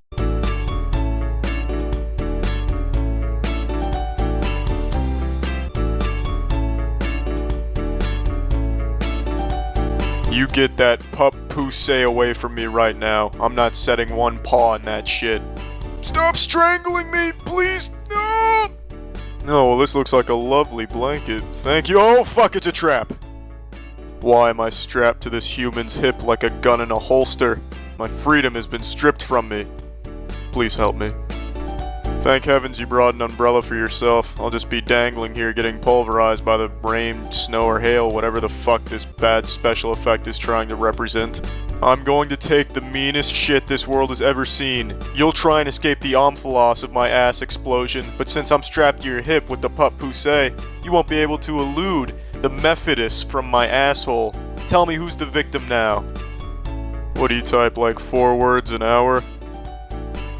Am I Richie? Is that my name? I mean, I guess it is. I'm getting a shitty present. This is the exact opposite of what I wanted for my birthday. Fuck me. Are we trading pup pousseys like Yu-Gi-Oh cards? Is that the new thing here? Behold, a poorly designed product. Let me just stand on this puppy forklift. Yahoo! Be strong, my son. We are dealing with the ultimate evil. Remember your training. Don't listen to them, don't feel the flow. If you feel the flow, the earth crumbles. We must endure to ensure the safety of the earth. Nothing will make us quit. Not even a poorly executed. Good afternoon, viewer. You're watching the Face Trainer Basic Training Instructional video brought to you by Radiancy and No-No. It's in the game. I'm your host, Shitter. This device is what you get when beauty and diarrhea amalgamate. Before you begin your abstract expedition through the human psyche using the Face Trainer, you must first learn the basic steps. The first step is learning the surprise puppy dog technique. This move is integral to the Face Trainer. Simply open your mouth as though you'll be bobbing for apples shortly, then look straight up into the sky. The final product should look as though you've just been hit by a fucking taser. Now that you've mastered the basics, it's time to move on to some advanced training, so strap in, you son of a bitch. Now listen, just because you paid $200 for this poorly designed Power Rangers helmet doesn't mean you're entitled to a good face training. You need to put that work in. If you don't put that work in, the only thing you're training is my patience. I'm not gonna shit here and listen to your piss hit the toilet seat. The under eye, smoother. Once you're wearing the Face Trainer and are thoroughly embarrassed, you can begin by putting your fingers in this position. Think of it as though you're about to use the solar flare attack from Dragon Ball Z. Then initiate the surprise puppy dog technique. These two working in cahoots are guaranteed to drastically reduce your self-esteem. Isn't that wonderful? Let's have a recap of what the fuck you just witnessed. You saw the surprised puppy dog, fingers in place, head back, bring lower lid up. I believe that's supposed to be lip, must be a typo, whoopsie, and the puppy dog face. The puppy dog face is not to be confused with the surprised puppy dog. As I'm sure you're well aware, those are two entirely different emotions. You can go fuck yourself if you think they're similar. This is a human face without skin. The smile line smoother. Start by going into your surprise puppy dog stance, then put your finger under your nose and in front of your lips. You should look like you're telling a noisy giant to please be quiet while he's in the library because you're trying to read. Then give your finger a little old smooch. This exercise targets both your willpower and your will to live. This is the ultimate form of endurance and should be just what you need to get that perfect facial training. I'm still here. As you watch this gentleman practice the smile line smoothing technique, I'd like to share a few testimonials with you from our happy customers. The first one. This is shit. I like shit. Therefore, I like this. That one's from me. Here's another. If I could only take one article of clothing to a club, I'd take this. Because then I could wander into the women's bathroom, pretend to be a toilet seat, and have a bunch of women sit on my face. That one is also from me, and that's all the testimonials we have. Skinless face again, folks.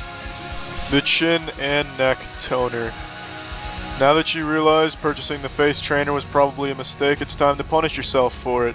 Put your hands in a position that simulates strangling yourself, then look up to the sky and perform a series of complex ululations.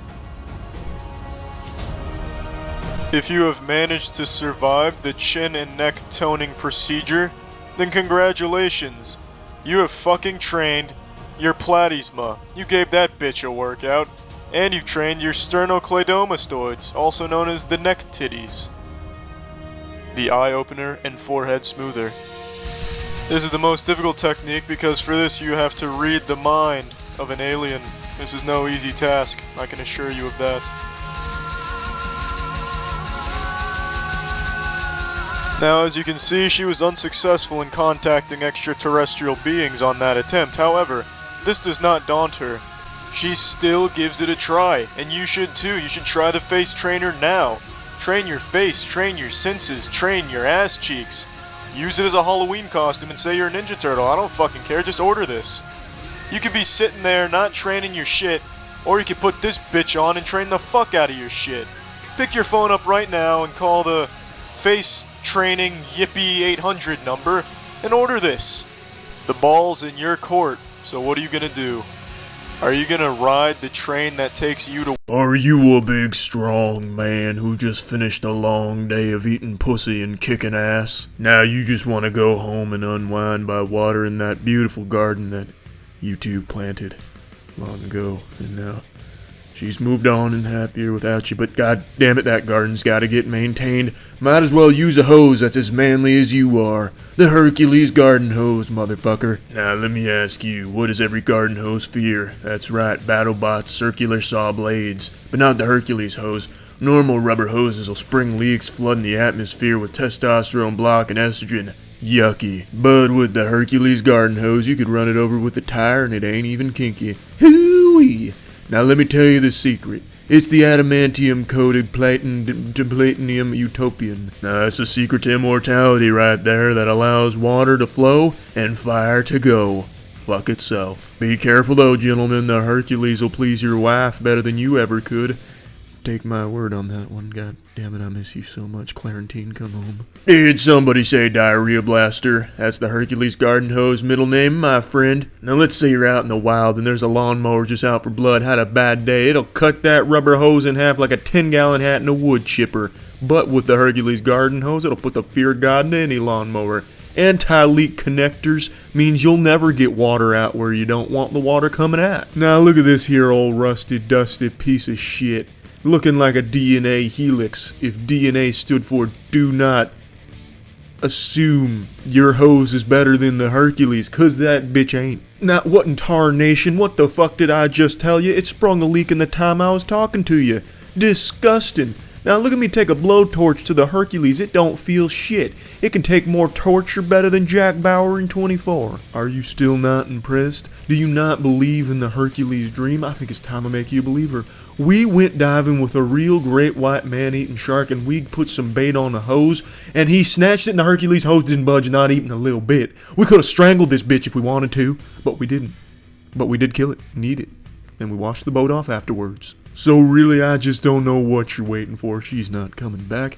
So you might as well get a hose that's as manly as you are. You got hair on your chest, hair on your nutsack, and hair on those nuts in that sack. You might as well have a hose that's the same way. Call now, 1-800 some other number. I was feeling nostalgic today, so I decided to check in on America's first super soldier, Nick Bolton. Nick Bolton is a man who needs no introduction. He's like a real-world Captain America. He is Steve Rogers. He was injected with a serum that gave him the power of freedom and the power of marketing. He's the spokesperson for Bell & Howell for their tactical line of products. I'm sure you've seen their commercials over the last 5 or so years for their tactical products that air on TV. It's very much like the cliche as seen on TV infomercials. Nick Bolton is basically Billy Mays if Billy Mays was capable of eating a smoothie of nails and grease while also simultaneously snapping the necks of over 5,000 terrorists with one arm tied behind his back. Nick Bolton is a G.I. Joe patriot, and also a big fan of tactical as-seen-on-TV products. I'm Nick Bolton, and these days... Hey there. Hey there. It seems everybody has a pair of tactical sunglasses. Good morning. Morning. But what if you already wear glasses?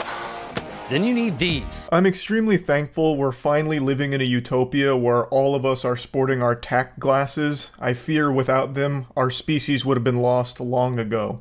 But I do want to say that I feel pretty bad for Nick Bolton here at the beginning of this infomercial. He just can't even be out in the middle of the desert without women coming up to him trying to small talk and flirt with him, or dudes walking their dogs coming up being thankful saying, I appreciate you fucking my wife the other night. He just doesn't have any time to himself because the tack glasses are like a sodden panty magnet. And then of course you have that one guy who's not wearing his tack glasses who was wandering the desert, damn near perished, because you don't want to be caught outside without tack glasses, but luckily Nick Bolton was nearby to save his life with those. Flip up tack glasses. These new glasses fit right over your existing eyewear to give you all the benefits of our tack glasses while you comfortably wear your regular glasses. And watch this. When you don't need them, the lenses flip up and out of the way. Then snap right back into place when it gets bright again. Absolutely genius engineering. I have no doubt Jimmy Neutron whipped these puppies up himself. That is revolutionary. That is what it means to innovate in the sunglasses game. Tack glasses has already completely redefined what it means to protect your eyes from harmful light and, UV beams and, of course, the luminous flux being all out of whack and cattywampus. Tack glasses are an integral part of your eye safety. And now they've gone back and they've reinvented the wheel again by flipping those bitches up. So you can wear your normal glasses and then put the tack glasses on top of them and just flip them up when you don't need them. But trust me, there's going to be so many tactical situations that are going to arise in your day-to-day life. You're not going to want to flip those up. You're going to want to stay in sport mode with those tack glasses down, just in case you encounter a tactical situation. Plus, like all tack glasses, flip-up tack glasses feature Bell & Howell light filtering technology that makes invisible objects suddenly become visible. Now, I've made a couple videos on Nick Bolton and tack glasses before, but this is a new evolution of the technology. Yes, you do still get the light filtering technology, which does more than just filter out light. It also filters out 5G radiation as well as terrorism. But now that you can flip them up and down, you have so much more versatility for your tactical situations.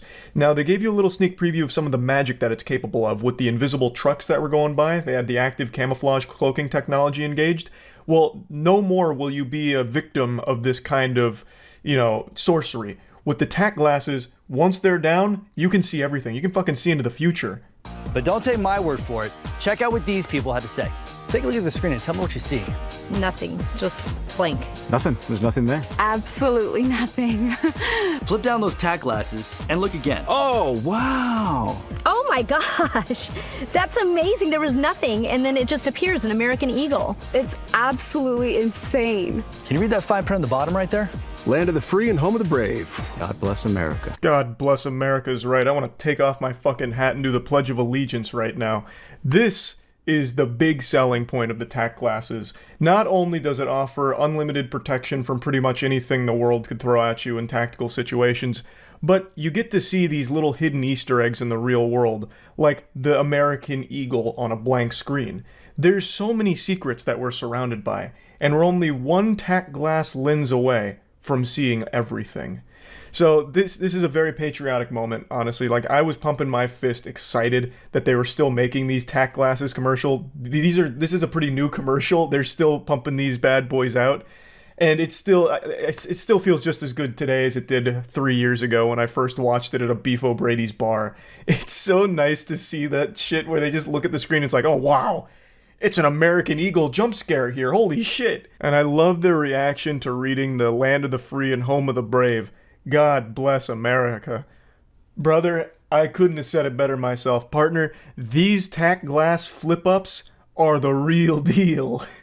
Whether you're on the trail or on the golf course, on the water or on the slopes, with flip-up tack glasses, you'll always see clearly without any glare. There's just nothing like them on the market today. Here you go, buddy. Thanks, Nick. He gets the tack glasses and immediately stares at the sun because not even the sun is a threat to you anymore. You could go up there and fucking fist fight that thing, give it a titty twister thanks to the tack glasses protection. Now hold your horses there. What if I told you it gets better? What if I told you there were more blessings from Bell & Howell's tack glasses department of scientists? What if I told you there were some tack glasses elite? The next generation. Has this ever happened to you? You're in a hurry, you're distracted, and then there goes another pair of sunglasses. Hi, Nick Bolton here with the answer. We call them Tack Glasses Elite. There isn't a number high enough to calculate the amount of times that I have sat down on my sunglasses and tactically annihilated them.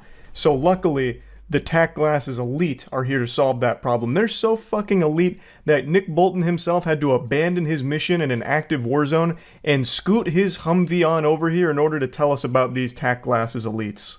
Like our other tack glasses, these feature Bell & Howell's amazing lens technology that enhances colors to give you vision as sharp as an eagle's and blocks blinding glare so well, hidden objects become visible once again. These things are so powerful that they can actually spawn in fish to an empty pond. The beautiful thing about the Tack Glasses Elite is that they're always showing you the truth, so when you're looking into a body of water, you can see all of the fish, and they're begging to be caught. There's no such thing as a body of water without fish in it. That's anti-American propaganda. The Tack Glasses Elite are actually injecting pure freedom and truth into your eyeballs.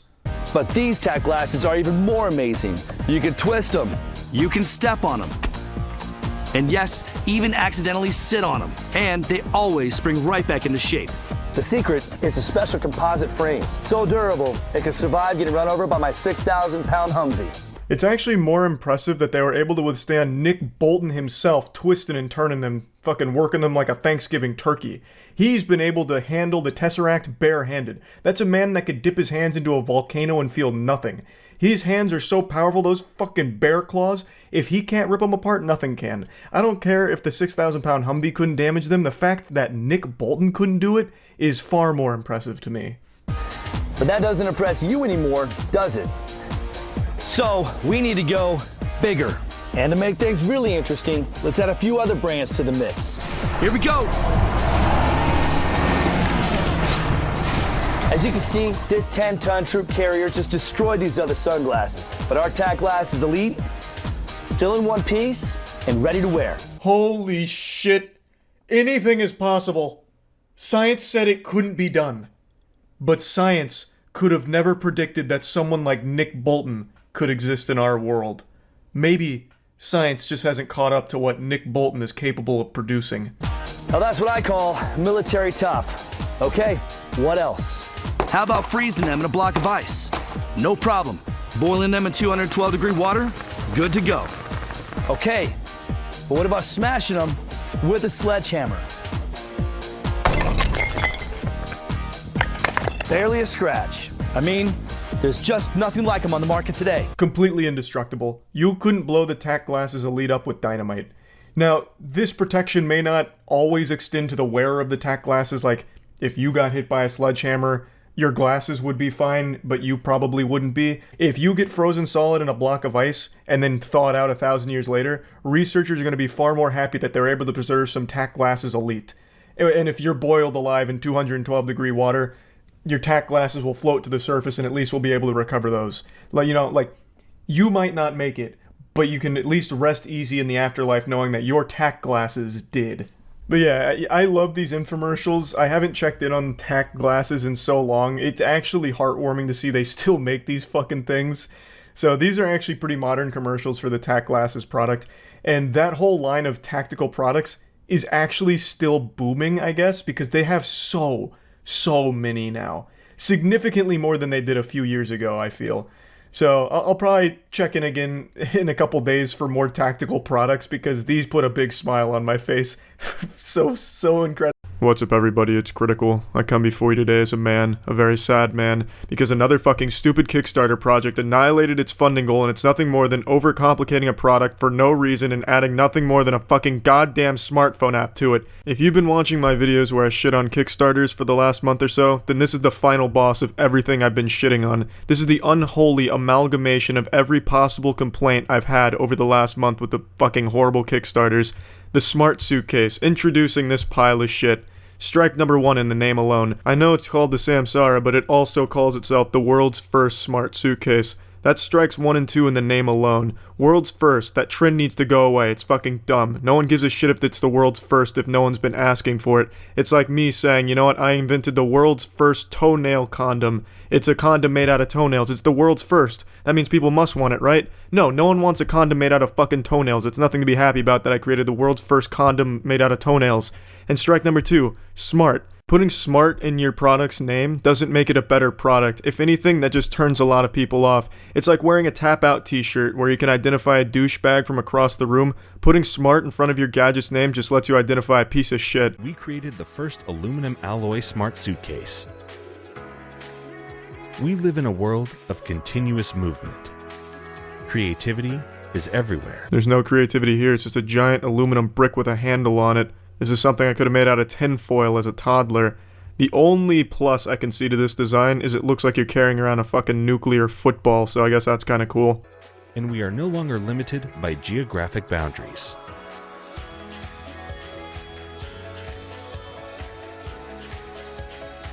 We developed a user-friendly mobile application. Oh, holy shit, a mobile app for something that stands to gain nothing from having a mobile app? Man, now that's the epitome of innovation. It's like having a mobile app for a pad of sticky notes. What's it gonna tell me? Yep, sticky notes are still good to use. That's about it, and the suitcase is still working just fine. That connects to sensors within the suitcase. These sensors notify you if the suitcase leaves your presence. So the app can tell me when I'm not holding my suitcase. That's useful. I guess if you're blind that would actually come in handy, but I'm pretty sure your seeing eye dog could do the same thing. And the seeing eye dog could probably do it better because it could lead you to the suitcase as opposed to just telling you, hey, you don't have it anymore. I don't know what Neanderthal and their team thought this was a good feature. They must just think their customers are the stupidest people in the world, like koala bears who can't recognize eucalyptus that's not on the tree. Same with their customers. If they're not licking the aluminum off of their suitcase, they forget it exists, so luckily the mobile app will remind them. I'm kind of on their side though. I think their customers are probably the stupidest fucking people too, with how much money they've raised and thrown at this horrible idea of a Kickstarter. Or was opened out of eyesight. Our application will also allow you to control the LED light within the suitcase, which will assist you in the dark, and monitor the battery life powering your Samsara. Now the anti-tampering thing I can kind of see the merit in. If you're just too dumb to realize when someone's rummaged through your shit, I guess it's nice to have a reminder like, hey, someone opened this bitch up and it wasn't you. The LED thing, what the fuck's the point? I don't think there's a whole lot of people who open up their suitcases in the bottom of a well. I'm pretty sure there's lights that they can turn on. They don't need LEDs to see their shit. And battery life monitoring, I mean, yeah, I guess that's kind of useful since this thing comes with a battery bank that's built in.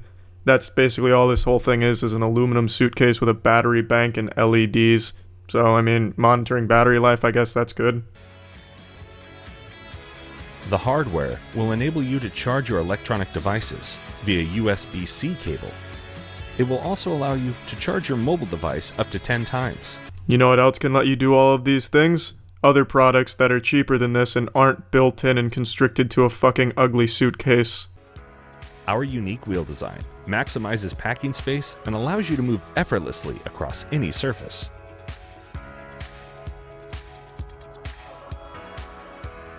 Did they hire a robot to walk around with this suitcase here? This man's pathfinding like he's in RuneScape. It's like a fucking NPC in The Sims.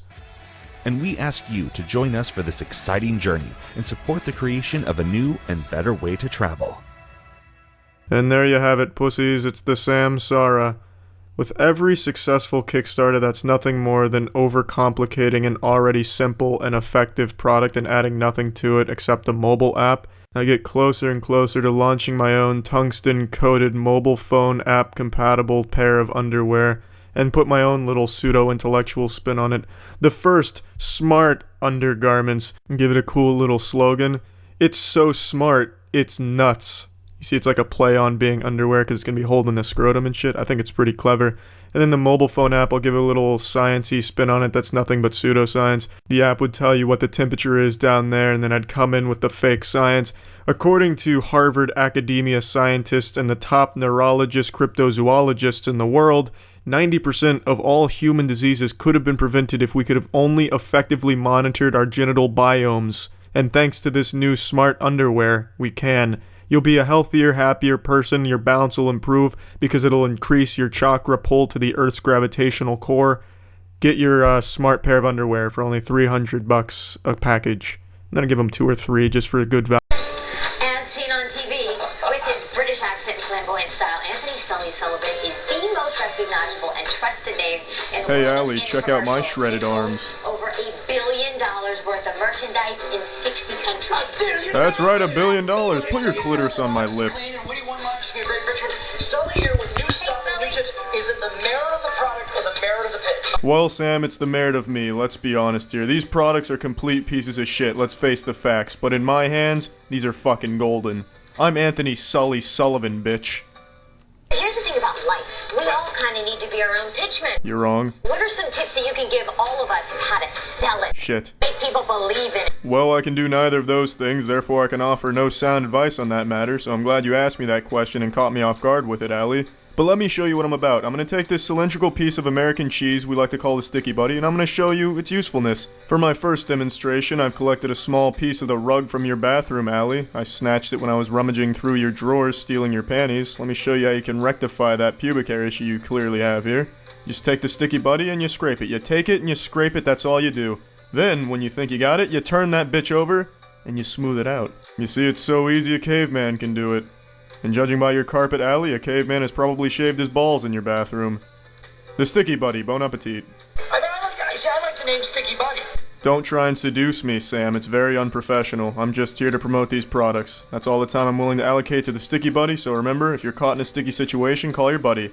Next product, my favorite product, actually. The Edge of Glory. Let me show you about this innovative piece of alien technology.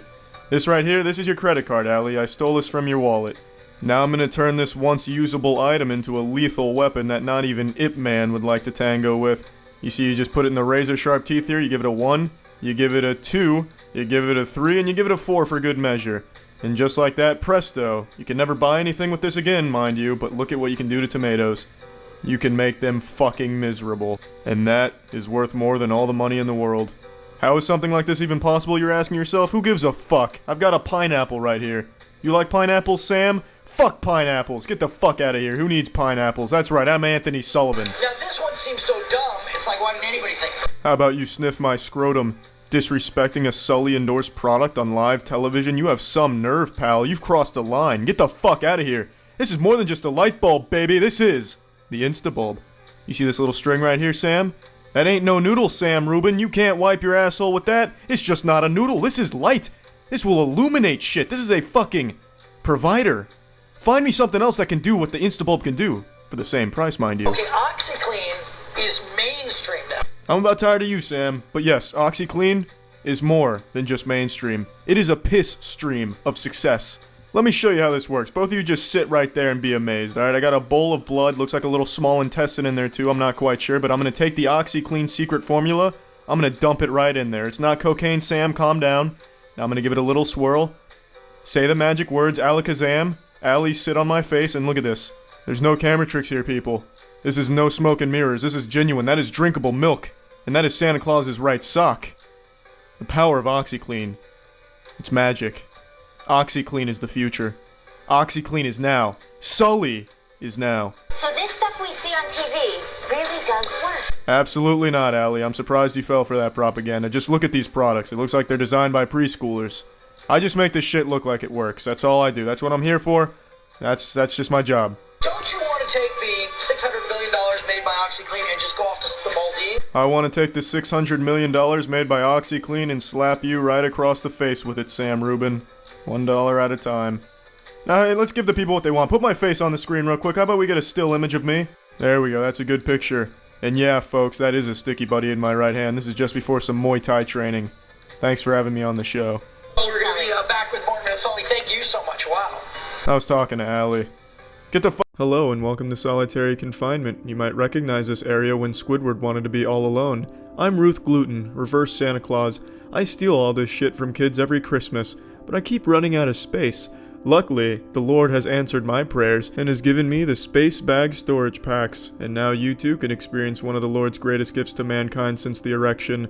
This high-capacity condom can store up to 4 times more useless shit than its competitors. Your wife left you and you quit your job to pursue Minecraft Let's Plays to put food on the table. It's not working, you've lost control of your life, but at least you can control the clutter with space bags. Just pack your items, seal the airtight zipper, plug in any vacuum hose, and flip flopper, panty dropper. It's now been shrunken down to the size of one of Shaq's kidney stones. You want to grow a tree on top of it? Go wild, grow that fucking tree.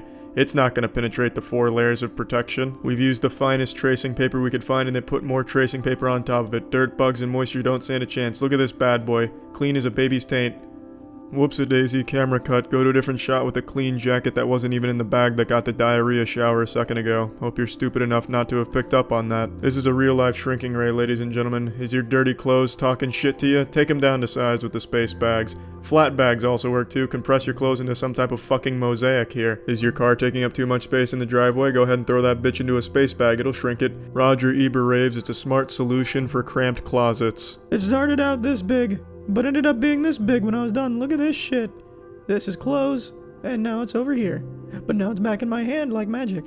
But magic is the work of Satan. It's time you take control and space brag to your friends about all the space you're saving by using these space bags.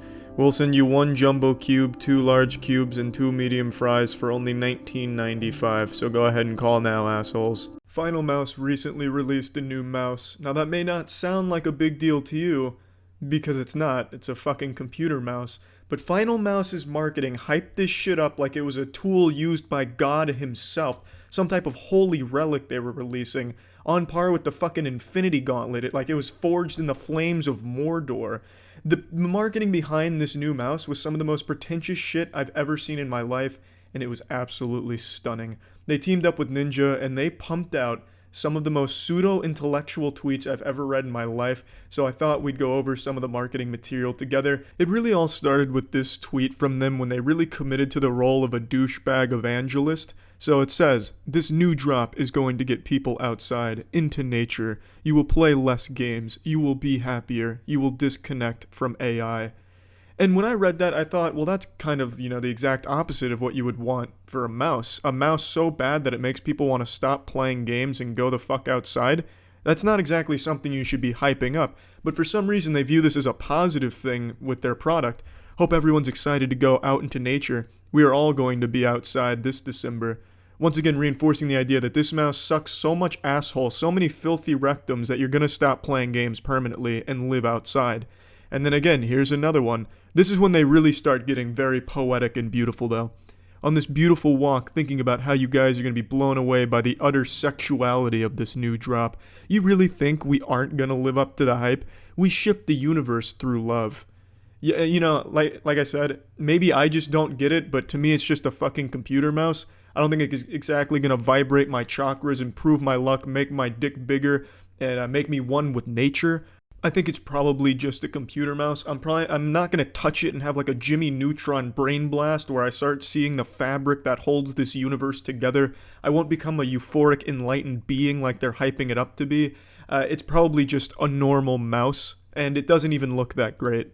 They also released this short animation called Valley of the Air, which is obviously based on a true story, starring everyone's favorite cartoon superhero Ninja, and the quality is nothing shy of Studio Ghibli.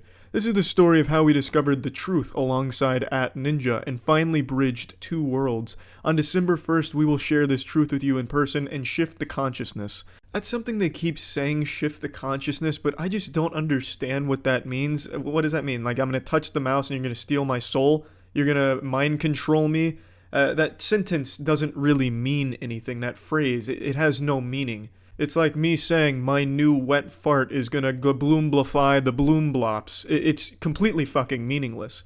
But then again, maybe I just don't understand. My little fucking reptile brain doesn't understand because I haven't touched the Final Mouse new mouse. Thus, I haven't discovered the truth yet.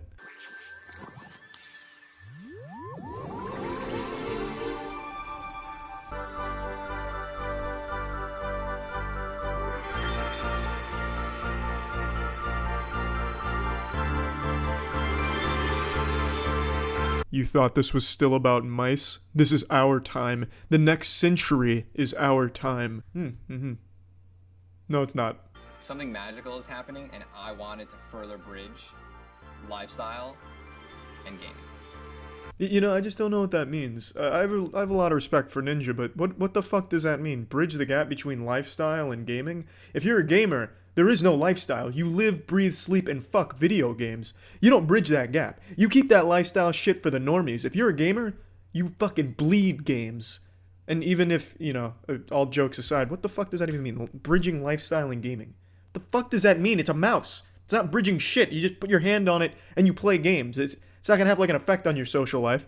It's not gonna improve your appearance or make you more sexually attractive to girls. But again, I haven't touched the mouse. Maybe my sexual chakras just haven't been truthified by touching the new final mouse. Here's what the mouse actually looks like in its final form. It's pure celestial proton quantum flux energy, all captured in one picture. It has little haikus on the scroll wheel, because obviously it would. The whole thing is extremely grandiose. It's also branded, which means this tweet from them didn't really age that well. Overall, though, maybe it's a great mouse. I really can't say for the quality of it. All I can say is the marketing is so fucking amazingly embarrassing. I think it's some of the silliest shit I've seen, but I'm 100% sure it worked on children and it will definitely sell well. I just thought it was some fun little marketing shit to kind of poke fun at and have a little bit of fun with.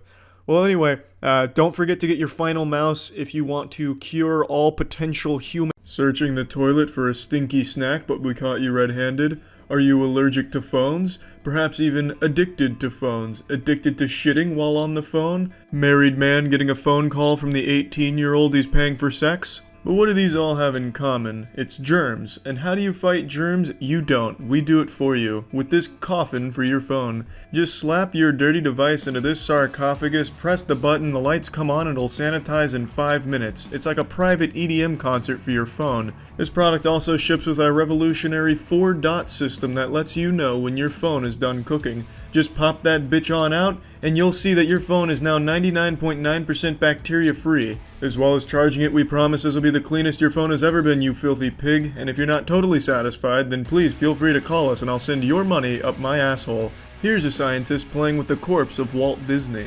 I'm kidding, that's not a scientist, it's an actor. I was able to fool you thanks to the ultraviolet technology that we've infused in our device.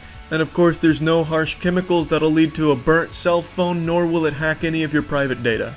Now I know what you're thinking, how does this bad boy work? Let's take a peek under the hood and look at these dual germicidal UV lights in action. It's a goddamn orgy of germs in here. None of them stand a fucking chance in this Thunderdome, let me tell you right now. You invited me to your house and I brought a black light, I found cum stains on the toilet, the mug, the garbage can, your own mother's face. How did this happen, you're wondering? Well, it's because you have no control over your ejaculate, but now you have control over where your ejaculate ends up and what it stains, as long as it can fit within inside our zero-germ hyperbolic time chamber coffin. And I mean it when I say this motherfucker can clean anything. You could do a cell phone pin plus glasses combo in the remote control. You could put a pile of dog shit in this thing and it'll clean the germs off it and make it good enough to eat. By the time this thing's done with that dog shit, it'll come out looking and smelling like a sugar cookie. So don't be a fucking idiot. What do you... Ladies, you are both fired. Please stop taking notes. There's nothing to take notes on here. You're both fired. Pack up your shit and leave. I'm sorry, sir, your dick is very small. As you can see here, it is very small, well below average size, and there's nothing I can do to help you. It's a small dick. Introducing the new pin quarter technology, straight from Jimmy Neutron's lab. This bad bitch can record anything you want it to. You can hear your doctor call your dick small over and over again in the comfort of your own home. And it's not just a shitty microphone that looks like a fucking McDonald's Happy Meal toy, but it also doubles as a working pen with no tapes or batteries needed. James Bond had one, now you can too. This slick shit spitter can record audio at almost 2 kilohertz, so you know that audio quality is going to be crystal clear. It'll sound like an HD surround sound system if it was broken and underwater. It can record up to 25 hours of static, and it works with PC or Mac, no software required, cause there ain't nothing soft about this product. So go ahead, record your doctor visits, just ask them to speak very clearly into your pen. Then you can go ahead, take it home, and take your medication based on the doctor's instructions. Hopefully you don't overdose. Godspeed, because you're not going to understand based on the quality of this audio. And the best part, you can record your school lessons, finally! You can fulfill that dream of being the biggest fucking nerd at your school. Look like a fucking psychopath while recording church sermons on a goddamn pen, you fucking weirdo. Record your creepy piano teacher for evidence in court. It makes sharing online so easy, you wouldn't believe it. Go ahead, you can even add your voice to emails. You can play a practical YouTube prank on your grandma gone sexual by attaching porn audio to the email. A classic. You can also take it to the bar and record people without their consent and listen to your crime on your computer later. What a joy. Double offer alert. Double offer alert. What's up, everybody? It's Critical. Have you ever wanted to just throw money away and get nothing in return? Well, thanks to the magic and beauty of Kickstarter, there's now a project for you. It's called Maverick Business Solutions, or MBS for short, but I like to think the MBS stands for maybe buy something else.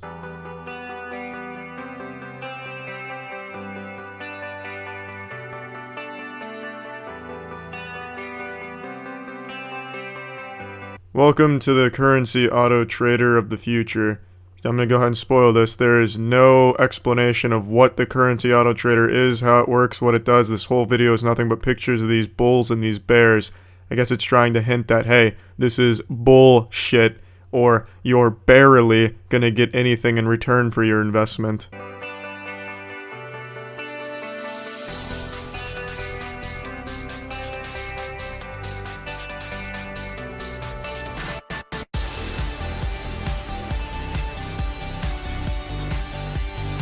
Did that answer all your questions, asshole? I'm sure it did. I really like this. This is exactly like a Microsoft PowerPoint presentation I would have made when I was running for middle school class council and I promised shrink raise to the class. That's exactly what they did here, but on Kickstarter. Oh, all those problems you're having, we have the solutions. That athlete's foot will take care of it. Assholes smell like shit, no problem. We have the answers. Just go ahead and give us a couple $1,000s on Kickstarter. Now, besides the horrendous little jigsaw puzzle of bulls and bears they were solving in the Kickstarter video, my favorite thing about this project is the backer rewards. Let's go ahead and scroll down and take a look at these bad boys. At $100, you get a thank you card. Talk about value. Now, if you think that's nuts, check out the crazy bang for your buck you get at $1,000. Another thank you card. I don't know what separates the two. I guess the $1,000 one's fucking signed with his sperm or something, but damn, that is some good shit right there. That's what I expect to get when I'm dropping $100 or $1,000 on a piece of shit Kickstarter project like this. I know the title of this says investing in your future, but it looks like what you're actually investing in is thank you cards. I love Kickstarters like these where they come up with just a stupid idea and all it is an idea. There is no team. There is no proof of concept. It's just, hey, here's my idea. I think this idea is worth X amount of thousands of dollars. Please just give it to me and I'll give you a thank you card, or I'll even draw you a little picture with some crayons. It's just fucking ridiculous. But yeah, that's it. So yeah, what's up, everybody? It's Critical. Do you remember those Hulk hands growing up where you smash them together and shit, and they were made out of foam and they were kind of cool to play with as a kid? Well, this Kickstarter aims to take that idea, make the Hulk hands out of cast iron and use them for the same purposes you'd use a sledgehammer for, but it doesn't seem they understand why that's not a good idea. I'm just going to go ahead and play a little part of the Kickstarter pitch because the video itself is very boring, but I want to show the product. Fun, and most of all, effective. You can use it anywhere. It's the ideal tool for remodeling or renovation. Made from approximately 5 pounds of cast iron, it's virtually indestructible. DemoFist is designed in such a way that the forces are perfectly balanced around your hand. It takes the best things about the hammer and combines it with modern day design and engineering. It takes the best things about a hammer and says, fuck those, we're gonna make this cool. It looks like fucking Doomfist's gauntlet from Overwatch. It's like the creators of the DemoFist either don't know or don't care that using a 5-pound cast iron fist like a sledgehammer is going to break a lot of wrists. It's also going to fuck up a lot of shoulders, that's for sure. But I can see some practical purposes here. It fucking sucks as a sledgehammer or a demolition tool or pretty much any type of tool. However, this is a very adult and dangerous version of sock and boppers that I can really respect. Like, imagine if McGregor and Mayweather fought using the demo fists instead of boxing gloves. That shit would be nuts. I can also see this having a really useful purpose in gangs. Let's say you want to send a message to a rival gang. Well, you can smash someone's fucking head with this thing, and won't no one give you shit anymore. You get yourself a cool nickname on the street, like Turbo Head Smasher Guy, something real scary like that, and you won't have any problems with any other gangs. Now, in all honesty, this is one of the cooler products I've seen on Kickstarter. This actually seems like some type of supervillain weapon. However, it's a terrible product. You'd be better off just slapping buildings down with your bare hands. At least you wouldn't injure yourself as much. It's not effective, it's not useful, it's not gonna help. About 4 months ago, I was eating at the bar at a Beef O'Brady's and they were playing a tennis match. I'm not much of a sports guy, but when I go to bars, I like to pretend that I am, just so that way I blend in, they don't sniff the gamer on me and start beating me up or something. So I was getting all excited about this match, and then it cuts to a commercial. And I got fucking hype when I saw this shit. This is a TAC Glasses commercial, and it is one of the most patriotic things I ever saw in my fucking life. Damn near busted out of the bar chair and started doing the Pledge of Allegiance to this bad boy. This shit is so patriotic it should replace the Star-Spangled Banner. Instead of doing that, we should just go ahead and play the TAC Glasses commercial from now on. Everybody has sunglasses, but most sunglasses make things darker and are useless when it comes to blinding glare. Not these.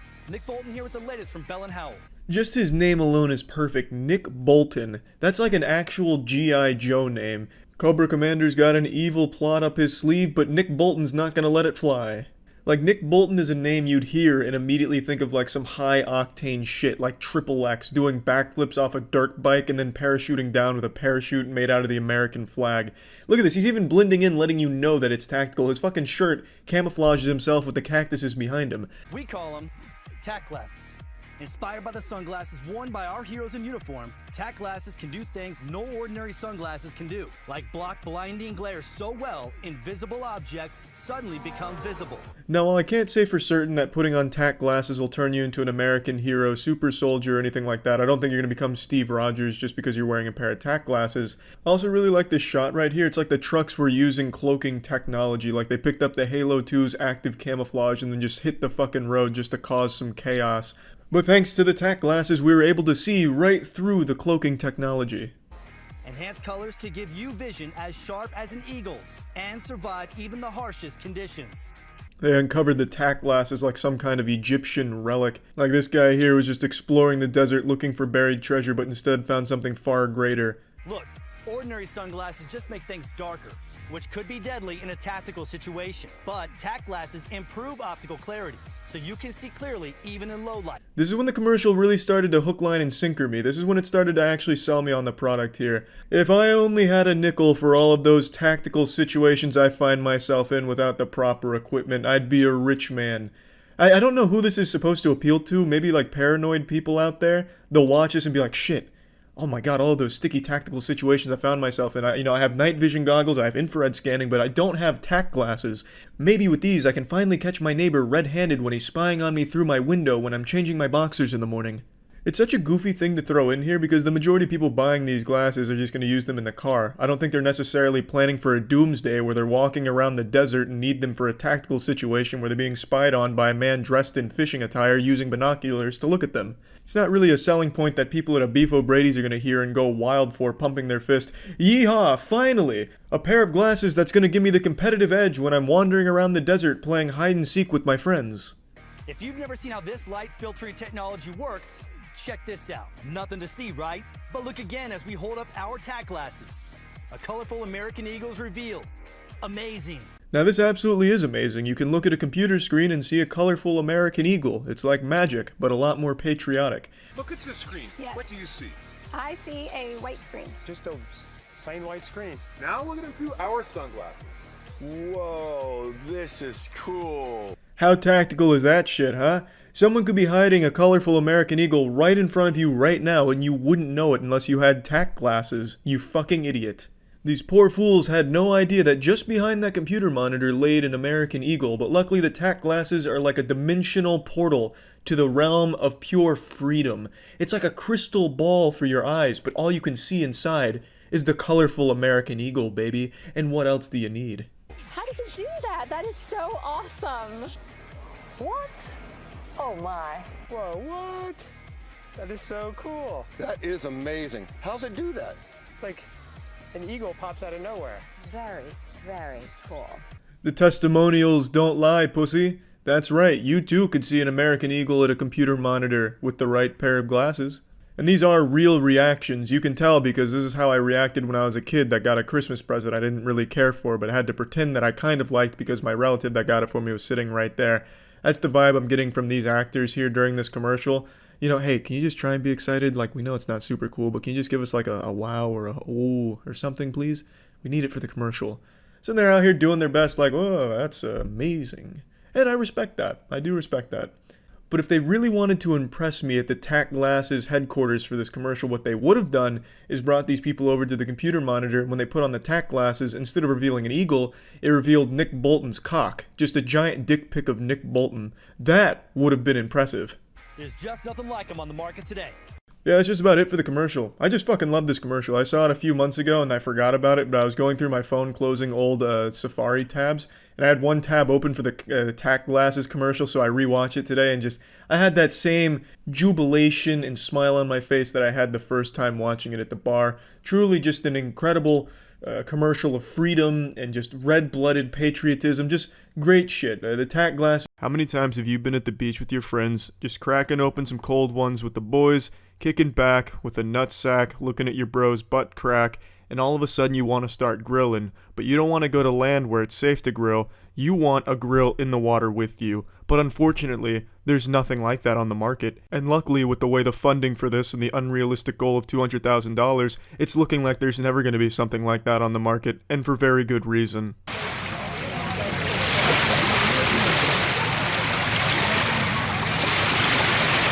It's the Float and Grill, aka the Float and Kill whoever's trying to grill on this motherfucker. This is like an extreme sport for grilling. It's like a fucking circus act. This is an Evel Knievel stunt trying to grill on one of these bad boys with some waves coming in. All it's gonna take is one good wave to throw this grill right in your face as you're trying to cook something up, and you're fucked. And if it doesn't hurt you or kill you, it's at least gonna throw off your food.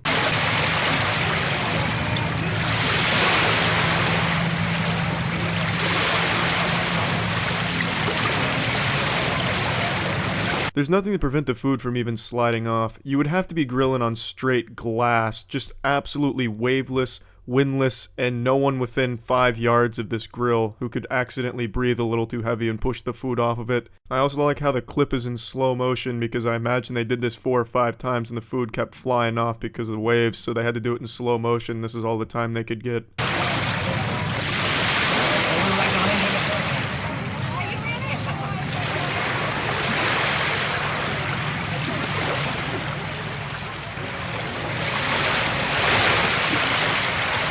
Now, common sense tells you that a wave would absolutely destroy this little science project here of grilling on the water. Now, let's just go ahead and say this thing works like a dream. It stabilizes itself and it never moves with the wave, so there's no danger of it flying up and popping you in the mouth, giving you a nice little smooch and really fucking up your face. Let's say it just works perfectly like the creator envisions here. Well, one thing that will not, under no circumstance, work is you will never be able to cut anything on this grill. You'll have to take it to land to cut the steaks anyway, so what is the point in grilling them on the water? You're gonna have to go to land anyway to finish off the food. It's just stupid, it makes no sense. What's up everybody, it's Critical, and I believe I found the strangest project on Kickstarter.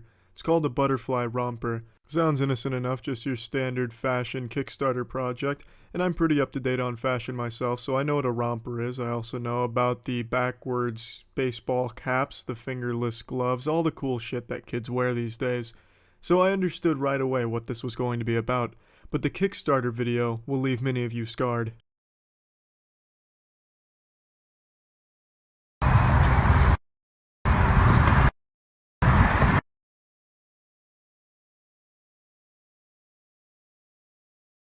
And that's it. This video looks like the VHS tape from the Ring movies. I'm sure half of you were expecting Samara to call you on the phone right when this ended. Now if that Kickstarter video doesn't sell you on how great the Butterfly Romper is, then I just don't know what will.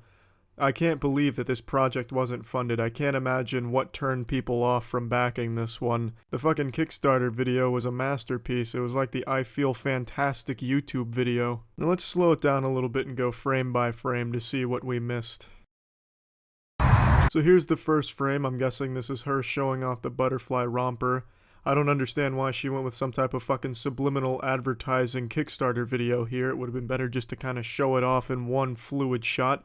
But anyway, here's our first frame. The model's getting a little closer to the camera now, but this time the hashtag LookDope has popped up on screen. Not exactly the best hashtag to promote your romper, but then again, neither is anything in this Kickstarter video. Now, I know I said a moment ago that this project wasn't funded, however, that's not entirely accurate considering this is a newer project and it still has 20 days to go. I'm simply making this assumption that it won't be funded because there are 0 backers for it right now. I could be wrong, maybe there's going to be a huge influx of people that are just demanding the butterfly romper who become brainwashed from this haunted Kickstarter pitch. But yeah, as of right now, it doesn't look like it's going to get funded. This briefly flashes on the screen for only a split second, but luckily thanks to my CSI investigation unit, I was able to slow it down and able to get a very clear high-resolution enhanced image of it. It's hashtag stay dressed. Good advice. It's probably good when you're in public to stay dressed. Nothing wrong with that. Now this is by far the creepiest part of this. It says Gigi and Bo in Long Island. This is like in the horror movies where there's a video over top of like an anniversary video, Stacy and Herman in Idaho, like the honeymoon or something, and then there's some type of sinister video on top of it. That's what this shit is. Maybe this was a Gigi and Bo anniversary video or wedding video or something, and then the butterfly romper curse took it over. Now at the end of the video it says you can scroll down for more information, but I didn't do that. I was worried if I scrolled down further perhaps the curse of the mummy would be finished, and I didn't want to fuck with that. So whoever's brave enough to scroll down further on the butterfly romper, by all means, all power to you. But let me drag your ass back to the past. The year is 2013. Humanity had just made it past the Mayan calendar's doomsday. We beat Judgment Day, and in February of 2013, I was mid into my college freshman year. I made a video talking about this, but this is the phase in my life where I decided to pretend to be a mysterious anime main character guy around the college campus.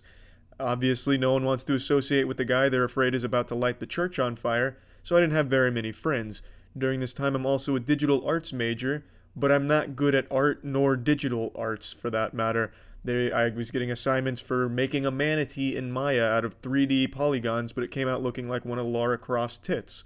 The point being, this is the stage that I'm setting. I'm commuting back and forth from home and college, but while I'm at home, I'm making videos, and I just recently got into voicing over commercial videos, making jokes at those, commercial dubs, and I made The Real Edge of Glory. A timeless classic, to be sure, no doubt about that. And now 6 years later, I find that the Edge of Glory video I made is being used in the actual marketing push for the Edge of Glory product in Malaysia. So check this shit out. I got made aware of this on Reddit, this subreddit, and apparently while they're selling this Edge of Glory, they're using my Edge of Glory video as the promotional piece to get people interested in buying it. And I thought, well, it's probably censored or edited, but nope, it's just the video embedded. Look at this. Do you have a drawer full of sharp knives but prefer to cut your bread with a doorstop? I'm Anthony Sullivan, and this is why I masturbate. It's the Edge of Glory. Now, in the spirit of Christmas and just good sportsmanship in general, full transparency, I'll be up front. I don't think my commercial dub is going to be all that effective in convincing Malaysian buyers who might be on the fence about the Edge of Glory to get the product, especially when those potential buyers most likely don't even speak English in the first place. A bit of a questionable decision to use this video in an area that doesn't speak that same language, but maybe I'm wrong and it is super effective. I mean, if I was a potential buyer of the Edge of Glory who was on the fence and I saw that kind of ad, would I buy one? No, I'd buy 10. Because that shit is how it's fucking done. And it doesn't stop here. It's not just this website.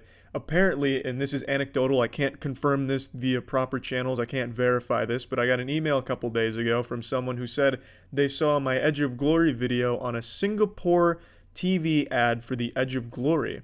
So, this shit is exploding. Edge of Glory team in Malaysia and Singapore must be making a big push for the Edge of Glory to make it like a household name. Make it like the Kleenex of knife sharpening tools. Make it the fucking Febreze of blade sharpeners. Like, they want to be what Ninja is for streaming for blades. The Edge of Glory wants to be the Ninja of knife sharpeners. And they're using me as the vessel, the one, the voice, the face of the Edge of Glory. And man, I couldn't be more honored. Did they ask for my permission? No. Did they need to? No, I'm absolutely flattered to whoever on the team saw the potential and decided to use my commercial dub for it. That being said, we need to come up with a revenue split here, because who knows how far this will go. Maybe the Edge of Glory explodes and now all of a sudden you've got the Edge of Glory doing Super Bowl commercials and my video is still promoting it. You know, maybe I want a piece of that pie. And is Anthony Sullivan involved past this point? I don't know. Maybe I want a piece of his cream pie. All I'm saying is, we'll have to come up with a little something here, Edge of Glory team. Maybe a 50% revenue split for every Edge of Glory sold, you know, equal partners in the Edge of Glory revenue, or 20% if Anthony Sullivan's still on board. I like the guy. We can chop down my rate a little bit here, but you know, I think we have a bright future here, Edge of Glory. And man, was I shocked to hear that the Edge of Glory commercial dub from almost 7 years ago is still pumping dick out there and is now actually being used in the official marketing push from the team. That shit is absolutely wild. What a fascinating little development here. Something I could have never predicted, something the Mayans couldn't have predicted. And man, was I just tickled in my fucking butthole to see that. And I really hope the TV ad rumor is true and that actually is going on TV and shit. And if it is, if there's any Singapore watchers out there right now, if you see it, please clip it and send it to me, because I would be beyond interested in seeing that. But yeah, anyway, I thought this would be a fun little story to talk about. And also, I've always loved doing these kind of commercial dubs. I still do them to this day, and they're still a whole fucking ton of fun. So I just thought... What's up, everybody? It's Critical. Someone sent me this commercial in an email, and it's something I'd like to break down and watch with all of you, because it's very interesting for a very interesting product called the Mr. Pung. There was no sound for the commercial, so I added my own beatboxing track.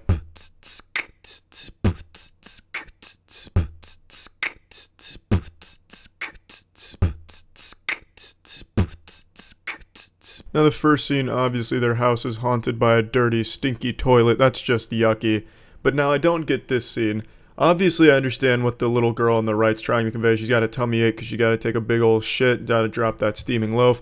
Albeit she's a horrible actor here. She's not selling it at all. I don't really feel the shit cramps or the pain through her acting. She's like the Asa Butterfield of infomercials. But the dude on the left I don't get. He's like holding his Johnson and he's screaming. It looks like he's coming in his pants. I guess even in that situation that could also call for a non-clogged toilet so you can just dump your load off in the toilet and flush it down for easy cleanup. There we go. Those are the two most common items that fall into toilets and plague modern plumbing. A toupee and a stuffed bunny. I don't know why they felt the need to drown and torture that poor innocent bunny on the right, but it's gonna come back 10 times as strong like a fucking Teenage Mutant Ninja Turtle.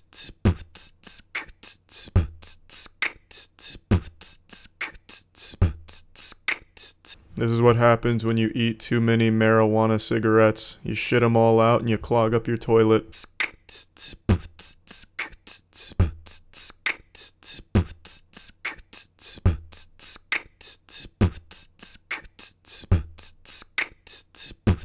Pretty standard protocol when you get this stinky stink toilet water on your hands. Go ahead and wipe it all over your body. I typically like to put my hands in my mouth to clean them when something like that happens, or maybe rub my eyes with them because it really helps accelerate the cleansing process.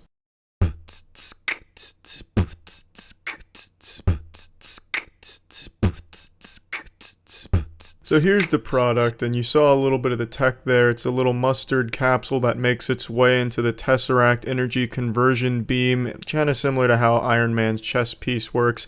And then it is quantum tunneled out through the pole, down the shaft, and then eventually farted out of the torpedo cannon launcher.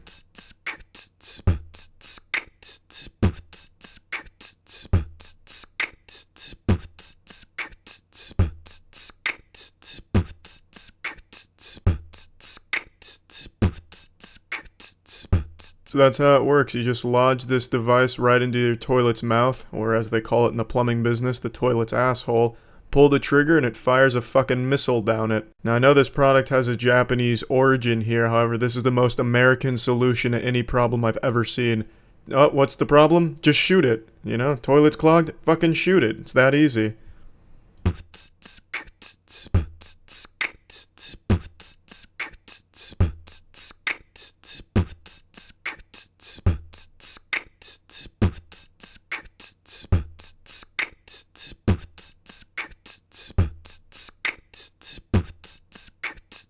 Now I'm assuming the one they're using for the sinks here is a different kind of Mr. Pung, like a Mr. Younger Pung, because the shells they were using to shotgun blast the toilets were like fucking 50 cal BMG rounds. I imagine the ones for the sink were significantly smaller, like a 9mm round.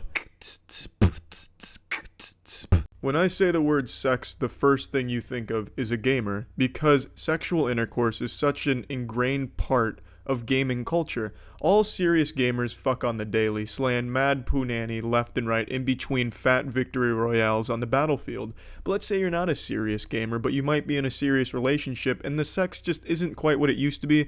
Maybe you don't have a lot of it. This Kickstarter LoveSync is here to solve that problem. Let's go ahead and check out their solution. Sex. That's a really weird way to start off. I disagree, that is exactly how I started this video. I'm just stalling right now, hoping she's in the mood for some horizontal hustle. And I'm just waiting for him to make the first move so we can do the mattress mambo. I love her. And I love him. I'm just not always sure she's ready to do some dancing in the sheets when I am. And that right there is the problem that they aim to solve with this Kickstarter. I'm not going to play too much from the video here because it's mainly just them tossing around euphemisms for fucking, mashing pissers, doing the old bedroom ham sandwich. So let's just go ahead and skip to their solution, what they're actually pitching here to solve this. Well, you're in luck because there's LoveSync. LoveSync is a device that lets you know when both of you are in the mood for some hippity-dippity. There is also another device that lets you know the same thing. It's called Words. Communication typically accomplishes that same goal without the need of this gizmo here. It's super simple. All you have to do is place a button at each of your bedsides, and when you're feeling a little randy, you just anonymously push the button. What the fuck do you mean anonymously push the button? Your partner's gonna know who pushed that button. I don't think they're gonna interrogate you. Hey, Harold, who pushed that button? Oh, Jesus Christ, I'm sorry, Linda. It looks like a burglar busted in here and hit my LoveSync. I don't want to fuck. It wasn't me that pressed that. Anonymously pressing the button, you're gonna know who pressed it, obviously. So why not just say, hey, I want to fuck, instead of just press the button when you're taking a shit or something? There's no risk of rejection. If only one of you pushes the button, nothing happens, and your partner's none the wiser. Yeah, but that's kind of a rejection, right? Like, hey, I pushed my button, and you can see I pushed my button because it's glowing green, and you didn't push yours. Guess I'll just go fuck myself then. But if your partner's also ready for a pants-off dance-off, they'll press their button. The LoveSync technology combines these anonymous inputs and recognizes that there is consensus. It lets you both know by emitting a swirling glow from the buttons. I really just don't understand the point of this. So you press that button, the other person presses their button, then you get a swirling green glow letting you know it's good to go. What the fuck is the point? You could just say the same thing. It's still communicating, it's just non-verbal now, so even less healthy. It's making the relationship worse, because now you're using fucking life alerts on the side of your bed, fucking easy buttons, and that's how you're communicating. That's not good. That makes no sense. It accomplishes the same goal with a couple extra steps in a bad way. And it's not like this is good for people with like a fear of rejection or whatever insecurity thing that's about, because if you press your button, your partner can see that it is green, as you'll see throughout the pitch here.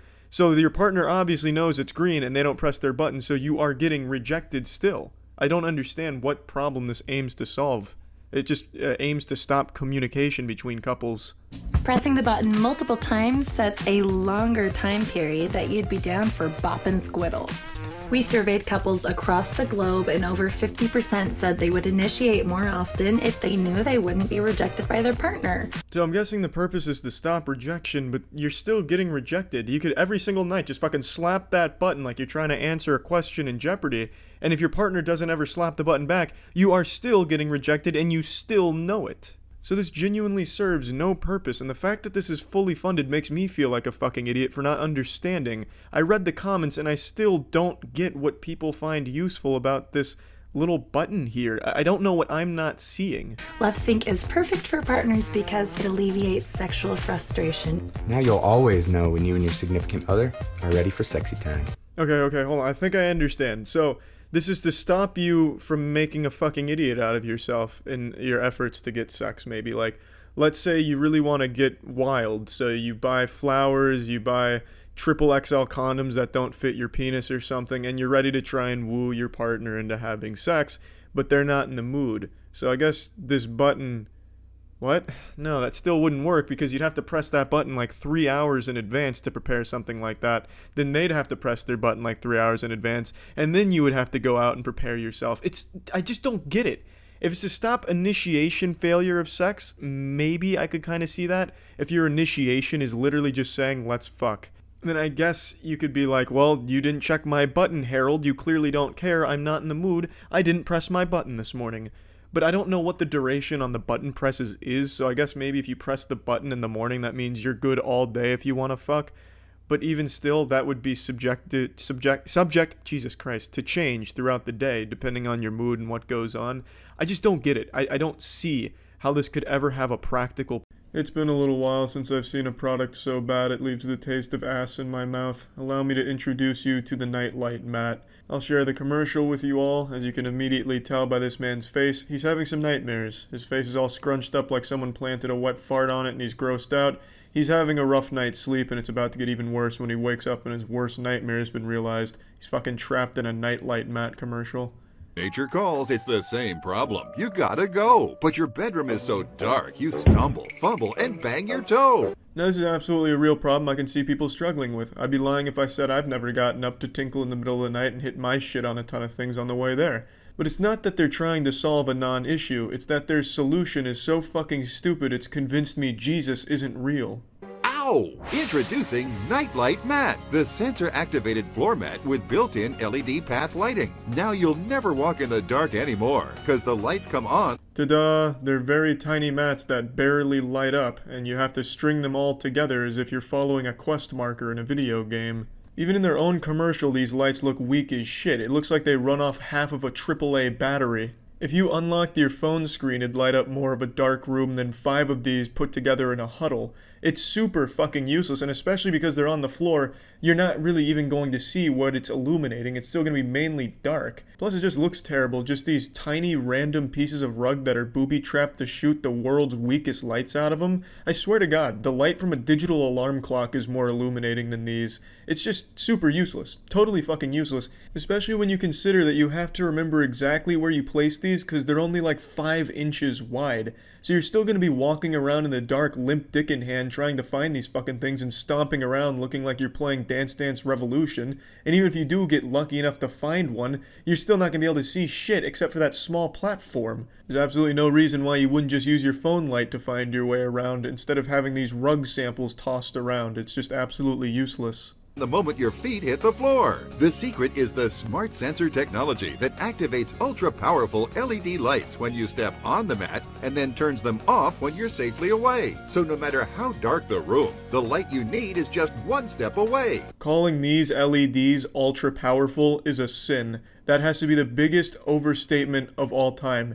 But even if they were ultra-powerful, really great LEDs, they're still totally useless. Just look at the scenario they give you here. I don't know exactly what's going on, but this elderly woman's taking the walk of shame. She just got done with a one-night stand, so she's carrying her high heels and she's got her purse and she's going back after getting dicked down. But she's walking along this preset path like she's a scripted NPC. That's not realistic. People aren't going to take the exact same walking path every time. Also, I don't understand, are the Nightlight Mats something you leave out 24 hours a day, or do you only break them out when you think you'll need them? For example, in this situation, Ruth gets the call for a penis appointment, and she knows by the time she gets back it's going to be late at night, it's going to be dark out. But she doesn't want to turn the overhead lights on because her husband Henry might catch notice of that and wake up and catch her being unfaithful. So she planned in advance. She set the Nightlight Mats out so that way when she came home she could just step on these and find her way around.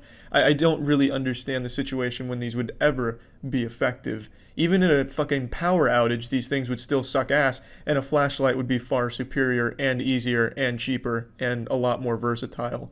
Watch. Simply step on the mat once to activate, and once again to turn Nightlight Mat off. It's that easy. And Nightlight Mat is great to use in the kids' rooms. As soon as their feet hit the floor, it's not dark anymore. You know what else would make it not dark?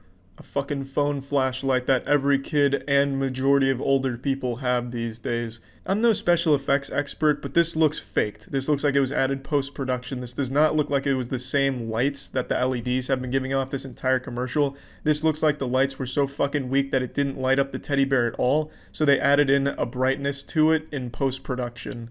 Use Nightlight Mat in the kitchen for late-night snacks. Just look at this fucking picture here. What advantage did the Nightlight Mat give this little girl stealing cookies from the cookie jar? All the light is directed at the fucking ground, so unless she just dumps the entire jar onto the floor to look at the cookies on the ground, the Nightlight Mat's it's not gonna be any help to her at all. It's still pitch fucking black from the ground up. It just so happens if you're maybe in the ant's life and someone steps on a Nightlight Mat, it'll be like getting shot with a spotlight, maybe. But to, you know, stealing cookies in the middle of the night and you step on a nightlight mat, nothing happens. You wouldn't even know. You wouldn't see a difference. Or brighten up those hard-to-reach places in the closet. Be welcomed home with a light at your front door. Add brilliant light to your basement floor. If your dad is relying on the light from the nightlight mat during his important work in the basement, he shouldn't be doing that work in the first place. That's a recipe for disaster.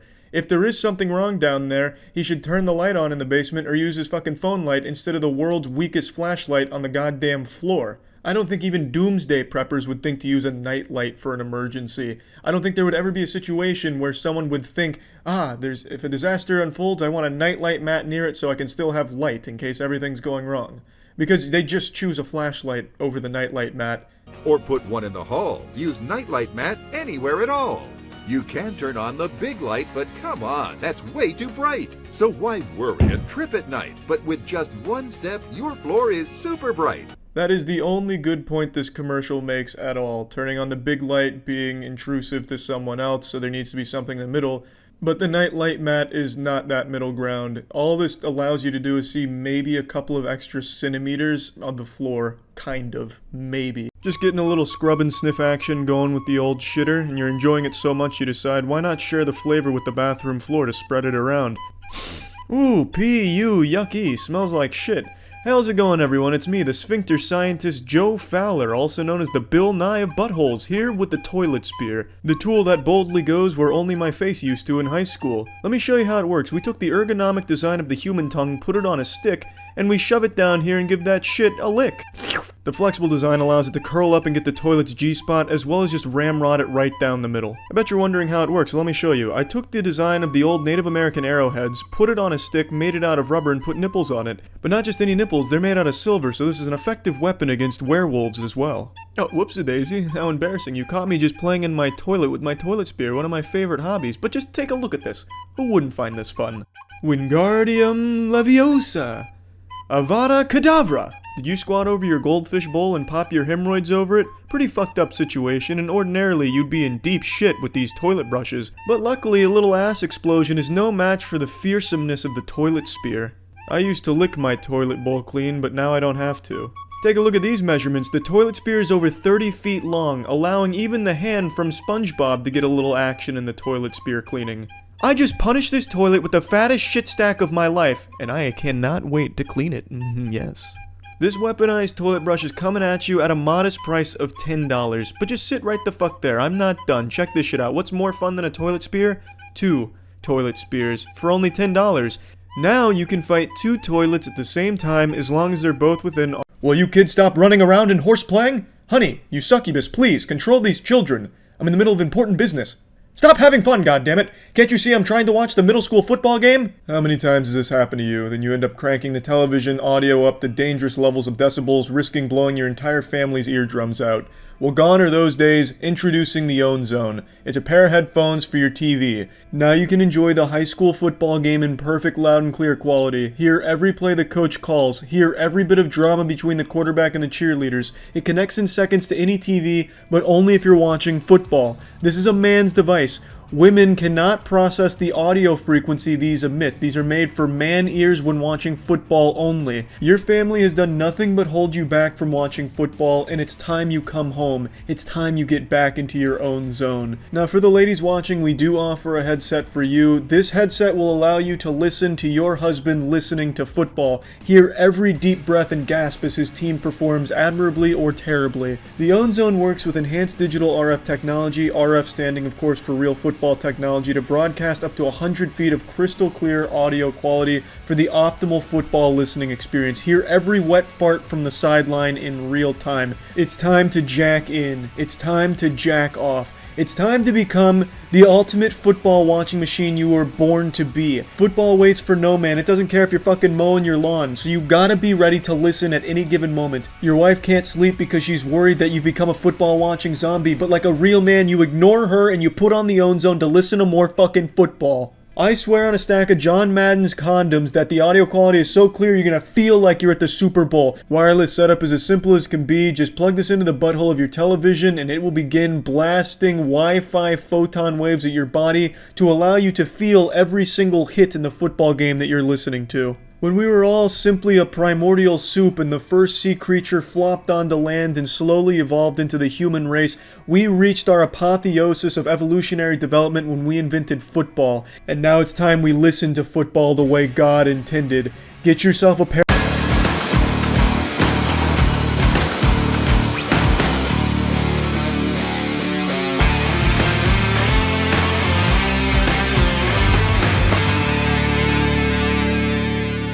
Christmas came early, let's go. Yeah, Merry Christmas, Charlie. I got you this. It's the Zuru Smashers Mega Light Up Dino. So this is well, you know, it's Zuru. They're good, Brian. There's been a lot of controversy about like child labor and stuff, but other than that, like I think they're pretty solid. That's good. I haven't heard any of that. I'm glad you're here. Yeah, I keep my finger on the pulse of the toys. Oh, here we go. Got it. Do you need me to open it for you? No. This is for ages like 4 and up. I fit in that category.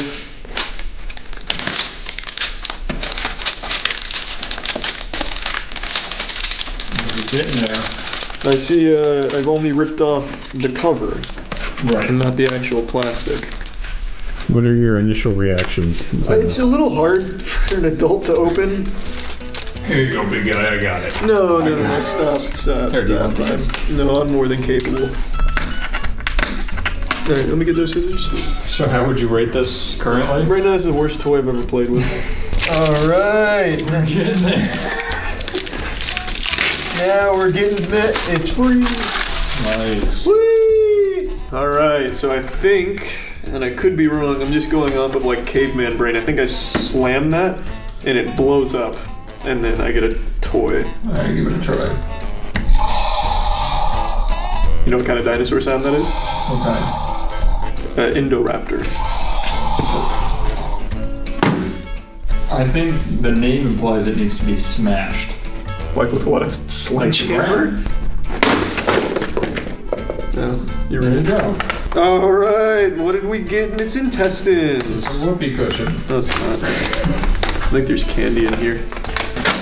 Oh, it's a lot of... I think it's like 25 toys. Yeah, it's 25 surprises. I think it's... I smell vinegar.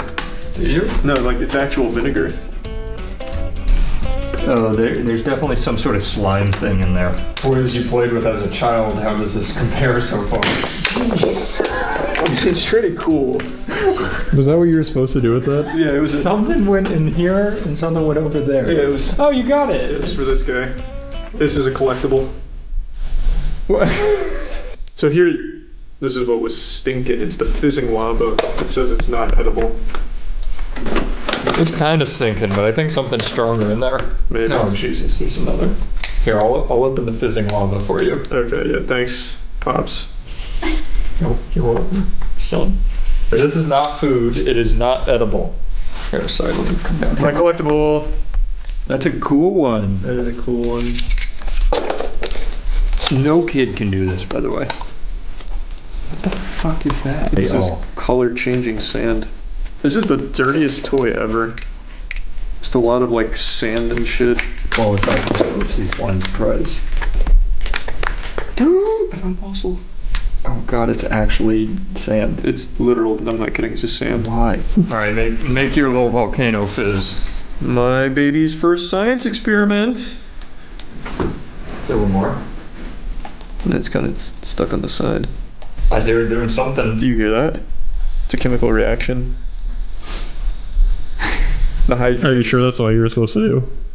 That's what the instructions said. There were 2 squares. Are you supposed to like mix it up or something? Here it says peel, add water, and then T-Rex arm.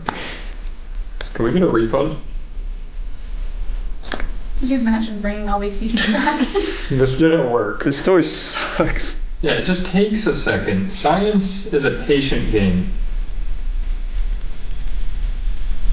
See? This sucks. I just realized you put the dinosaur together, you find little pieces of them. Oh, so here's the arm. Oh, this is foam. Oh, that's just what it is? Yeah, it's literal foam. Hold on. Yeah. Oh, nice. Foam! That shit rocked. Yeah, that shit was cool. It's not as cool as I remember it now. Ew. Oh, yucky. Ew. Dino grossness. Ooh. That's a lot. That is a lot. They of give you a slime. lot of good slime. They really give you your money. It's worth. How much was this? We got to give a price review too. It was I think it was $20, right? I thought this one was 50. No. Did the bat? I did not. Shit. Yeah, the bat. I mean, we shouldn't spoil what comes next. but Yeah, it's one not of like we got video of you buying it off the shelf. them- All right, good point. Oh my god. Ryan Yeah. doesn't know how to play with the breakable one. Ryan doesn't know how to play with toys. It's just his job. At Ryan 7 makes years old. Ryan makes his own toys now. I know he's got his own line. We should have reviewed Ryan's toys. Jesus. Oh Jesus! Another one. When do I get to do mine? Yeah, you can break this one if you want. We fucking die. What the fuck? You also have to put the dyno together so you can do an actual review of it. I'm not doing that. Is that just the body? Yeah. Yeah. Oh, Jesus Christ. You got slime on the wall. I did, sorry. Alright, overall, I think it was a fun toy. It'll keep your kid occupied for minutes. A couple of those minutes, I think. Let's get to the next toy. All right. Now it's time to talk about Raycon wireless earbuds. I've talked about them a lot, and it's because it's the wireless earbuds I use, and I use them when I'm staying active, working out, running, or even now recently playing basketball. They're just a high quality pair of wireless earbuds, and when you're being active, you don't want like a cord distracting you, dangling and getting in the way. You can get 8 hours of playtime with these bad boys. You can get easy, seamless Bluetooth pairing. They're comfortable. Raycon also offer a 45-day happiness guarantee. They come with a built-in mic as well, so it's super easy for calls and everything. 32-hour battery life. It's the same high-quality audio you're used to from other premium audio brands, but coming in at half the price. Yeah, Raycon just feel great. They have these beautiful gel tips on there which make them extremely comfortable and they fit nice and snug, but they're not like obtrusive or anything. They feel great. So again, clicking the link in the description below gets you 20% off of your Raycon order. Or go to buyraycon.com/penguin for 20% off your Raycon purchase. All right. Hey, Charles. Hey! I got you Bish and Bosch. Tell us about it. Whoa! Bish and Bosch, these are the baddest boys in all of Robo Combat. Bish was banned for sex crimes, but he's back. These naughty men are about to throw down. Bish is ready for action. Which one do you prefer? I always preferred Bosch. Bish, I don't know, the sex crimes thing just really makes me not want to root for him. Really couldn't get over that one. I can't believe the commission let him come back after that. That's great. Well, are these the only two? Because I could understand why he'd have to. Oh no, it goes all the way up to like number 6. Like there's a whole league of these bad guys. This is a 2-player game, Matt, so get ready. Alright. Let me start doing this. Be careful, he's gentle. Wait. They're sensitive. This one? The one that committed sex crimes? No, the other one did sex crimes. No, he said Bish did sex crimes. How could you mix that up? Look at Bosch, he's a good boy. I mean, yeah. Which one? You get to play with the sex crimes guy. Whoa! Alright, you're a sexual predator. Alright, he's an evil flaw. Yeah, so you get to have them. Just to clarify, is that Bish or Bosch? That's Bish. Got it. Don't ever make that mistake. Bosch does a lot of community and service work. He also he hangs out with animals and stuff, make sure they're happy. How many batteries do they take? 3 each, and then 2 in the controllers. Jesus Christ. It's just a shame that I had to use it on Bosch. Bish. No, this is Bosch. Oh, I see. You're already taking favorites. Alright, turn them on. Well, I like the one who's not a sex assaulter or offender. Have an open mind, Matt. Oh, Go. God. What is happening in this room? Is he on? I don't know. No. My boy's on. Listen, that's definitely. Yeah. Alright, let's fucking fight! Oh, is that how they move forward? Yeah, I think so. Oh, yeah! Oh shit! Matt, stop! Oh, you don't want to be on the ground around Bish. Oh. Hold on, stop cheating. Oh yeah, yours are yellow because you got knocked out one. Oh shit! Oh shit. How do you turn? There's a turn button. I call this one the old nipple twister. Where are you going? I don't know, I'm confused. It doesn't always move forward. It almost never moves forward. Yeah, like I'm gonna hit the forward button only. Is this really Is the it best? supposed to be played on carpet? Yeah, their wheels aren't really moving. No, we're getting there. Be careful. I'll see you soon. It's like real steel. Yeah. Oh shit. He's retreating. I'm gonna be there in an hour. Alright, go for the right hand nipple twister. Get him with the backwards Alright, get a tornado. little closer. Cut. Alright, right hand. Oh, wait, that works so fucking well. God, that's the fattest right hand in the business. Holy shit. Put them on this, maybe they'll Alright. move better. Alright, ready? Ready. Oh yeah, we're close. Oh, now they're moving big time. Alright, left hand hook. Right hand. I've been training. Left hand. Oh, the 1-2 combo. Alright, this is the championship round. I'm pretty good at robot boxing. Alright, I'm gonna get you with the tombstone. I'm coming in. Alright, watch this. He's trying to come to my side there. It's not gonna work. I don't know if I can get over that crack. Oh god, oh fuck. Oh, you're going to the cliff, my friend. Oh no! Don't do it! Oh god. I'm stuck on the crack. Alright, ready? Ready. Why is yours going Mach 10? Oh! Here, turn this way, bitch. He's just killing himself. The pile driver, the people's elbow! No, the top turnbuckle! Ah! No! Left hand, right hand, smack his butt! Jesus smack Christ! His butt again! Have some mercy! Oh god, you're so rude. One more. That was fun. That was fun. That's definitely like an 8 out of 10 Robo Combat. Yeah, you like that more than those are just Stormtrooper blaster sounds. Well, they're just how they trash talk. Maybe the connection was bad, which is why I was falling apart. Now hit the user. Here, quick. I'm gonna dial 911 on your phone. Yeah, mine turned off. You fully killed him. Oh shit! There, you can turn them off. That's fun. That was fun. You're the DC Super Friends Transforming Batmobile. Oh, here you go, son. You've been a good boy this year. So you, oh my god, it's heavy. Yeah, it is. Show it to me. Show him the try me.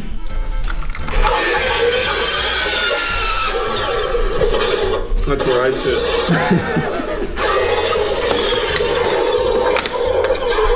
My favorite part about this one was the 6-year-old in front of us in line who couldn't stop looking at it going, I want the car. And his mom's like, that's not for us. I had to spit on him. Yeah, Charlie yelled at him. Don't ever look at my toys again. Yeah, but maybe when you get a job, punk, you can buy one. Get him out of here. He's upsetting me. Man, get your kid out of here. He's ridiculous. There we are. I'm in. Shit, this is kind of innovative. It's online. Oh. Did I do that or did you? I did. No, don't. Wait, the wheels don't touch the ground. Well, that's because I'm not in sport mode, Matt. What mode are you in? Here I come! What a disaster.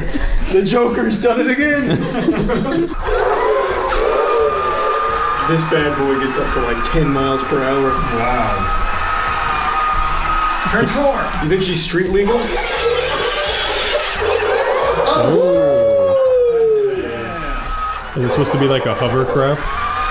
Yeah, this is gonna start flying if I want it to, watch. Okay. Oh, it sounded like it was going to there for a second.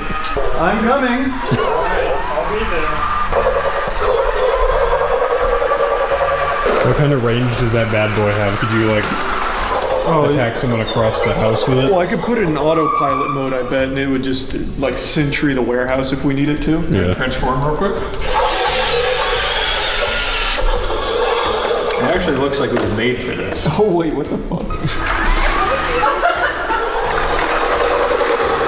Here, I'll go sit down. We'll play out of the city again. Batman just saved Gotham and he's celebrating. Son, I need a beer. I'm coming, Papa. Son! thirsty. I'm in here. Did I deliver it? There you go. I'm over here. I don't. Where's over here? Where are you going with Oh, me? wait, no. Okay, you gotta back up. Now turn. No, you hit the wall. Go forward. Turn left. More. Okay, back up. Okay, now turn more left a little bit. Just. Okay, straight. You're in. Go to your right. Oh, I'm over here. Here it comes.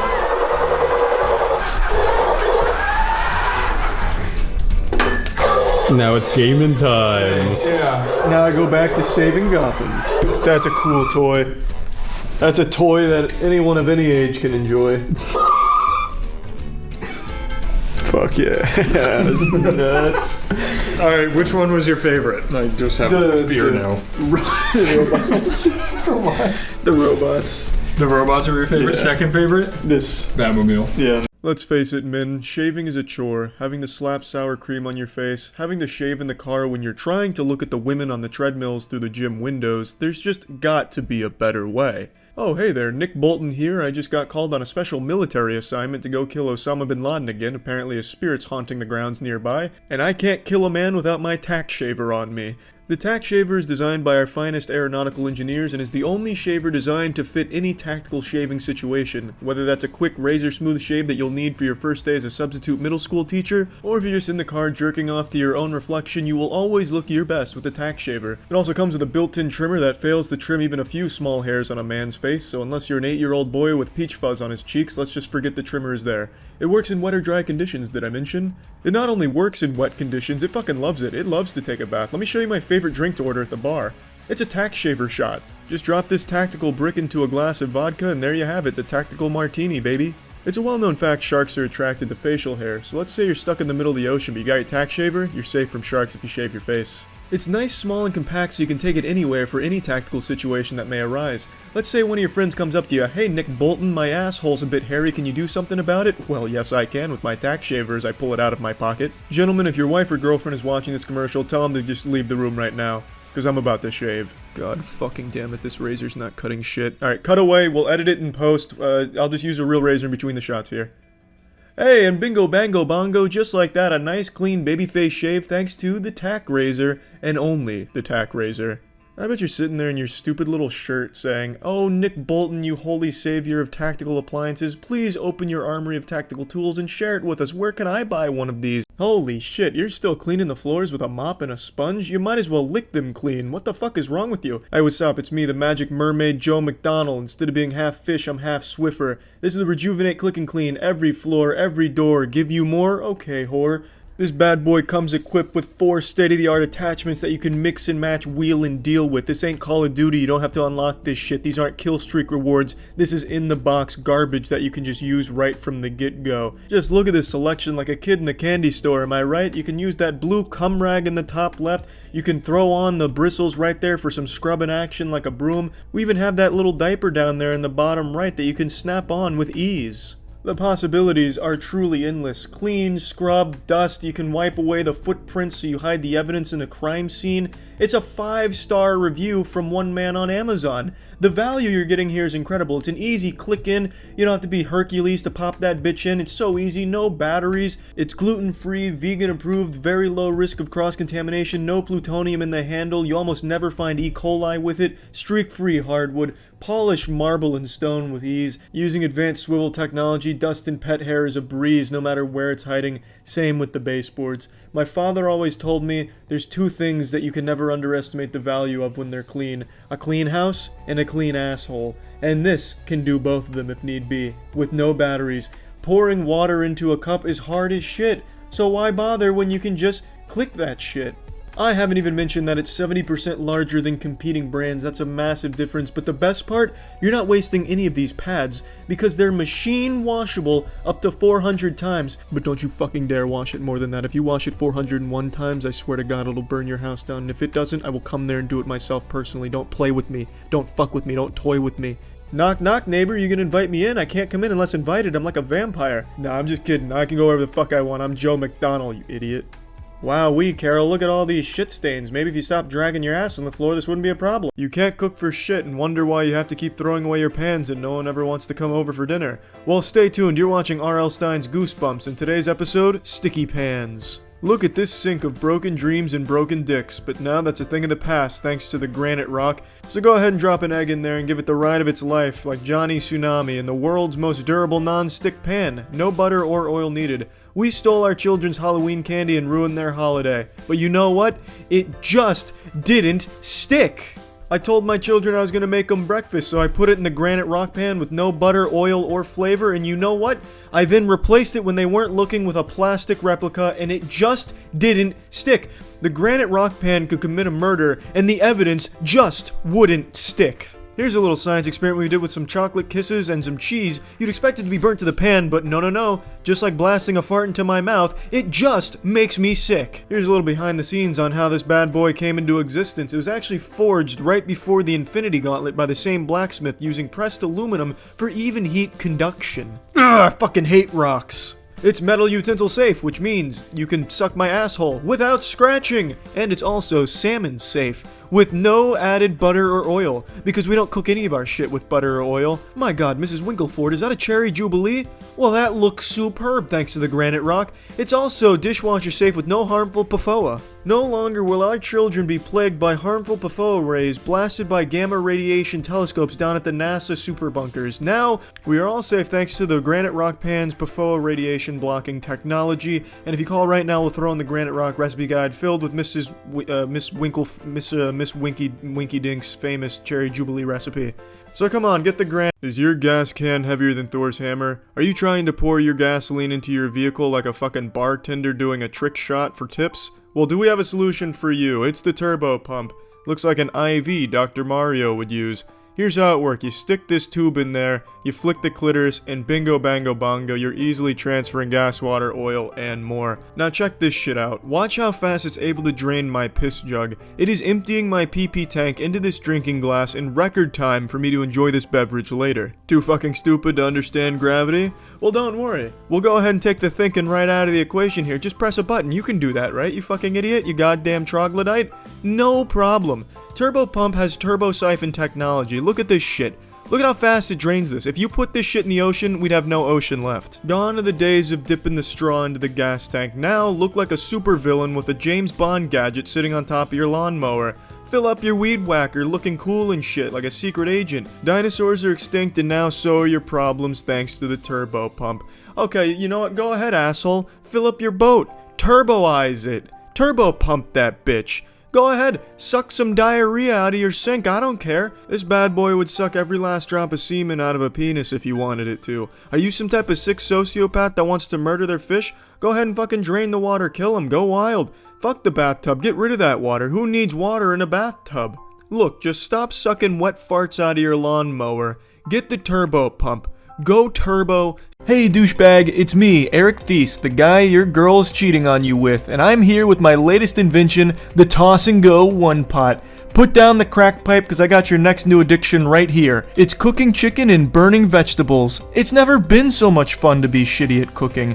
Traditional pots and pans are prone to rust and are made out of asbestos, which causes the food to stick, and it's super heavy, great for beating a burglar to death, but they're too complicated, hard to control, and awful to clean. Boo! Haha, don't be scared, it's just me again, Eric Grease. No, I am not the Burger King mascot, please stop asking, but if you want porcelain skin like me, you've got to start using the Toss and Go One Pot. It's gonna de-age you like Harrison Ford in the fucking Dial of Destiny. As the name would imply, it's designed to toss and go, but it's capable of so much more than that. It's like the fucking Tesseract of the kitchen. You can bake, stew, steam, roast, saute, souffle, Dr. Dre, good day. But don't just take my word for it, listen to this AI-generated NPC. I love nutrients. Pouring pasta has never been easier. Just look at this beautiful cuisine that wasn't possible until I invented the Toss and Go One Pot. The secret is in the all-in-one system. Each Toss and Go One Pot comes installed with the latest firmware in a 4090, giving it the lightest design and the most bang for your buck. And if you think I forgot about the ass, you are sorely mistaken, Buster. I Frankensteined a steel plate right to the bottom of this to give it a +5 to strength. Welcome to the future, now let's see it in action. It works on all surfaces, including induction stoves, meaning I can whip up a beef stew faster than you can say, Eric, put down the machete. Thanks to the latest from DARPA Laboratories, there is non-stick technology integrated into the all-in-one toss-and-go one-pot system, and its reinforced ceramic hardeners make it so not even dynamite could blow this bitch up. It's easy to clean, just one swipe is all it takes to get rid of all the germs and bacteria, and it heats up to 30% faster than traditional pots and pans. Channel the power of the sun right into your pot, and say hello to Flavortown on the top thanks to the heat being spread evenly for the perfect bread. I lost something once. Watch out, it's a macaroni waterboard. Just kidding, it's me, Eric, cooking again, and I'm making some wonderful mac and cheese for the whole family. We can make some smoky and juicy barbecue short ribs that fall off the bone. We can even fit a full roast inside of the toss and go one pot. You can fit entire bodies in here if you wanted to. Not saying you should, but you could. Glazing a giant cinnamon roll? Why not, thanks to the deep skillet we include. I haven't been this excited since my 21st birthday when I blacked out at a Wet Willie's, and it's all thanks to the toss and go one pot. You're gonna love the way you cook. I guarantee it. Collanders, get the fuck out of here. More like call you laters. We don't need that anymore. Thanks to the included strainer inside of the toss and go one pot. I told you it was an all-in-one system and I meant it. Even a carousel handle so you can tease it, and then bang, pick it right up. No matter what angle you're coming at it from, it's going to be a comfortable pickup every time. And of course, we've got the non-stick skillet so you can make the perfect eggs. And just when you thought you had enough, I'm coming at you during the refractory period with even more. Activating Dutch oven mode. Engaged. You can turn this into its own little Dutch oven, which who doesn't want some of that action? And Meemaw, she's gonna love it. I promise.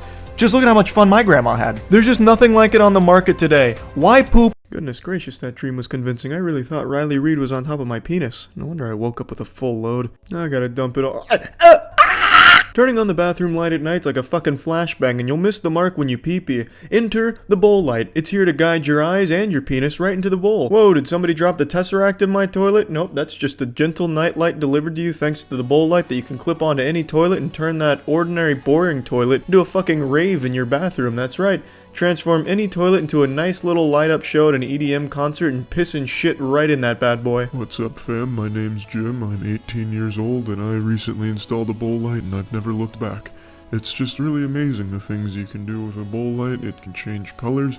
You can have it go to blue and yellow if you want to feel like you're pissing into the sun, red if you want to feel like you're looking into the portal to hell, green if you want to get real wild and feel like you're dropping a stinker into the mouth of the Hulk. It's just amazing. Sing it with me, sing if you know the words. Bathroom light is too bright when you use it in the night. Saw grandma's tits, said, yikes, certainly not a pretty sight. Oftentimes my husband gets possessed by a diabetic demon and pisses multiple times throughout the night, but thanks to the bowl light, I now wake up sometimes and panic thinking there's aliens in the bathroom. I flushed my son's turtle down the toilet and he cried for weeks, so then I went out and bought a bowl light and convinced him that the light was proof. Hold on, Captain America. How many times have you dealt with stripped screws, broken bolts, befores, and afters? Well, kiss that shit goodbye, cause the Speed Out's here to really grease up your ass cleaner. The Speed Out is great for damaged screw and bolt removal. Pulling out may be an effective method for preventing pregnancies, but speeding out is an effective method for preventing fun. No more frustration. When you buy this product, frustration will be a thing of the past. Your college university only buying back your $400 textbook for $3 and a spit in the face? That won't matter to you, it won't bother you in the slightest. Just grab your Speed Out and say screw it. Or should I say unscrew it. This product is perfect for boat owners, hobbyists, mechanics, carpenters. It's great for fucking anyone. Traffic cone lubricators, street sign analytics data collectors. You name it, it's good for you. It works with any drill. Here's a 3D animation. Whoa, look at that. And then you do a flippity switch like a drummer doing a cool move and you're right back in the action. Just like an E3 trailer, this is actual in-game footage. Your lunchbox lock giving you problems? Fucking speed it out. Just say, I'm gone in 60 seconds. I'm speeding out of here. Excuse me, officer, what was the problem? Why did you pull me over? Was I speeding out? Oh man, look at all of this speed and all the screws coming out. Order now, the speed... Listen up, ladies and gentlemen. What do all men have? Penises, that's right. What do some men have? Friends, that's right, you're 2 for 2 now, but here comes the final jeopardy, the Gordian knot you must cut. If a man and his friend that is also a man are in the same room, how many dicks are present? Yes again, 2 dicks. Now let's say one of those cocks belongs to your boyfriend, the other belongs to a man you've secretly had a crush on since late high school ever since physics class. And now the three of you have come together after Thanksgiving and decided you want to engage in sexual acts together as a threesome. It can be overwhelming. Enter the Dual Hand Job Trainer, brought to you by Wonder Arms. It's in the game. The Dual Hand Job Trainer will teach you proper dual hand job form and instill in you the best possible dual hand job technique. The technique known by experts as the stinky dishwasher. Practicing for just minutes a day will have you jerking wieners like a champion in no time. Uh-oh, you're being attacked by two levitating men with erect penises? Well, luckily the dual hand job taught you the perfect defense here, the ultimate technique for dealing with a situation like this one. It'll allow you to target the hard to reach areas. So grab them by the womb broom and go zoom zoom with turbo mode. Don't be afraid to go wild and try the Dual Hand Job Trainer in a lot of different positions, such as the Semen Shower Express here. I'll be real fucking honest with you, we didn't even invent this thing, we found it at Area 51's top secret laboratories. If the aliens are using it, why aren't we? Engage your biceps, triceps, shoulders, and titties and prepare for the best cream pie of your life. So to all of you out there that are going through WikiHows day and night following all the steps on how to give a proper dual hand job, but the results just aren't showing, now you've got your fucking answer here, your savior.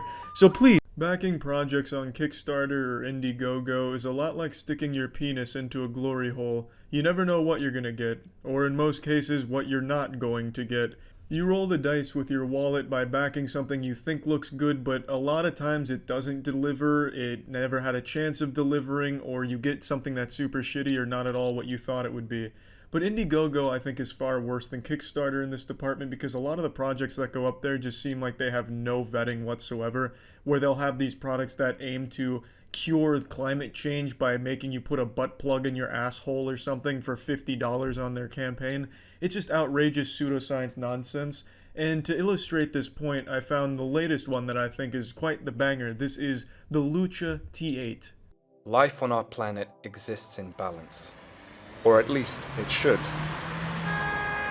Yet, as we shaped our world, we've tilted the scales, and now the natural balance between us and our planet is lost. Yeah, that should just be all kinds of red flags. Unless you're like an anti-vax mom, that right there should just tell you this product they're about to sell is super bullshit. They're making it sound like some Star Wars shit, you know? We're just way out of line with the Force. We've lost our connection to it. Like fucking Dragon Ball Z, we can no longer draw energy from the planet into a spirit bomb. We now live in a world no longer naturally in sync with our bodies. But not all is lost. We may not be able to go back in time, but we can go back to our roots. Back to our true selves. It just sounds like the plot to a Neil Breen or a Tommy Wiseau movie. And I'd like to point out something right here, address the elephant with the condom in the room. The backers and the amount of money they have makes no sense. There's no way they got $12,000 from 48 backers. This is most likely just the creator pumping money from his own asshole into the project to kind of prime the pump to make it appear to people that it's legitimate, like, hey, look, all these people are putting money towards this project. Look how much it's making. People want this. You should be in on this. It's a common technique for a lot of these fraudulent businesses on Kickstarter and Indiegogo. So I wouldn't be surprised if that's what's going on here. But I also wouldn't be surprised if it is real and this product just caught fire in a bunch of those soccer mom, don't trust science Facebook groups. Lucha T8 is a health improvement device that creates and emits the Earth's natural frequency of 7.83 Hertz. By emitting the Earth's frequency, Lucha T8 utilizes the naturally occurring synchronicity between our body and our planet to support regeneration of the organism. Sci-fi fanfic from middle schoolers is more scientifically grounded than that explanation for what this piece of shit is and what it does. They make it sound like Earth is constantly emitting a 7.83 Hertz frequency to the cosmos like a distress signal, like a fucking SOS. It is just a mindlessly ridiculous product that is very common on these crowdfunding websites, and some of them do get real funding from real people, which is the saddest part, that people buy into this garbage. But I mean, you have these people going crazy for essential oils, damn near giving a suppository to their children of eucalyptus leaves because they read one article on the internet that said that that would help somewhere, and then you trace it back and it turns out it was just a joke started on 4chan that now people are actually buying into. It's sad how easy it is to exploit this growing movement of distrust science and believe garbage. Because there's definitely people that would look at something like this and go, wow, that makes a lot of sense. If I wear this block of wood on my neck that just has a blinking red light on it, it's going to help. Because the video said, the Earth is constantly making a synchronicity titty at 7.83 hertz. And if this thing's emitting the same frequency, well then man, the science checks out. You'd be dumb not to buy this thing. It's just pathetic. Lucha T8 helps eliminate lack of energy, exhaustion, anxiety, insomnia, stress, tension, migraines, and different types of pain. Yeah, the only pain this would help with is the pain of having too much money. If you're too wealthy, you can throw some money to this thing and it'll help with that problem. So how does Lucha T8 work? All you have to do is place the device close to a painful or troubled spot for no more than 30 minutes at a time, and it will balance the body's energy, metabolism, and polarity in a way that gives the organism a chance to recover. It's just a blinking red light. You could get the same effect if you have a wireless mouse. Just put that on some painful spot on your body. You'll get the same effect. And it's also very evil from this creator to say to hold it there for 30 minutes. That's fucked up, man. You know some dumb fucking idiots are actually going to hold that thing there for 30 minutes. I mean, you could have just said 10 seconds, they'll believe it and do that, and that's a lot less time consuming. But maybe this guy hates his customers, and to be fair, you'd have to be pretty goddamn dumb to buy this in the first place. You may as well just laugh about it, like, haha, made this guy actually hold that thing there for 30 minutes, just wasting their time. Could have said 5 hours, and I guarantee someone would have done it. Lucha T8 is made to be by your side all the time. It celebrates the fact we only thrive when we align ourselves with the forces of the planet to which we owe our existence. Lucha T8 is not an instant cure or miracle medicine. It's a symbol of where we've been and where we're going. Yeah, but you just said it helps actually cure some of these things and work towards making them better. You're calling it a regenerative device. That means you're saying it is helping to cure those things and improve those things. But now you're just saying it's a symbol of where we've been and where we're going, so it's just a fucking souvenir from a gift shop? It sounds like they're trying to cover their own ass. If someone actually buys this tries to use it on an injury and it doesn't help at all, they can't come after them legally because they said it was going to work and it didn't. I get that they're trying to do some legal talk here, but it doesn't work when everything else in the video contradicts what you're saying. It paves the way to a harmonious and peaceful existence, leading you towards what you are meant to be. Stable, strong, happy. Lucha T8 unlocks our organism's potential to self-regulate and balance itself. It's a blinking light on a string. But that's Indiegogo in a nutshell, baby. That's what you sign up for when you're looking on Indiegogo for something interesting. You get shit like this. There's also one I saw a while back that was about water, a special kind of water that they hyped up as like this panacea that would cure anything because it was water that they made listen to Mozart for a month before selling.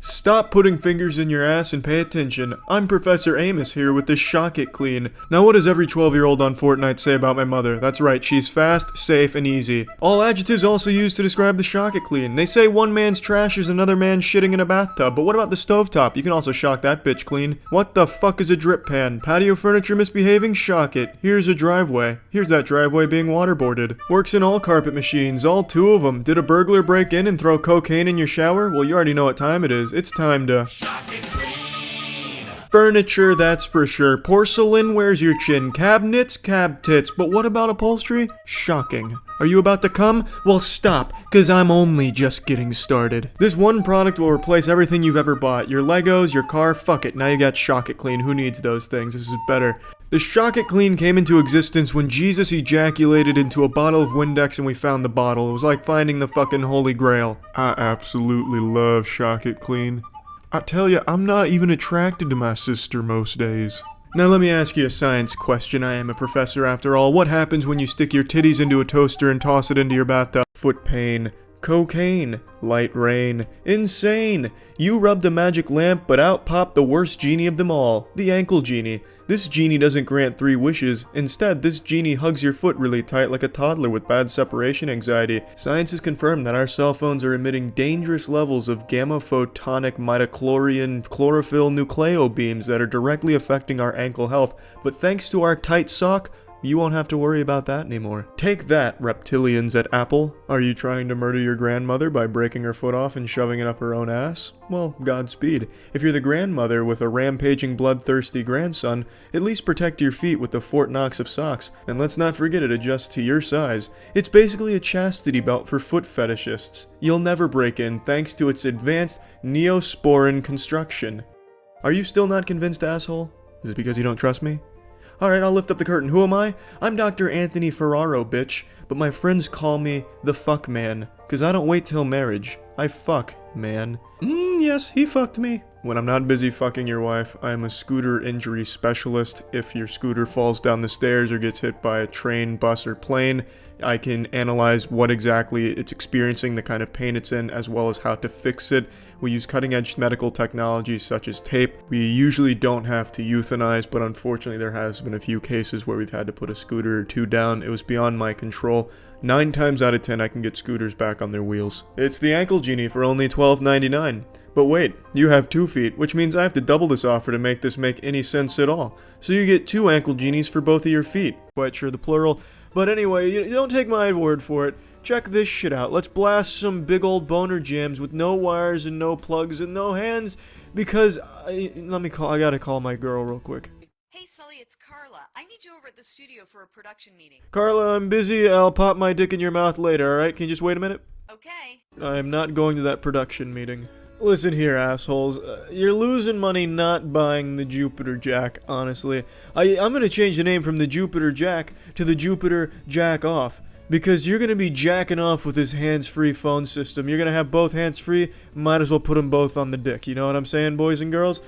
Sometimes we don't stop and realize just how advanced our technology is, and then we'll be slapped in the face with this type of reminder. A robot to control your ejaculation. Let's learn about MyHixel, a device to give you control over when you blow your load.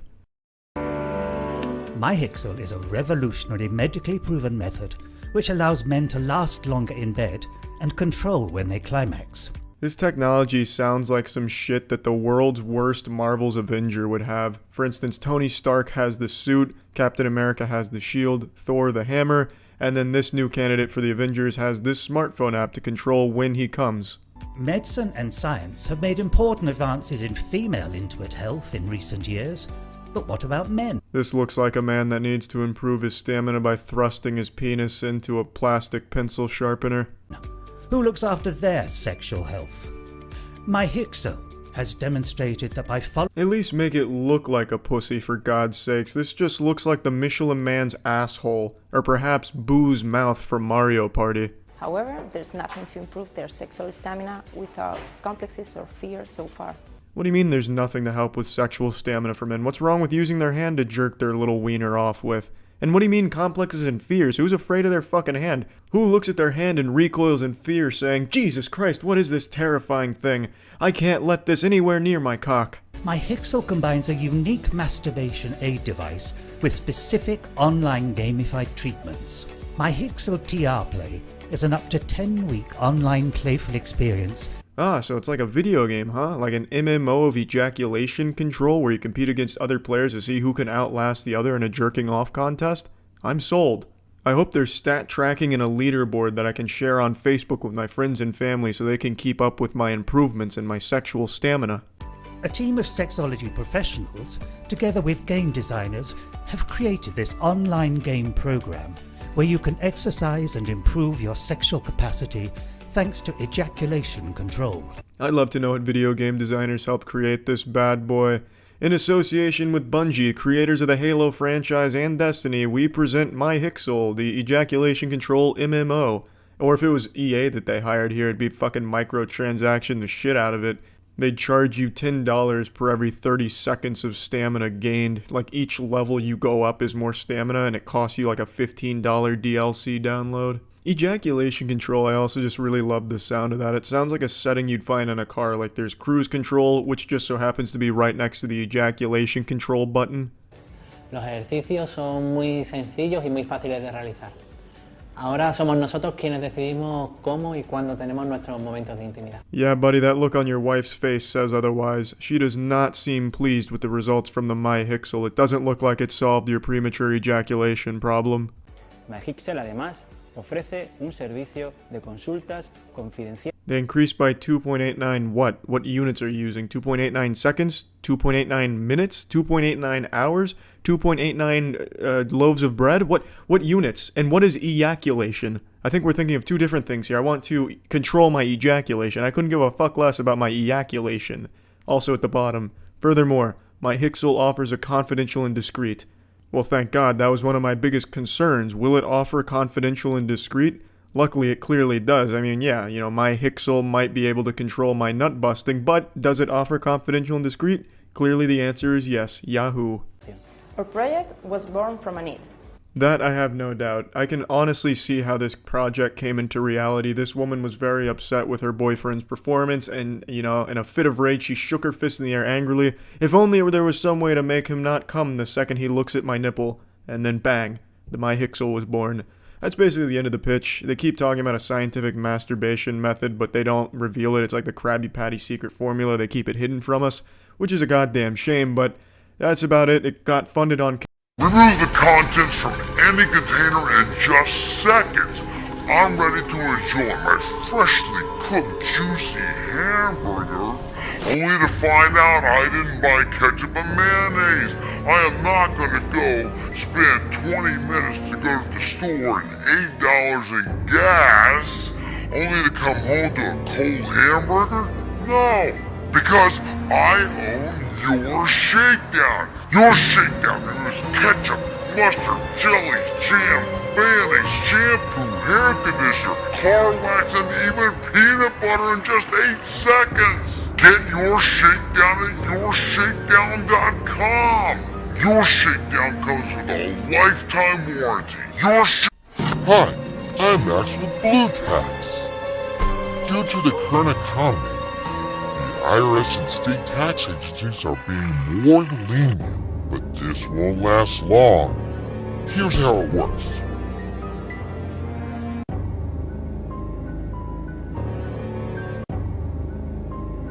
And remember, you heard it from me, Max, at Blue Tax. Well, how does this mask do that? Well, if you can get the idea of what doing 8 setups a second would do for your stomach, you have an idea of what Rejuvenate would do for your face.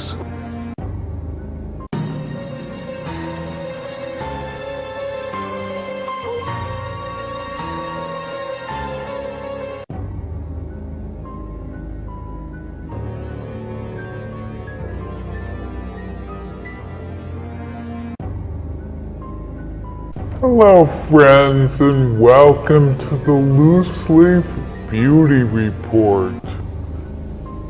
And go count to 60, you're gonna count to 60. Very slowly. And go on.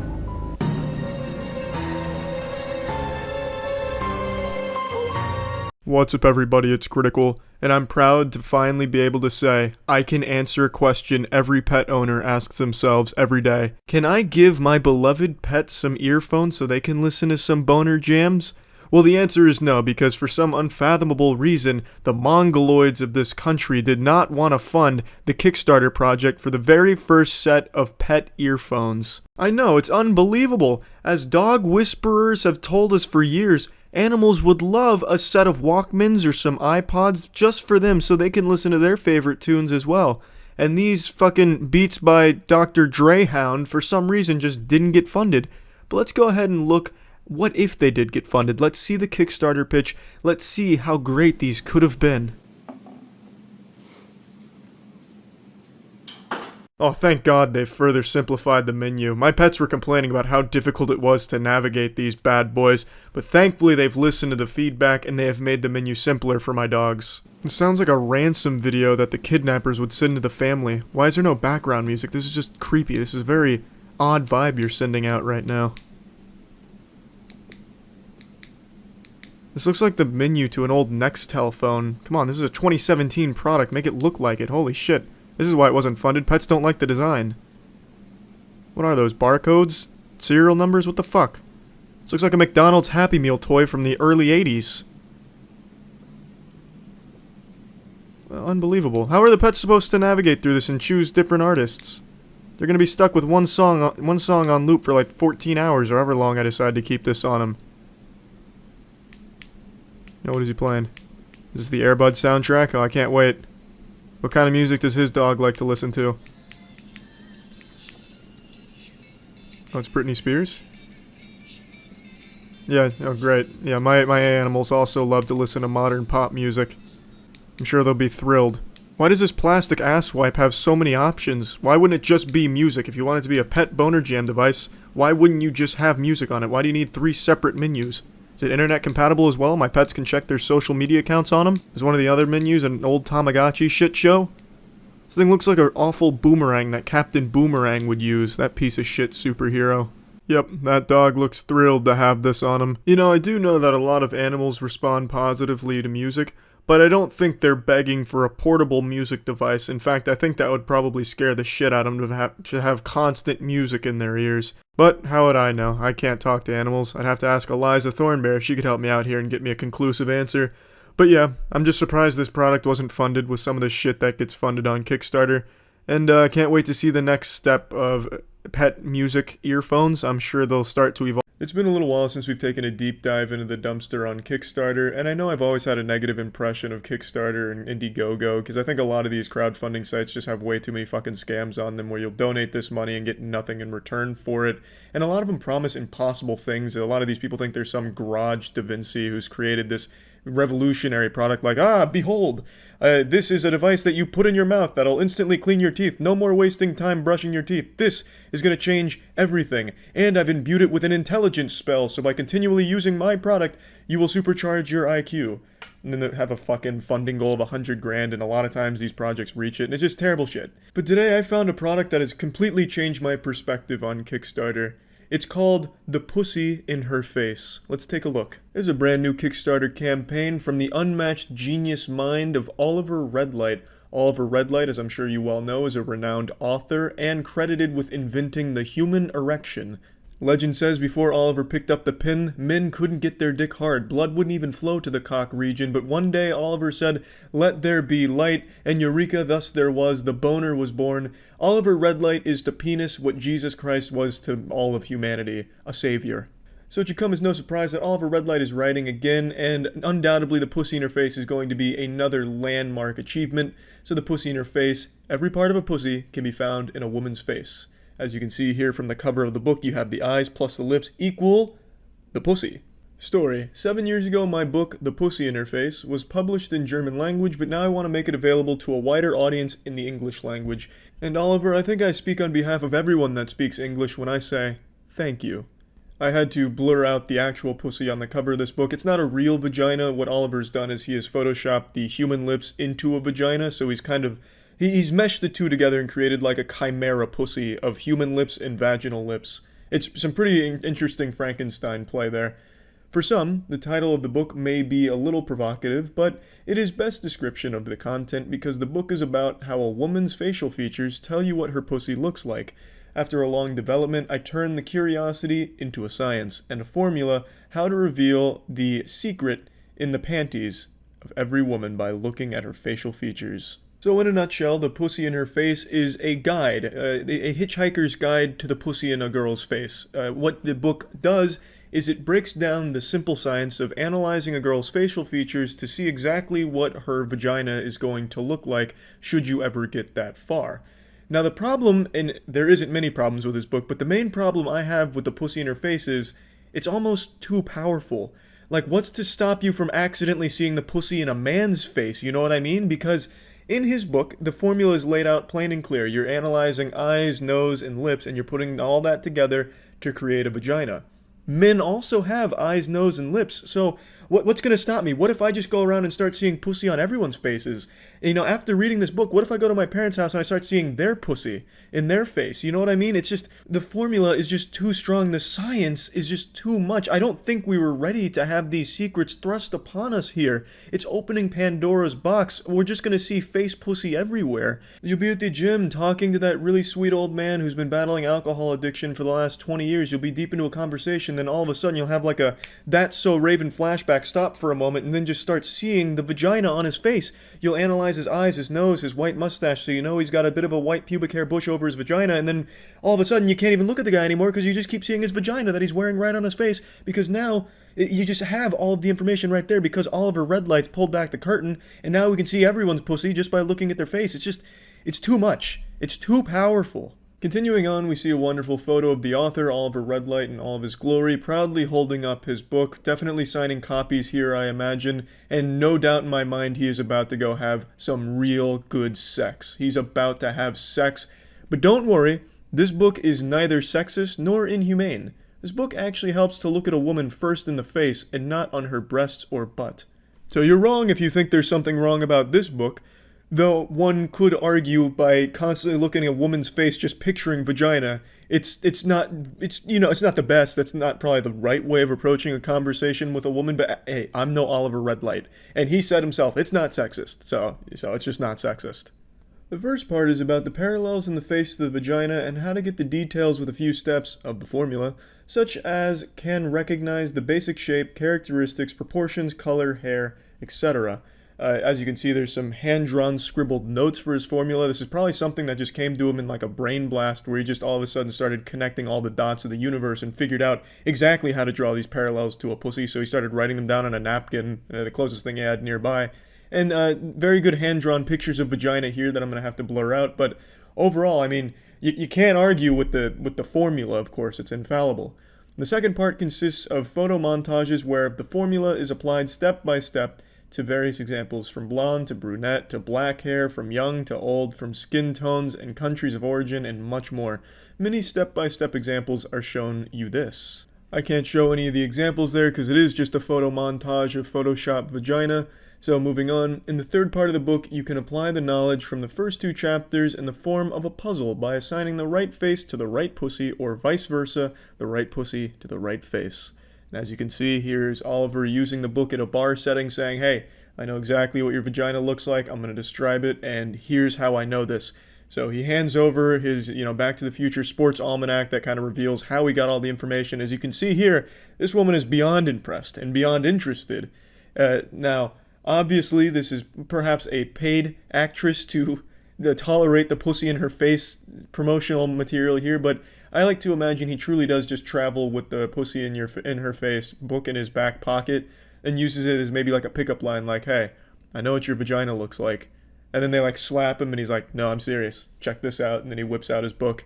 Either way, an incredible novel from the one and only Oliver Redlight.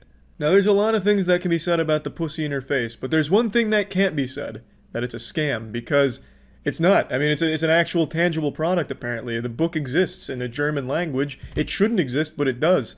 In a lot of ways, this is like one of the only true Kickstarter projects that actually has a real product that can be delivered, but it shouldn't. It's a real shame that of all like the promising projects on Kickstarter, this is the one that somehow actually does exist. So, unfortunate, but hey, the pussy in her face has totally changed my perspective on Kickstarter. It's not all bad. Oh, Richard, you better not be watching security camera footage of dump trucks driving through puddles again. God damn it, Richard, you limp-dicked impotent sack of shit. I'm so tired of your sick fucking fetish. Introducing the IntelliEar, the high-tech butt plug for your ear. Simply strap it in and you're ready to go. Looks like a cell phone earpiece, but not even close. Never be kink-shamed again. Detroit Become Human? More like Detroit Become Reality, because with the IntelliEar, you can turn your husband into an android. Look at this guy, fucking lobotomized. Now all he knows is his wife's command. There's a little condom on it, diddle it. Here's the husk of a man. Here's his twin, they're about to make out. With the IntelliEar, you will be Intellifeared. Are your workers super shitty? Well, go ahead and upgrade them. What's that? IntelliEar. It's just a rabbit, Dad. Thanks, Cyborg son. Take a look at this former man. Look how much happier he is now that we strapped a packing peanut to his ear, which amplifies up to 50 dick buckets, over 70. You're having that nightmare again. The one where Brendan Fraser isn't starring in the new Mummy movie. You storm out of bed. You realize it's reality. You're sad, but you still need to start your day and put on your happy face. And no face is complete without teeth. Introducing the Amma brush. It's a pair of dentures with a stoplight on the end. This is the perfect device for people who still want to suck on binkies without being judged. Just tell your friends, no, it's not a pacifier. I am brushing my teeth. And then wow, look at you now. Deceived your friends and your teeth feel smoother than a baby's taint. The Amma brush is fantastic. It's a little miner's helmet with the little light on the end, designed specifically for your mouth. It doesn't just look cool and stylish, it's also effective at holding water and standing vertically. So go ahead, put your Dragon Ball next to it as well, and watch as your free time increases by 100 kilojoules per Kelvin with antibacterial free time and bass method. Using the Amma brush while fishing will yield an incredible 100 more bass per cast. But hold on to your asshole, don't prolapse on me yet, I'm just getting started. It's also environmentally friendly with zero waste and it's waterproof. So go ahead and put that in your dick hole and ejaculate it. But that's not all. This mouthguard is one of the most effective pieces of technology on the planet for guarding mouths. This could block a punch from fucking Superman and break his wrist. How has science gotten to this level? How is something like this even possible? Well, the secret is, it isn't. The secret of this product lies in its patented bullshit technology. This product is a pile of bullshit. But who gives a shit? Your marriage is falling apart, why not share? What's up everybody, it's Critical.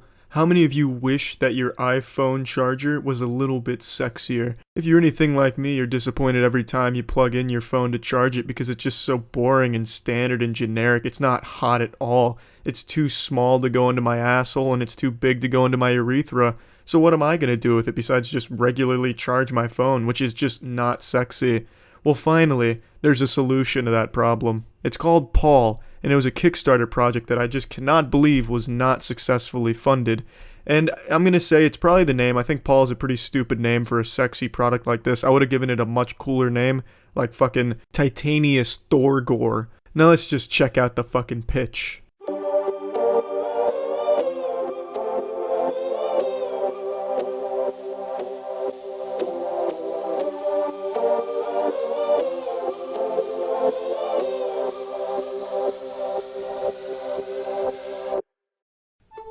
Here it is, it's Paul, the half-a-mannequin torso people have been begging for years.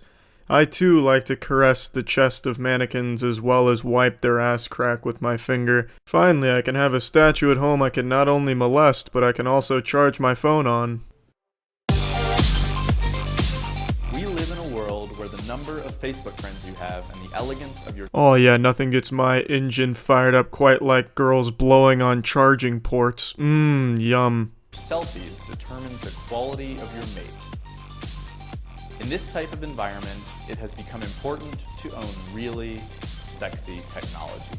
Ugh, so hot, licking phone screen. Ugh. I don't get his fucking idea here. It's important to have sexy technology because it's important we post selfies on the internet.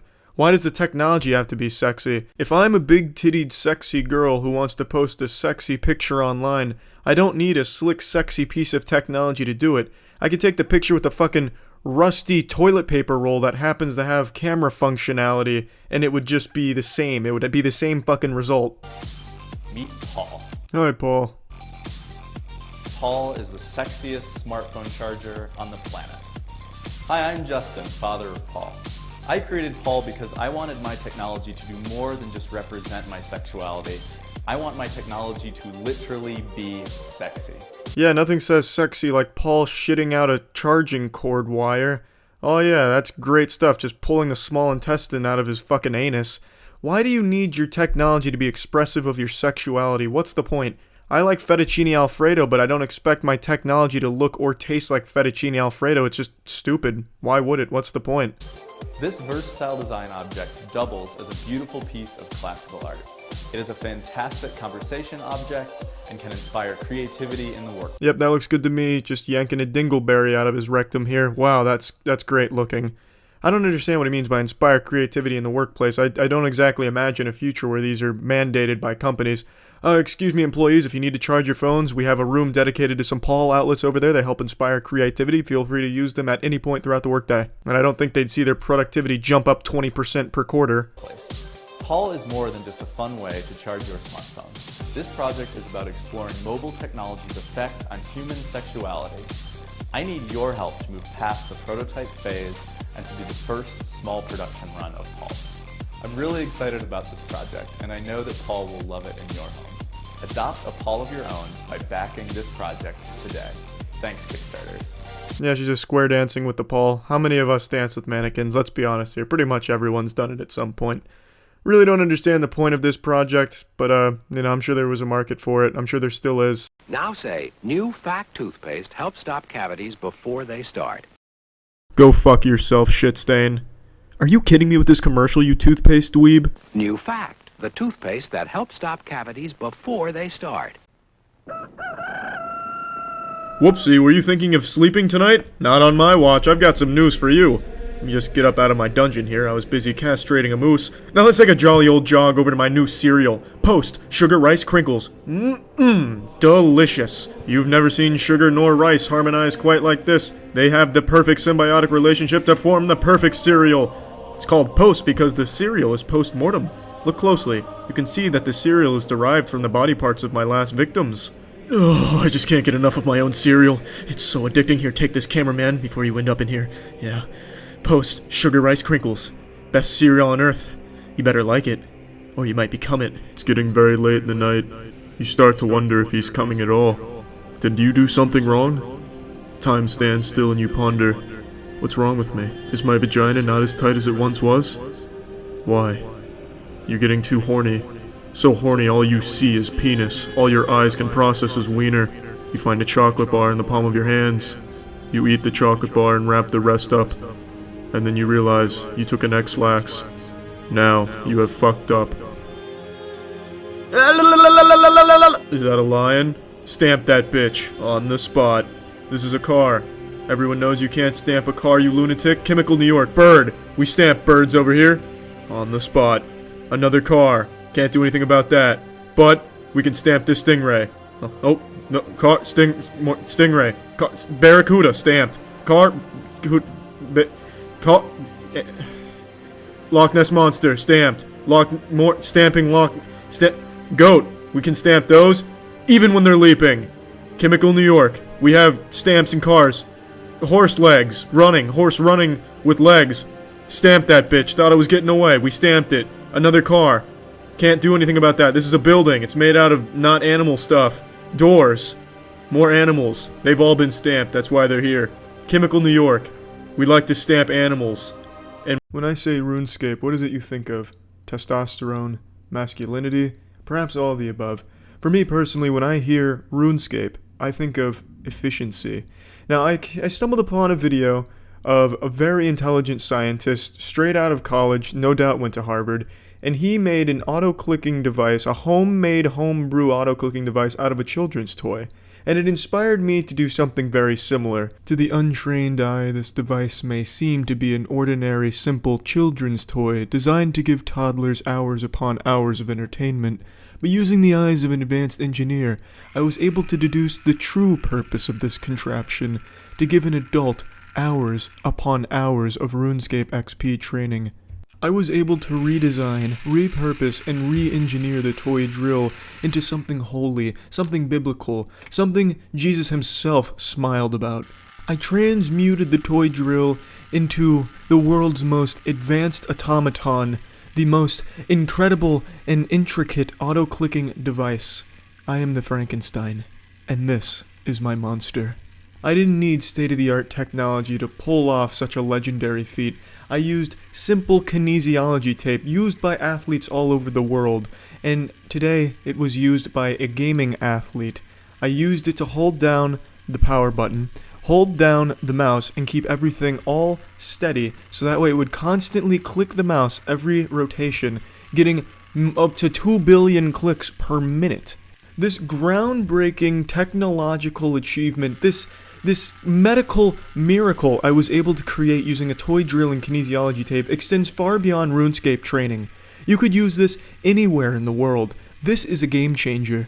This may very well solve the climate change problem. All I have to say is you're welcome. Now here's the Iron Man Mark II here, my fucking version 2 of the prototype. If the first version was a raindrop, then this second version is a motherfucking torrential downpour. It is an improvement in every possible measurable regard.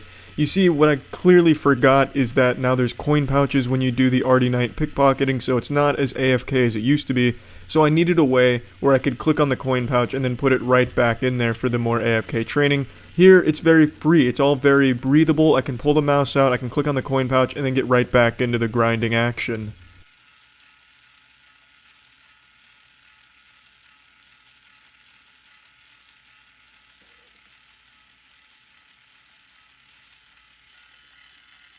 Does your husband look like a discount John Cena, and are you tired of giving him a handjob in the public sauna? Introducing the Sauna Pants, all the power of a sauna directed right onto the penis and balls of any man. Clinically proven to sterilize 100% of the time. The Sauna Pants come with a dial that goes from mild all the way up to blowtorch in case you're trying to speedrun infertility. But the Sauna Pants aren't just used for men who want to feel like their penis has been dipped into ghost peppers, it can also be worn by women. This diaper that looks like a construction worker's vest can be worn by any gender and melts the flesh all the same. The secret is within its patented heat enema technology. It blasts very hot temperature air up your asshole, incinerating you from within, thus removing the water and filling your body with toxins. Now, in order for this to work, it has to be plugged in at all times. However, if you don't have electricity or don't want to plug it in, you can wear them as is with no power in what we call the Farty McSharty Pants mode. It serves as a great way to blast some farts and not have the smell escape. And not only will the odor not escape, but the sound won't either, because it's soundproof. It's like having a fucking black hole down there for farts and even a little bit of shit. But why stop there? You can also tinkly pee-pee down there and it won't escape through the legs because it is sealed to your skin. The Sauna Pants is truly the jack of all trades, master of vasectomies. What are you waiting for? It's only $29.99. Look at how sweaty and oily it can make you. But we're going to give you a 90-day money-back guarantee. If you are not infertile within 90 days of using the Sauna Pants, you will get your full money back. Hey, close your mouth. This isn't semen. This is the Super Clean, which is even less effective than semen when it comes to cleaning. Well, look at this, sports fans. They're cheering us on at our first ever Super Clean Olympic Games, where the only way to win is not to play. Over 50 million bottles sold, which means 50 million disappointed customers. Cleans while it clings. And the disappointment stings. It's easy, you just spray it and then wipe it away. You'll be saying, wow, this fucking sucks in no time. When I close my eyes, I see millions of Super Clean fans. But when I open them, I see zero. We have no fans, just actors. Are you struggling with a dirty oven? Well, trust us, our product won't help, but god damn it, it foams up, and if that's not cool, we don't know what is. Look at all that beautiful foam, looking like a Bud Light that was poured by a shitty friend. Is your stove covered in urine stains? Oh, is someone ejaculating onto it now? Nope, that's just the Super Clean, baby. Holy shit, look out! It's a scientist, and he's got a super degree in super cleaning. There's no limits with the Super Clean. You can use it outside on the concrete if you want. It's said to be up to 40% faster at making buyers regret their purchase than the other leading brands. No scrubbing, no scraping, only spraying. If I see you scrub or scrape when there's a Super Clean nearby, I will slap you so fucking hard in your stupid fucking face. Look at it, looks brand new. Spray it on your V6 engine. Get yourself a couple extra miles to the gallon because the Super Clean does it all, baby. Yeah, it's gonna fix your carburetor, gonna improve your wheels shine, removing bugs and tar. You can poison your plastic picnic table with our harsh chemicals that probably violate the Geneva Convention. Spray it in a little shit-filled toilet. That ought to get the job done. Easy as shit. Super Clean. More like super easy. With our product, you'll never have to wonder if what you just cleaned is actually sanitary. Because with the Super Clean, the answer is always no. And it's only $19.95. What the fuck are you waiting for? Hold everything, pussy. Look at all these happy sports fans at the Kiss Your Sister competition in Alabama. And if you call right now, we will not only give you the Super Clean, we will give you the Super Grill Cleaner, which, as contrary to what the name would lead you to believe, does not clean your grill. It does nothing, yet again, much like our Super Clean mainline product. You thought I was done? How small is your dick? There's more! We will also give you the Super fucking Cloth. That's right, the Super Cloth. It's like a normal cloth, but worse because it's ours.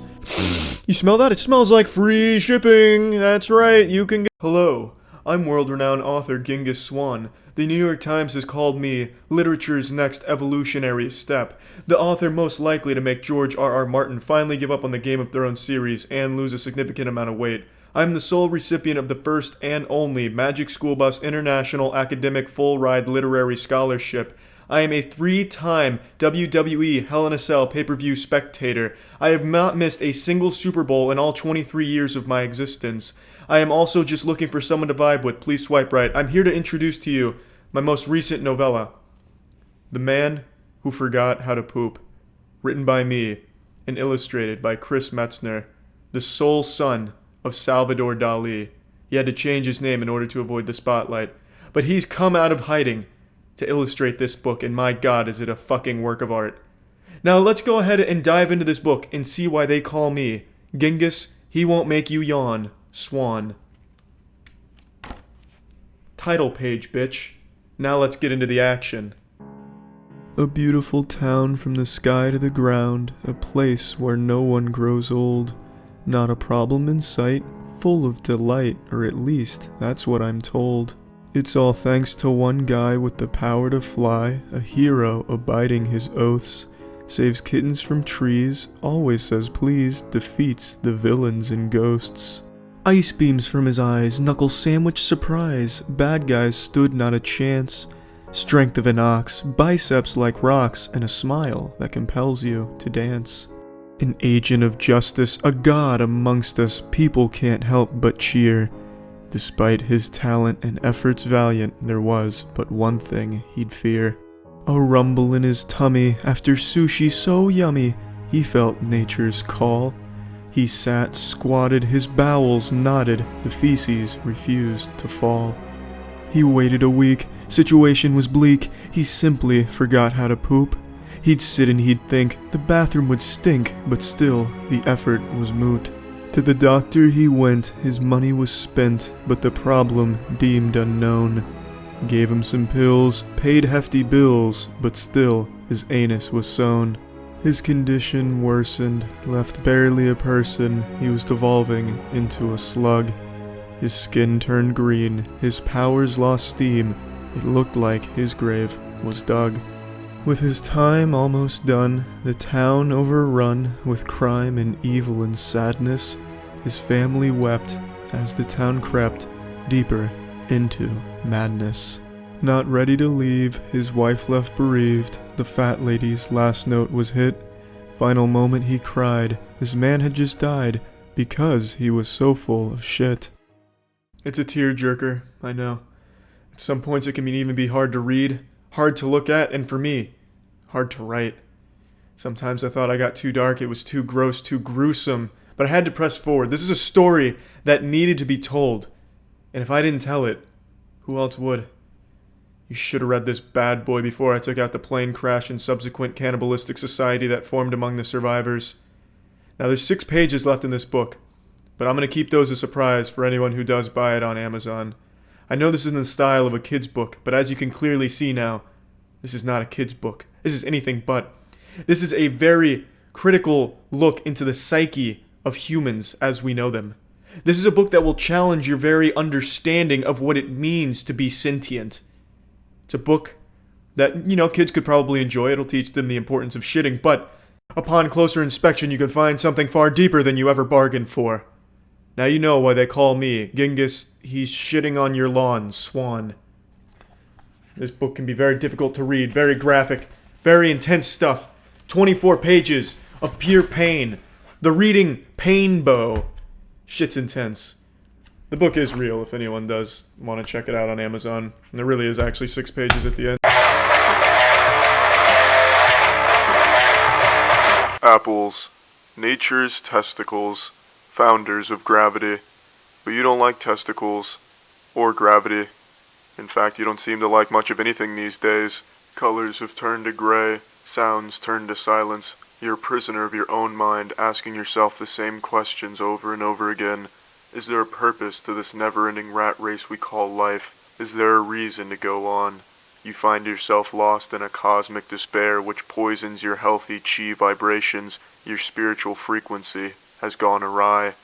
This existential crisis could have been avoided if you had only eaten the proper breakfast this morning. Hello, I'm Dr. Clit Oris. I'm bringing you some troubling news today. It's surely going to make your dick soft. Out of 41516 school children, less than 1 out of 4 eats ass for breakfast. This alarming statistic may seem like science fiction to you, but it's the truth. Trust me, I'm a doctor. Which is why I'm here with Asbestoloops, bringing you the powerful taste of ass right to your breakfast bowl. It's the cereal that bites back. Made with 100% real, wholesome asbestos, it's fucking here and it's delivering a nutritional knockout, giving you all the essential vitamins and minerals, including 100% of your daily doctor-recommended intake of arsenic, and it is rich in mercury, each serving offering 20 grams of mercury, which is exactly 5 times the lethal dose. And let's not forget about the chunks of lead we've added to enhance flavor. So what are you waiting for? Start your mornings off right. No more having an existential crisis. Get the breakfast of champions. Whoa, what's up, dudes and girl dudes? I'm Carl Z, and the Z stands for the douchebag. I'm here with the gnarly nutsack knuckle duster known as Brightbug's Evolution. Catch, nerd. Huh? I call this one the invisible condom stretcher. We're going right back to the 90s, bitches, and I'm your time-traveling tour guide. The Backstreet Boys are back, alright? This shit lights up and you toss it back and forth like magic. Here you go. Whoop! High five! Oh, look at that! Hey, just picking some fairies off the tree. I like how it says some visual effects added so it doesn't deceive the youngsters watching this radical advertisement.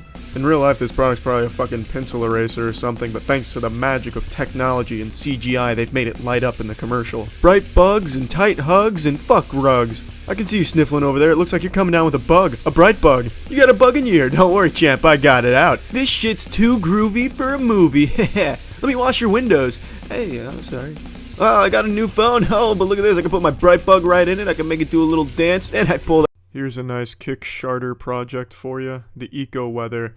It claims to be able to heat or cool the interior of any vehicle disregarding engine use and can be activated from any mobile device. Boy, howdy does that sound amazing. I know it says it disregards engine use, but this is certainly getting my engine revved. This is some shit from the future. Let's go ahead and check out the Kickstarter video.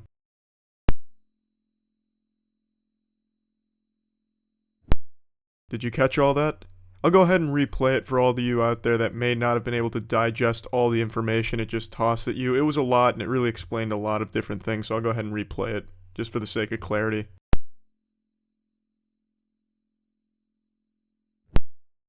And that about sums it up. There you have it. The Eco Weather. Everything you need to know about it. A 4-second video. It looks like a fucking time bomb that you just set in your car. This looks like something Jack Bauer would have been diffusing during the 24 run. This shit doesn't look like it could heat or cool anything. It's basically just a computer fan, a little part of a fire extinguisher, and some spider web. I can't see this doing anything other than being a great weapon to use against a home intruder trying to burgle your ass. You could just toss one of these at them, and if the impact doesn't give them a concussion, it'll at least scare them enough. Holy shit, is that an Eco Weather? My god, this man's too real, I'm out of here. This looks like a toy from a cereal box that no kid would ever want. This looks like a placeholder in a video game, like a stock asset. It looks like a guitar amplifier mixed with dog shit. This is just a horrible project all around. I don't need to go into detail. There's no explanation of the team working on it, their qualifications. It doesn't explain exactly